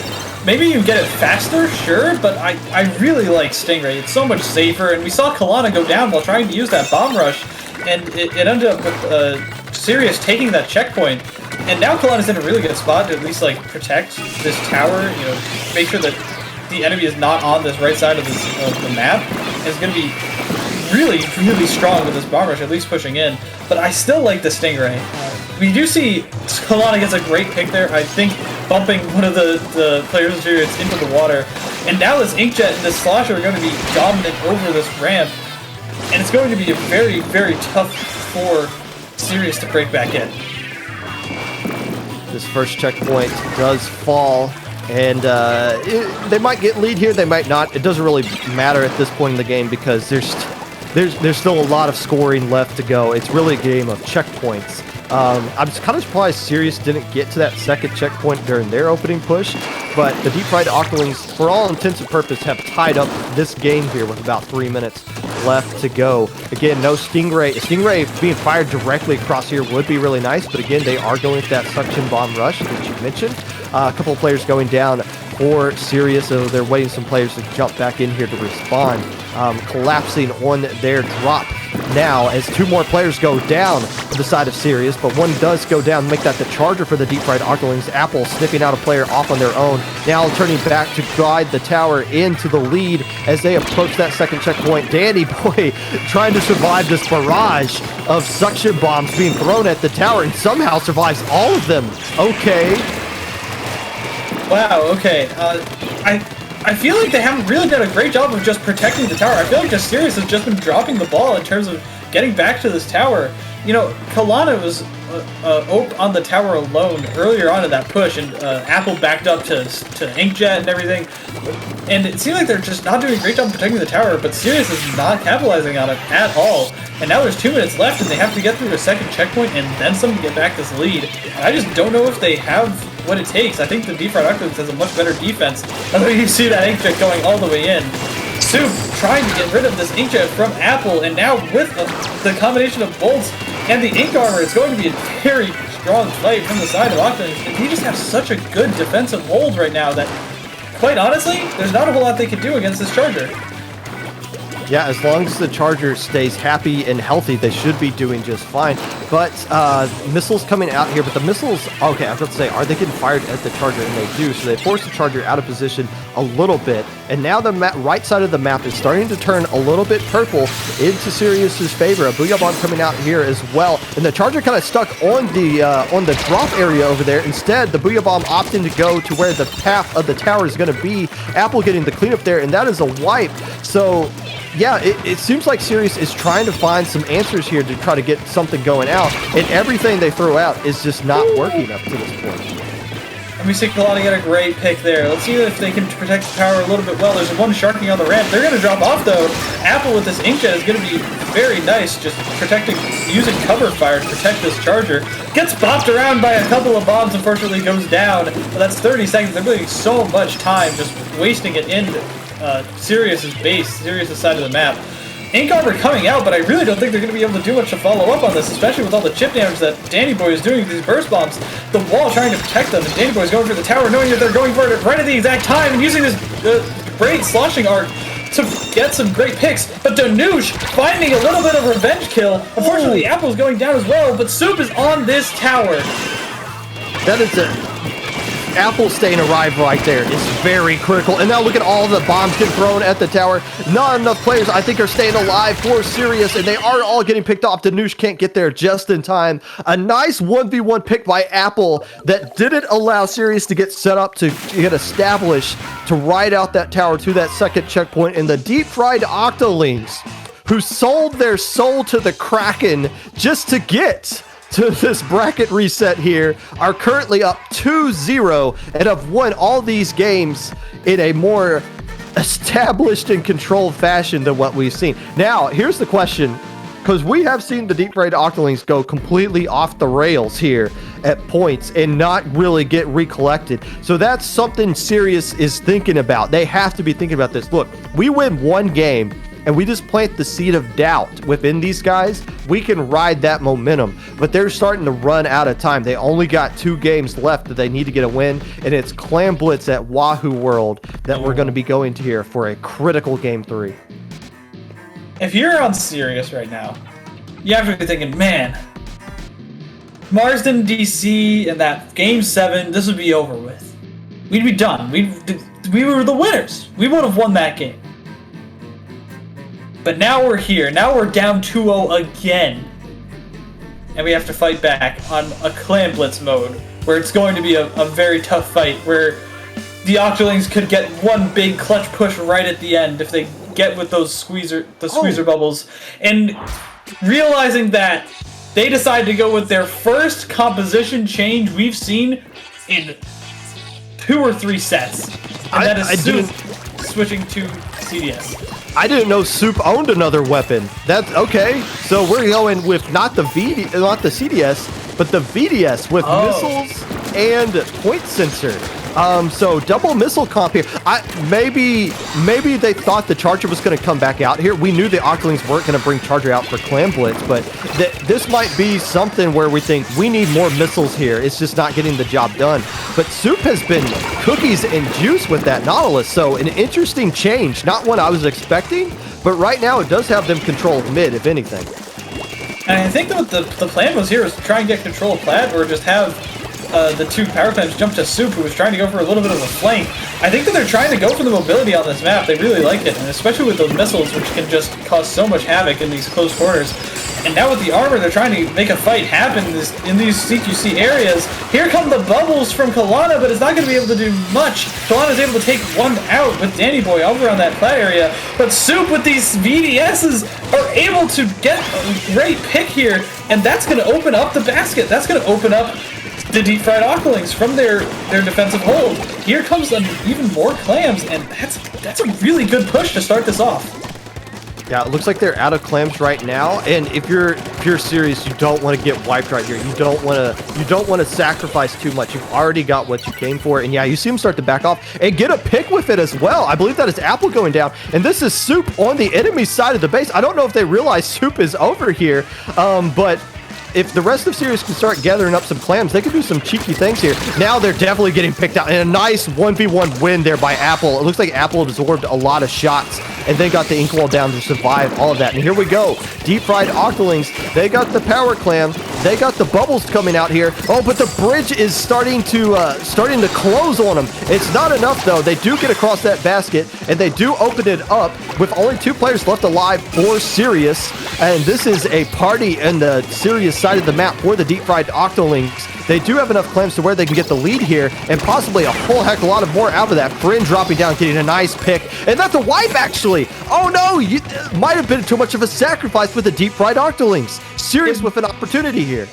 It might have been, but I think that play from Apple was so heads up. I don't know if he saw it or not, if he saw the KL coming from the glass, but either it got called out or he saw it, and he threw the clam over, distracted the K-Gal, and completely opened up the position for the Octolings to get that push in, and ended up getting a pick and some clams in to get the lead himself. That was a really heads-up play, but unfortunately Bolt going down here, as well as Danny Boy going in a little bit of a lone, and this looks like it's going to be the lead for the Sirius if they can get this clam in. Apple trying to get it. Everybody's going in 1v1!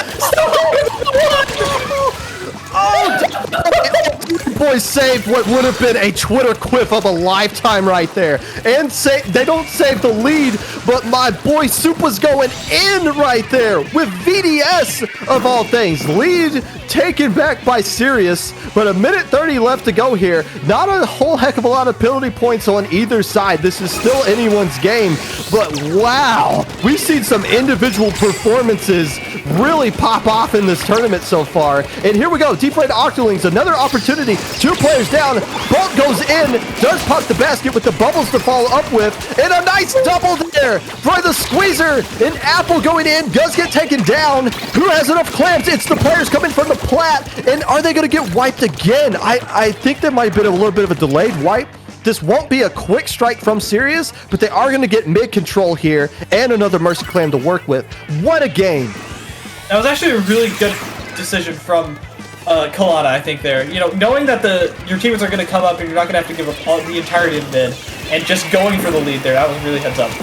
And just a great play with those bubbles there, showing the power of the squeezer that we've been seeing throughout the entirety of this tournament from 3 teams, I think it was overall, and unfortunately going down there, Apple trying to make a little bit of a play here, gets 2, and this looks like it's going to be able to shut down Sirius's push. Here comes Bolt, able to take down the 3rd, and that's a full wipe! That's a full wipe for Sirius in the last 20 seconds of the game! They do have the pity clam, but this is going to be so hard to get the lead if they want to try and push in this game. Yeah, if you're the Deep Fried Octolings, you need to go. You need to make them focus on defending and bleed out this clock and not try to push up and try to get the pour here. 1 player does go down for the Deep Fried Octolings. Bolt getting stuck in their own ink. Here comes the missiles, but Sirius needs to go because they don't have a lot of time. Mars has the power clamp, and they're really far away from the basket, and that bridge is not going to open up. They only have 1 route. It's down at the bottom, and here come the bubbles. Well timed. I think they just ran out of time right there, and they did. Deep Fried Octolings hold on, and yet again, we saw this script earlier. They got up 3-0, and then Sirius almost copped off that reverse sweep. But does Sirius have anything left in the tank is going to be the question. I don't know if they do. I think that VDS pick was a last-ditch effort. They were thinking, all right, let's see if we can make a little something happen with this. And while Soup did almost pop off with it, it wasn't enough. And I just think that they have nothing left. They have no tricks up their sleeve. Octolings have figured them out. The key moment of that game right there was Soup just going berserk with the VDS, basically taking a 1v4 and almost got away with it. When they got that triple, I think they got a little too greedy. I think they wanted to get that wipe before throwing that power clam in, and it looked like they had an angle to where they could have just thrown it in and added to the lead. If they do that, they win the game. Instead, they tried to take another fight with a Tri-Slosher that does have height advantage that might have shut down that push anyways. It's hard to tell in the heat of the moment for sure, but taking that fight instead of trying to play the objective might have been the difference in that game right there. There's so many things.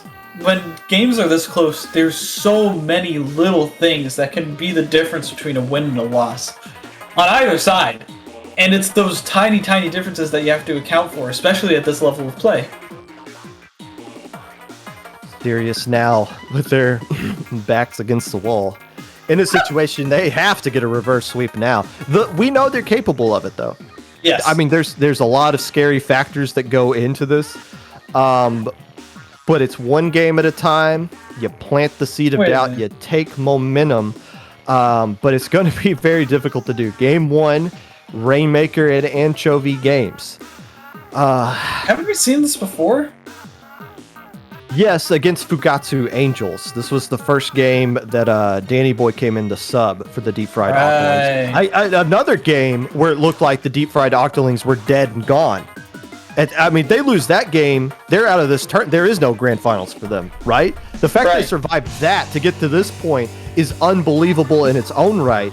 But now they're staring at a possible sweep and a bracket reset. We are in a tournament point from here on out. Deep Fried Octolings trying to put Sirius to bed. And they're going to try and do their tried and true comp at this point. Bolt on the Zap, Apple on the Kegel, Danny on that Tri-Slosher, and on Rainmaker, having that Ray is going to be a huge, huge advantage like we saw in that Rainmaker Surgeon game. Looks like the opening push going from the Deep Fried Octolings. Bolt going for the flank. Got into the enemy plat. Opted to drop down to take down the K-Gal. Ultimately didn't work out in their favor. As Soup popping the inkjet back on the Nautilus. The BDS worked out really well, but obviously it's just not something they wanted to do in this game right here. Only one player left alive for the Deep Fried Octolings, so that's Bolt back at their own plat. So Sirius now with an opportunity to get lead and add to it if they can find a way down this street. The Charger building up Stingray. You see Danush pushing up in here. Danny Boy gets taken down by a Booyah Bomb. And Danush getting another pick as well on Bolt. But here comes Apple from the back door. Gets a trade as well. So this push will keep going from Sirius. And heck of an opening push. And I'm starting to get deja vu vibes here, Magic. Oh, I'm starting to get deja vu all over the place. Also, that was a great play from the Sirius, painting the wall and then taking the Rainmaker across it so that they couldn't get taken out super easily from up top. That was really heads up. I've never seen that before. And there's so much going on here from both sides. Deep Fried Octolings are thinking, alright, we've been in this position before, we know we can do this, and Sirius is thinking, okay, we've got this lead, our hands are shaking, knees weak, arms are heavy, we need to hold on to this lead for 3 minutes. And they already have one player going down. But if they can make plays like they did right there with Danush going absolutely ham, it's gonna be over. See, that's I think you hit on it there. All of the pressure is on Sirius right now. Like the Octolings shouldn't be feeling nervous. A, because if they lose it, they're still fine. But B, they've won from this position half a dozen times already in this tournament. Like this is where they want to be, honestly. So all of the pressure, it's going to be, can Sirius not collapse under the pressure? And Bolt doing a good job getting some couple of picks there, but Soup, who else slurping up the last Deep Fried Octoling player? They're doing it with Soup. Soup has been basically getting the most kills consistently for Sirius. Right now, only 2 KA. So other players are starting to step up for Sirius, and that's what they're going to need if they want to hang on for the second half of this game and win it. Right, exactly. We need Danush popping off. Like, earlier in the tournament, against the first Deep Fried Octoling set, Danush was all over them. And now we're just not seeing the same thing. Kalana with a great pick! Picks up the Rainmaker, even though they finally get Ray right at that moment. And now it's looking like they're just gonna take their time. They're gonna relax. They're gonna say, alright, we're just gonna wait for them to come to us. We're gonna pick them off. Apple going in, getting a nice pick right there. Danush trying to put a halt to this Rainmaker, throwing down a wall, throwing down a Booyah Bomb, trying to say, alright, enough there. But Danny Boy, from absolutely nowhere, RKOs my boy Danush.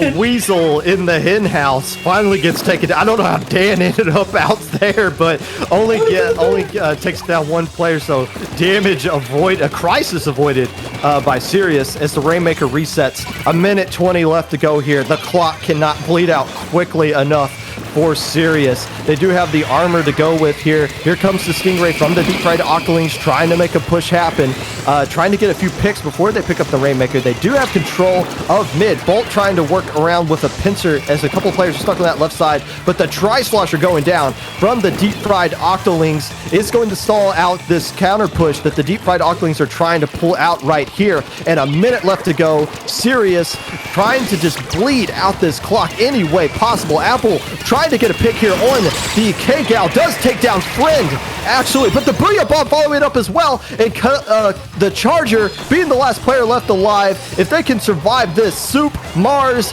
and Friend collapsing on top as well. That is going to be the end of this push. Oh, Apple jumping in there as well. Doesn't. Oh, a little bit of a risky play there. Gets punished by Sirius. And now only 25 seconds left to go. Sirius has got to be starting to feel a little bit of weight being taken off their shoulders here. Yeah, as soon as this Rainmaker gets reset, it's going to be really, really nice to just have this hold, especially with Soup on this fan, really dominant with this Inkjet, the missiles coming online. This is going to be a really nice position for Sirius to hold this, although they're getting a little bit backed up into a corner. I didn't like this position earlier from them when I saw it. They need to pick up the Rainmaker. They didn't grab it in time! What? Nintendo, excuse me. It was right there! We saw the timer! Okay, well, hey, look. The Deep Fried Octolings have been gifted a lot of things to get to this point, right? Divine intervention can work against them as well. It goes both ways, to be fair. So there you go. That's one game at a time if you're serious. you finally took somewhat wind out of the sails of the deep fried Octolings. If you're the deep fried Octolings, it's not pressure time just yet. You're still feeling pretty confident. You just got to win one more. If you're the Sirius, the pressure is still all 100% on Sirius, and that is going to play a factor in their play style over the course of these next 1 to 3 more games to go. But we are going to move on to game 5, which is going to be Splat Zones at Humpback Pump Track. This is the game where we saw the Deep Fried Octolings come out with K-Gal and K-Pro, and, well, that was back when they had broken the lineup, so who knows what they're going to do here. But we saw the Deep Fried Octolings come out with more Booyah Bombs than the opposing team and still lose. The question is going to be, since this is a bit of a map where you kind of need to change things a little bit, does Sirius have a map, a comp specifically for this map, or are they just going to roll with what got them here? No, I think what happened was they rolled with what got them here, and they ended up playing a very attack-focused composition where they switched off Danush off of K-Gal and put him on Tri-Slosher, and just decided to say, okay, we're just going to pick him off. And I don't know if that's going to work here the same way, because Danny Boy is maining Tri-Slosher, is going to have that same kind of advantage. And so when you see that mirror match, it's going to be a little bit dicey which side is going to be able to get more picks. I think we're going to see the Bomb Rush, we're going to see the Charger, we're going to see a lot of the same, but it's going to be just that tiny difference, as well as hopefully a little bit of a game plan adjustment from... Was that a... That's a Tri-Slosher. That's Danush coming out with the Tri-Slosher. Dropping the K-Gal and coming back out with the Tri-Slosher. Yes, we saw these two teams play. I was trying to remember. It was these two teams we saw play on this. The Deep Fried Octolings won. But yeah, Danny Boy coming back out with that Tri-Slosher. No real surprise there. So pretty much a rematch that we've seen before. Soup getting a nice pick on Bolt with that Inkjet and a nice assist as well. So here comes the question. Oh, here comes Danny Boy with a shark. Gets a nice pick there on Friend. Can he do more with it? Possibly. No, actually gets a double out of that and stalls out the zone. Danush is going to come back in and cap it, but a nice play by Danny Boy, getting a double before going down themselves. And this is what I mean, that little bit of a difference. You know, having that Tri-Slosher, having that firepower could be what sends them over the edge, because we saw the Deep Fried Octolings did really well in the first half of the game, the first time we saw them play in this map mode, and then they got overwhelmed, and we saw them get overwhelmed early on, but now it seems like it's Sirius that's getting overwhelmed. All of a sudden, they were sitting back just a little bit, waiting for the specials, and the Deep Fried Octolings just overwhelmed them, just came at them, and now all of a sudden, they're on the back foot. Ink Armor and Inkjet online, ready to go for Sirius. Combine it with the missiles, that should be enough to force the players out of zone, and you see the NZAP coming in and getting the nice cap there by themselves. Two players from the Octolings going down. Apple coming around the backside, gets a nice assist, and it's a 1v1 for the zone, and it is going into the favor of the Deep Fried Octolings as more Sirius players spawn back in and start throwing some bombs into the middle of zone here. Apple opting to throw that Booyah Bomb not on zone, but try to catch a few players dropping from their plat area. Doesn't get any picks with it, but it does push back Sirius players just enough to where these penalty points are going to get chewed through. Mars goes down and make that another player going down. Bolt going into Soup, but they hold on to the zone long enough to get the lead. The question is, can Sirius get the lead right back? A nice fall-off kill on Apple, and another suction bomb rush coming as well from the left side there, and they still haven't really capped zone, and now they finally do. 36 penalty points to go through, and Sirius will get the lead right back, but a very good back and forth game here in the first half. This is really, really nice. I like that decision from Apple to throw it at where the members of Sirius were, because what they need to do is they need to make space. They need to make sure they don't get overwhelmed and split up the members of Sirius so that they don't get that huge collapse that we saw on those Skipper games, those Snapper Canal games. And now we're seeing it on the other side. This is exactly what we saw early on from the Octolings, and this is tournament point. Sirius needs to take back this zone, but this timer is ticking down. They're almost through the penalty points. The members of Deep Fried Octolings are sitting a little bit far back, so they're going to have to weather the storm of specials from the members of Sirius. But if they back up and are able to do so, wait a minute! Is that a DC on the Deep Fried Octolings? Danny Boy It's Danny Boy going down now, and that's under 2 minutes. So this one is going to count. Oh my goodness! How can they've been completely cleared? The entire time we've had no issues, but now the sub has DC'd and they're still playing it out. Like, if there was any doubt if this would be replayed, they're still playing it out. So this game is going to count. Oh, are they going to find a way to get lead back here, though? I mean, if they do, it's going to be extremely difficult to hold on to it. But with 2 players still up for the deep fried Octoling Sirius working around this left side here, they do recap the zone. I mean, it looks like they're going to win. It's going to be extremely difficult to win a Splat Zone game that you're already currently losing in a 3v4 situation. But my goodness, it's so frustrating that this has been the story of this low ink. But here we are, and it looks like Sirius is en route to extending this bracket a little bit longer. Yeah, Apple going down there, that was exactly what they needed. They needed that Booyah Bomb to cause some chaos. Yeah, Kalana getting a nice shot there, a nice snipe, and some members of the team going down. I can't come. This is so tragic. What is going on with Nintendo today, man? And who do I gotta talk to? The finger on the monkey paw curls. Please give us a DC so that we can get into grand finals and win low ink. Okay, but once you are right on the edge of winning low ink yourself, we're gonna make you DC right back. And it was Danny Boy's been fine all day. Like this, when you said there was a DC, I looked at like there goes Mars and there goes the term. No, it was the deep fried Octolings this time. So I mean, this is beyond any. This is so insane what we are seeing right here, and it's so unfortunate that this is the story of what's been happening in this grand finals. But now we go another momentum shift yet again, and Danny Boy is back. No, Broke is back. Danny Boy is gone. Broke is back. Who DC'd out of this tournament? Now we're gonna roll with this guy's internet. So here we go. Broke back into it, and this is the Nautilus K Pro player. Have they been playing are they warmed up? Are they ready to go? Because we're playing it in game 6. Who wins this one, I think wins the tournament. I mean, tower control, this has been the deep fried Octolings bread and butter this whole tournament. Oh my goodness. Oh my goodness. This is, this is incredible. I can't believe that Broke came back. I think that what's going on in their heads is like, okay, if Danny's net's not as secure as Broke's, we're at least gonna have the team member that we're playing with, that we're used to playing with, and just gonna say, all right, we're leaving it up to fate. Let's see if Broke's internet can at least hold out for a game. And I respect that immensely.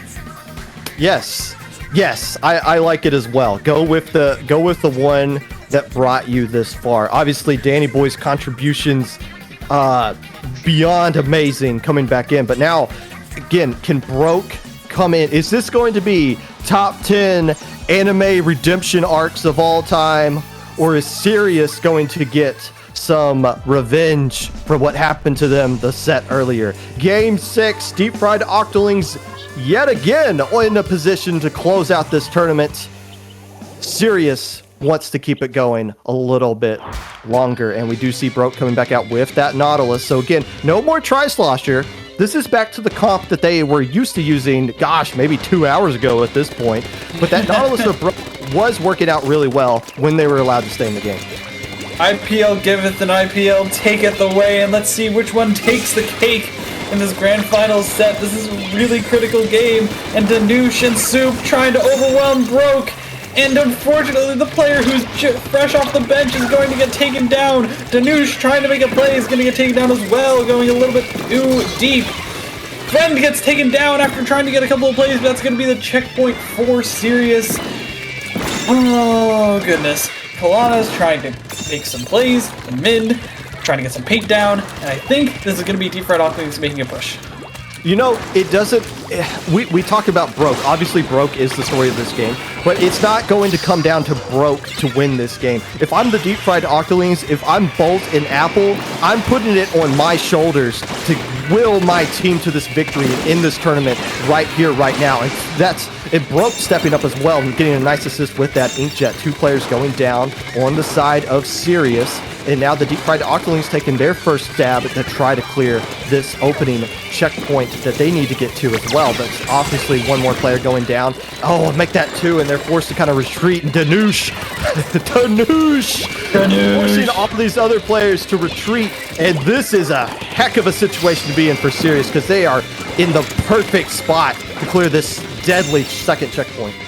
But if we've seen anything from Deep Fried Octolings on this map mode specifically, it's that they are not out of the fight until that tower is on the goal line. Bolt gets a nice pick on the tower from all the way from mid. This tower is still going to ride out just a little bit longer, but finally it's taken down to 25. And there's a lot of checkpoints and tower path to go through for the Deep Fried Octolings to get down to that 25 marker. But they've got 3 minutes to do it. Yeah, I mean, we're starting to see momentum take their effect here. I mean, it's been an emotional day for both of these teams riding back and forth here, and we're starting to see the momentum shift entirely into the favor of Sirius. And it's starting to look like one of those games where they just dominate the entire 5 minutes like they did towards the tail end of the last bracket reset. But again, if Apple can start getting something going here, that pick's going to help out a lot. If they can find a way to take down Soup here, who's looking a little bit too comfortable on that left side, if Broke can do something about that, combine, but there comes Danoush. They said, no, we're not going to let you get in a 1v1 with my Soup guy. We're going to come in and help out. But Danoush gets taken down there. Soup forced to back out a little bit, and that's going to allow this map to turn blue into the favor of the Deep Fried Octolings that needs to take this one checkpoint at a time.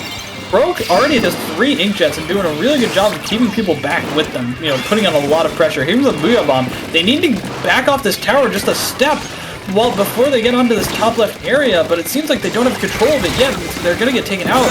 Yeah, exactly. Bolt's going to get a double, I think. Wait a minute. Friend is kind of just sitting on the tower now, and it's going to be Soup left as the last man standing. They get to the second checkpoint, but they're not able to clear it. They just need that one checkpoint, just a little bit of extra bonus to get onto this. And this map is still so blue, Popgun. They just need a little bit more work, and Kalanas just needs to back off this tower just a little bit. Just a little bit of patience, and they can get this. They can find a way to clear this checkpoint. This game is anyone's game at that point. Oh, I don't know how Apple got that pick there. Okay, but taking down one more player, and that's a perfect spot to put that Booyah Bomb. Now establishing control of this snipe area, and this is starting to look a little scary for Sirius. They do pop some missiles and Inkjet, but they do not save the checkpoint. It does get passed by the Deep Fried Octolings.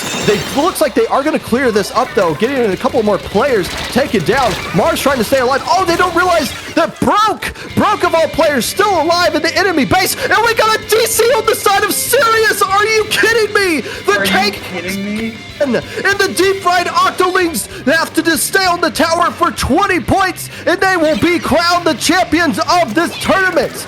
Oh no! 30 seconds left to go here. No, 3 players just throwing anything they can into the tower. Again, this will count because it is underneath the score mark.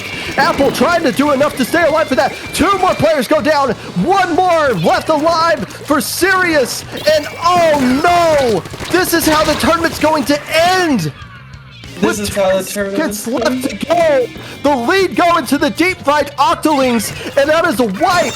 And at the end of what will go down as the most controversial low ink we've ever had, the last team surviving on top of the mountain is the Deep Fried Octolings.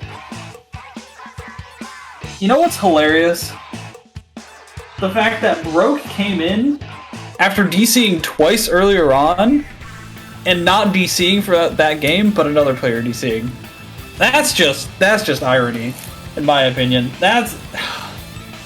This is why people have been calling for a different net service, just different everything for Splatoon 3, because this tournament is the perfect example.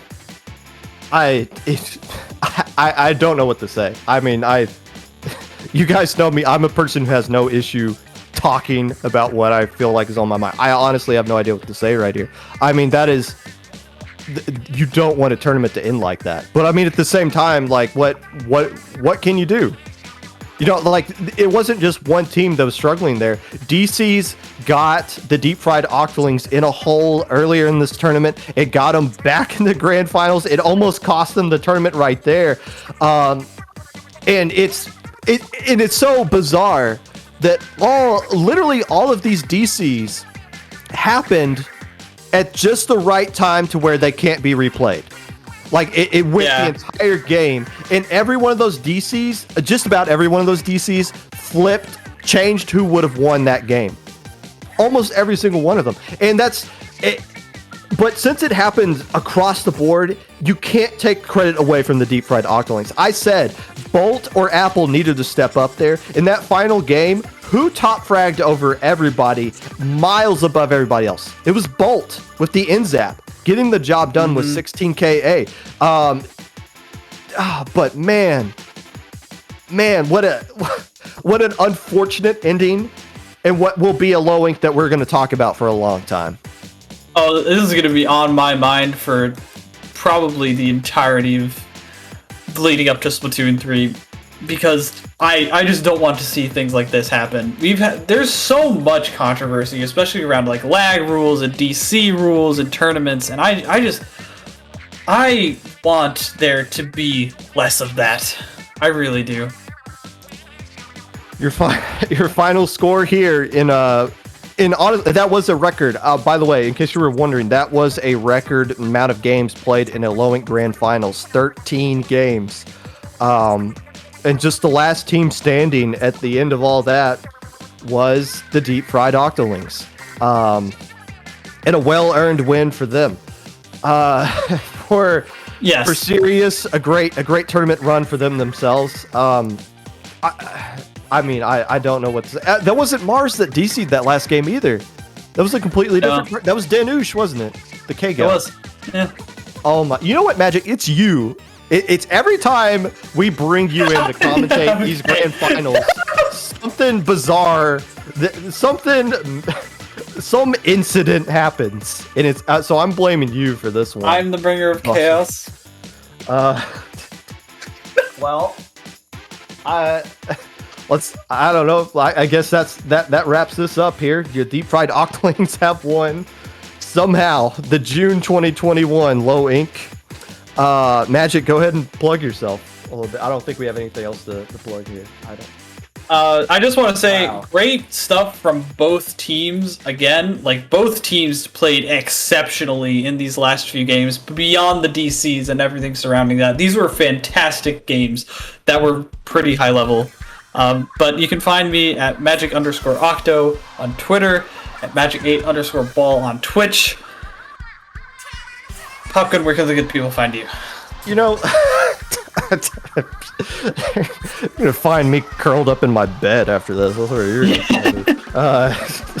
gonna hey, tomorrow on my Twitch page, Popgun25, I'm gonna be doing the Popcast. We're gonna be recapping this low ink. I don't know what I'm gonna have to say about this. I mean, I don't know what I'm supposed to say right now, but if you want to hear my thoughts after I have a moment to kind of recollect and think about what happened here, join the Popcast tomorrow, 12 p.m. Eastern time on Popgun25 on Twitch. Other than that's going to do it for us here. An end to a low ink to remember for sure. The deep fried Octolings win over the Sirius team. Fukkatsu Angels taking third place. From all of us here at IPL, obviously myself and JPEG, the head TOs for this tournament, all the great staff that helped us out, all the new staff that helped us out, our producer Inkfair, behind the scenes, the CEO of our organization Hoenn Hero. We thank you for tuning in and playing in this tournament. We will see you again next month for another edition of Low Ink. Good night. And please, guys, buy an Ethernet cable. Thank you.